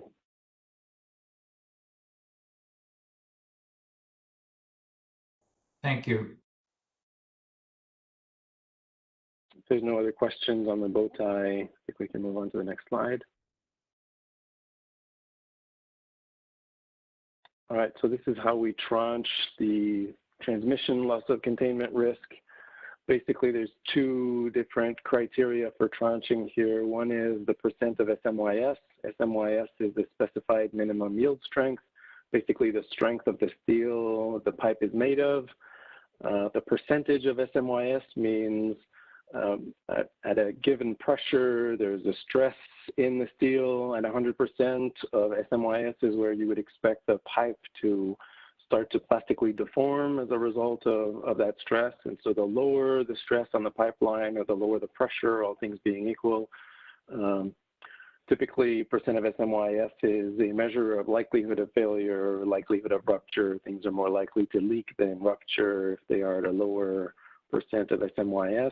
The 20% is not arbitrary. It shows up in a number of places in code, for instance. It's sort of a industry threshold, common threshold for low stress pipes versus higher stress pipe. The other factor here is the impacted occupancy count. Basically, we try to measure the number of people that typically reside within a potential impact circle. So if there were a rupture within the potential impact circle, or is the area where one might expect some consequences. And so we know where structures are around the pipelines, and we try to measure how many occupants there are. So that's a measure here, sort of continuous measure along the pipeline. So that's a measure of consequence of failure. Where the 10 comes from for the high and low IOC is if we look at the distribution of IOC across our service territory, it's generally a bimodal distribution, and 10 happens to be a good number between the two distributions. So it's sort of informed by the data, where greater or equal to 10 is what we consider a higher occupancy, a measure of consequence of failure, and less than 10 would be lower occupancy. You can see the mileage in each one of the tranches and the percentage. So I should mention here, there is desire we have competing priorities here in terms of wanting to provide more tranches. I mentioned on the distribution side, we added more tranches since February, and we're considering adding even more tranches for distribution for GRC. For transmission, it's much more difficult to do. As I mentioned, the distribution events tend to be higher frequency, lower consequence events. So we have a lot of PG&E data to be able to tranche more granularly. On the transmission side, there's a lot fewer events. And so if we become very granular with tranches, even though there's a lot of data on the transmission side, we could tranche, according to 50 or more other attributes that we have about sections of our pipeline. If the tranches became too granular, we basically have fewer and fewer PG&E events to map to those tranches.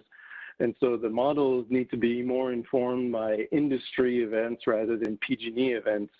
And so we lose, that's the trade-off we need to make, right? So if we went very granular, then we'd have a very national model. It wouldn't be very PG&E data driven.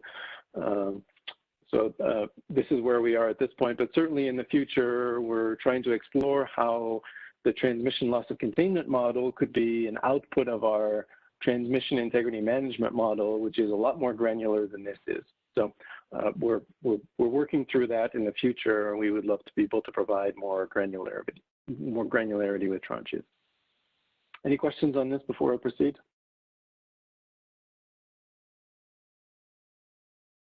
Okay, let's go to the next slide. Just out of curiosity, is there an event in every single one of these tranches? Is there a risk event now? So I think the question is, is there an event for each one of the tranche for each one of the drivers? And I believe the answer is no. By tranche, I don't think I can answer that question. When we don't have any PG&E data within a tranche and driver, we do turn to industry PHMSA data to supplement the PG&E data. When you use industry data to supplement PG&E data, is it a case of either or? Do you do any type of weighting to blend them together? Yeah, I believe on the distribution side, we do a blend of the two. I think on transmission, I don't think it's a blend. I think it's one of the two, but Leo or Thomas, please correct me if I got that wrong. Yeah, you're correct. I believe it's a blend. Gordon, If I'm incorrect on that, please address. You think it is a blend? I agree. It is. I believe it's a blend of PG&E and industry data, and on top of that, with adjustment factors based on SMEs and the attributes of our pipeline, because that's coming from our TIMP internal risk model. So that includes both for distribution and transmission? I'm speaking to transmission. Thomas, do you want to chime in on distribution real quick? Sure. So on the distribution side, we think about the likelihood, the left-hand side of the bow tie, we're exclusively using PG&E information in terms of number of leaks. On the right-hand side of the bow tie for distribution, for safety consequences, we are using a blend of PG&E and industry data where we weight each data set equally. Again, this is to offset the fact that we don't have a whole lot of PG&E data, but we didn't want to solely rely on industry data to represent the consequences of the bow tie. Thanks, Thomas. Any other questions on the data sources or tranches? This is Tom, just to follow up on that last response. So for transmission on the likelihood side, is that where the blend is being used, or is it only on the consequence side? It's on the likelihood side. So distribution, PG&E, exclusively PG&E data is used on the likelihood side. For transmission, a blend of PG&E and industry data is used on the likelihood side. Correct. And the driver here, like I said, is that there's a lot more PG&E data for distribution and transmission because we're looking at 30,000 events per year as opposed to 1.9 for transmission. So we need to supplement that smaller data set on transmission with industry data. And the point I was trying to make is that would get even worse if we had more tranches. We would have even fewer data points per tranche and driver.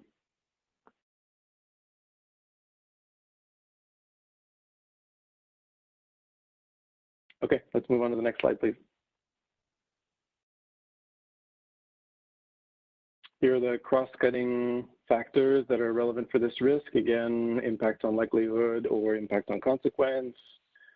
I don't know that I've got much more comments here unless there's questions. We can move to the next slide. All right, so here's the exposure versus risk score again. So we've got our 4 tranches. Risk is in yellow, exposure is in blue. So similar as before, you've got some tranches that are over or underrepresented in risk. A good example is the one on the left, very much underrepresented in risk. It's the tranche that is operating at small, low stress levels, so less than 20% of SMYS, and has the low occupancy count, so smaller consequence and smaller likelihood, so much smaller risk compared to its exposure contribution. The reverse is also true if you go all the way to the right, where if you're looking at pipelines that are operating at or greater than 20% SMYS and also are in areas with higher population densities, that tranche is overrepresented in terms of risk. And the table at the bottom gives you not just the overall risk score like the chart above, but also breaks it down into safety, reliability, and financial contributions.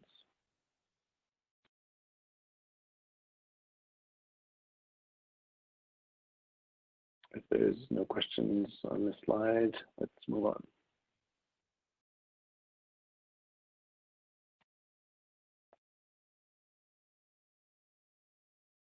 Next slide, please. Okay, so here are our mitigations, starting from right to left again, going backwards. Strength testing, I think, is fairly straightforward. We pressurize the pipeline with water to identify any weaknesses in the pipe and address any of those as they occur, improving MAOP, also performing some assessments for subpart O. Let's skip the alternatives for a second. The next one is ILI upgrades. So our system is not all piggable. Inline inspections cannot be performed in all our pipelines. So we're making upgrades to the pipeline so that we can run inline inspection tools inside of them. So this is the program that performs these upgrades that is really an enabler for being able to perform inline inspections and identify issues or other threats on the pipeline.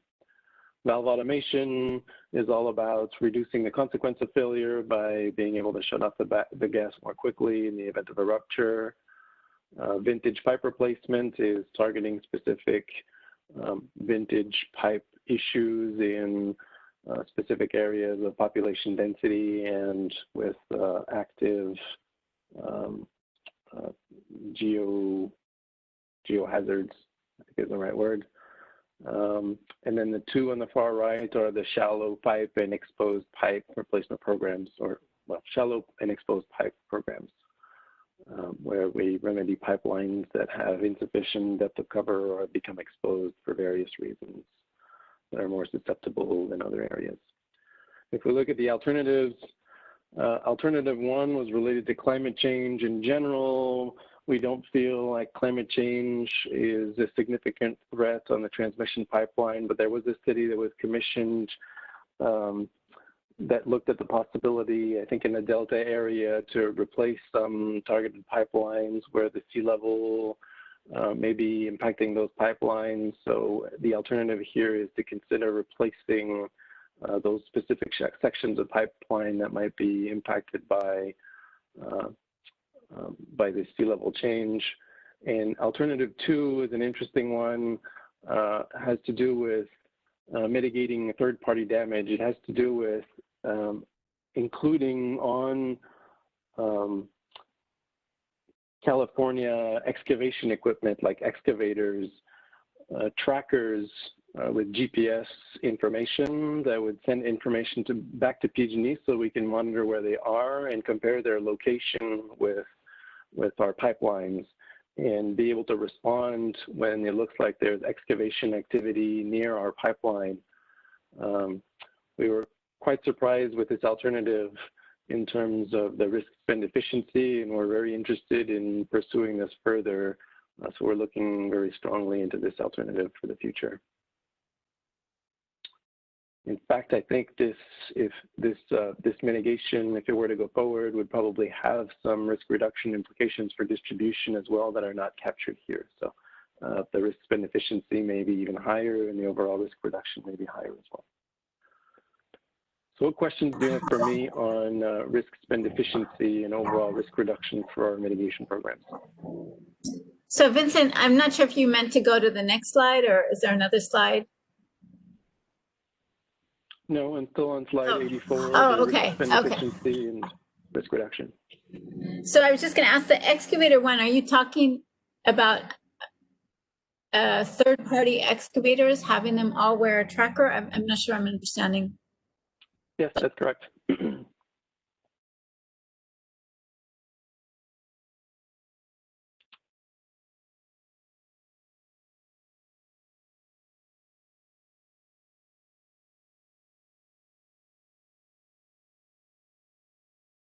Any other questions, or Wendy, did you have a follow-up question on the GPS? No, that's it. Thank you. Okay.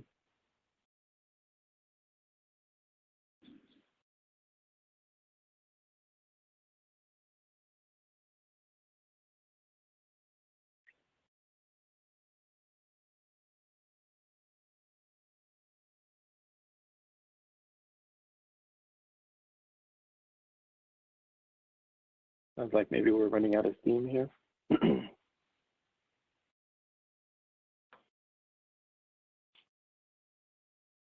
That was it for me. If there's no other questions, I think this wraps it up, and I'll turn it back over to Ken and Stephen. Great. Thank you, Vince. And just to be clear, I am going to be sending out the deck for tomorrow very shortly, next few minutes. And then behind that, I will clean up this deck to remove the confidential footer and resend that to the service list so people have that and are comfortable. Steve, I I can go over very quickly what the intended agenda is tomorrow, if you'd like to do that, and then close out. Yeah, go ahead, please. So let's, I want to remind everybody that the workshop tomorrow starts at 9:30 a.m. instead of like we did today at 10 o'clock. So it's 9:30 a.m. Yep. So 9:30 a.m., I think the large uncontrolled water release team will go. They have about a half hour. And then we will start moving into the electric risks. We will start with distribution underground network. Then we'll move into distribution overhead, take a lunch. Then that's where we will continue the wildfire risk presentation from Mark Cascara and his team. And then we close out the workshop with a continued discussion about the wildfire deficiencies that was started at the last workshop. So that is the agenda for tomorrow. And we'll get the deck out to the service list shortly. And I certainly appreciate, I think, all of the strong comments that we heard today. I think it was a good conversation. Thank you to the presenters and the teams that took the time to appear today, help answer those questions. And we look forward to working with you again tomorrow. Steve Hain, this is Tom. Will the workshop tomorrow at the end also include a discussion of future workshops? Yes, we can. Yes, we certainly can. I understand that Turn proposed to have a workshop to be led by the interveners. So I did read the opening comments, and so we certainly can devote a certain section of the workshop discussions to discuss that future possible workshop. And of course, that's just that will be decided on by the presiding judge, Judge LaRoche, and the pre-hearing conference is where I think that will be discussed in further detail, and it's really up to the judge, I think. Oh, okay. Anyways, I'm glad we can have that conversation tomorrow. Thus far, we've been making our own decisions in this group about workshops. The pre-hearing conference is not until October 8th. I want the opportunity to have interveners make a presentation, in a timely fashion. So I just hope we can keep that in mind as well. Yeah, sure. Okay. Thanks. And with that, there are no further comments or questions. We can wrap up this workshop day and start again tomorrow morning at 9:30 a.m. Great. Okay. Thank you so much. Have a good afternoon, everybody. Thank you. Bye-bye. Thanks. Bye-bye.